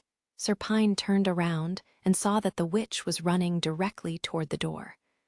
Brian immediately went to catch up with her, placing himself in front of her. You said you want to guard the walls. Now is your time, said Anna in a calm and autocratic voice. As long as you follow me on my way to the wall, you will not be contradicting His Royal Highness' command. Hearing this, Brian was really shocked, but he raised his head to look quizzically toward Sir Pine. What an amazing girl, thought the Baron. There was nothing wrong with what she said. In addition, His Highness does not require her to stay in the medical school. He had also heard from Nana that Anna could summon flames. So if the current situation was really tight, letting a witch join the battle would maybe be the deciding factor in reversing the situation. Coming to this conclusion, he nodded. Protect her well. Yes, sir. Brian yelled loudly and suddenly felt his blood burning. Seeing the two leave, Nana asked, Father, will you not go with them? My battle is here, at your side, my good girl, said the Baron with a smile. Whether it be the demonic beasts or the devil himself, I will never let any of them hurt you. The distance between the medical center and the wall wasn't far, so Anna and Brian could trot all the way along the stone path toward the east wall. When the two were finally close enough to see the outline of the wall around the central watchtower, they saw that the situation has become very problematic. A great hole was opened within the wall. Roland was being shielded by his personal guards, but several people were still on their way down. A demonic beast, shaped like a bear, came sprinting towards the militia. It was unstoppable, and when it hit the soldiers stationed at the front, they were all sent flying. When someone saw Anna with her strange attire running towards them, the person yelled at her, Hey, it's dangerous here, you have to leave immediately. Anna turned a deaf ear towards him and went directly towards the hole instead. After the demonic beast had fought its way through the militia, it turned around and rushed towards Anna. Brian stepped beside Anna, ready to protect her. He lowered his body and slashed out with his sword, but the crazy demonic beast had no intention to dodge and hit the edge of the sword with its front legs. The sword was immediately sent flying, but at the same time, the momentum was so strong that the beast's front legs were cut open and were even broken. It rolled around on the ground, screaming and looking like a dehydrated fish that was struggling to breathe. No one dared to come near it because they were afraid of getting hit. However, Anna walked beside the demonic beast, put both of her hands on the ground, and suddenly the demonic beast burst into flames. The beast turned into a ball of coal. When flames suddenly erupted within the crowd, Roland saw that Anna personally had come. He was immediately bathed in cold sweat. I hadn't planned for you to show yourself like this. He had originally intended to let Nana lay down the groundwork. After most people had accepted the presence of a witch, he had planned to announce Anna's presence in public. However, now every previously made plan was destroyed, so he immediately turned and said, Don't worry about me, go and protect her. Anna must not be lost. She was an important figure in the industrial development of his town, so if she were injured, it would bring an immeasurable loss. I know, said Nightingale, but please also pay attention to your own safety. Anna went to the front walls with the fracture. When Roland's guards saw the girl in strange clothes coming towards them, they immediately stepped aside and let her through. Now, she stood among the soldiers and spread her arms wide to shield them. Sending vines of flame from her hands, she let them climb up the wall along the destroyed section. Everyone's mouths were gaping open when they saw this scene. They dared not to believe their eyes when they saw a wall of flames rising up and slowly filling the gap in the wall. This wasn't an illusion. All of the guards had to step back because of the high temperature. The surrounding snow was rapidly melting and formed clouds of white mist, which then rose up. The demonic beasts also feared the flames. They immediately fled to the sides, and only occasionally one or two of them would try to break through the wall of fire. But no demonic beasts could step through the wall of flames. Everyone get back on the walls, Roland loudly shouted, trying to grasp the opportunity. Get back into the formation. Hunter squad, fire at will. Then he himself grabbed Carter's gun, laid it on the wall, and began to shoot down the demonic beasts. Seeing the prince himself attack motivated all the people present. After all, in this age, seeing nobility or the royal family taking the lead role and fighting alongside the militia was seldom seen. So seeing this greatly enhanced the morale. The crowd began to chant the slogan, "Guard Border Town, fight for the prince," while at the same time maintaining the line of the defense and holding their formation. The fighting continued until the sky begun to get dark. Only then were all the demonic beasts in front of the wall killed.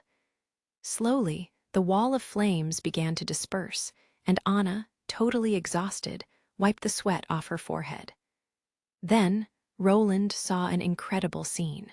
Roland's personal guards laid their fists on their heart and bowed in the direction of Anna. Then the militia, as if they were infected by the mood of the guards, also gave their salute. Incredibly, no one shouted or cursed her with evil words. They only watched her silently.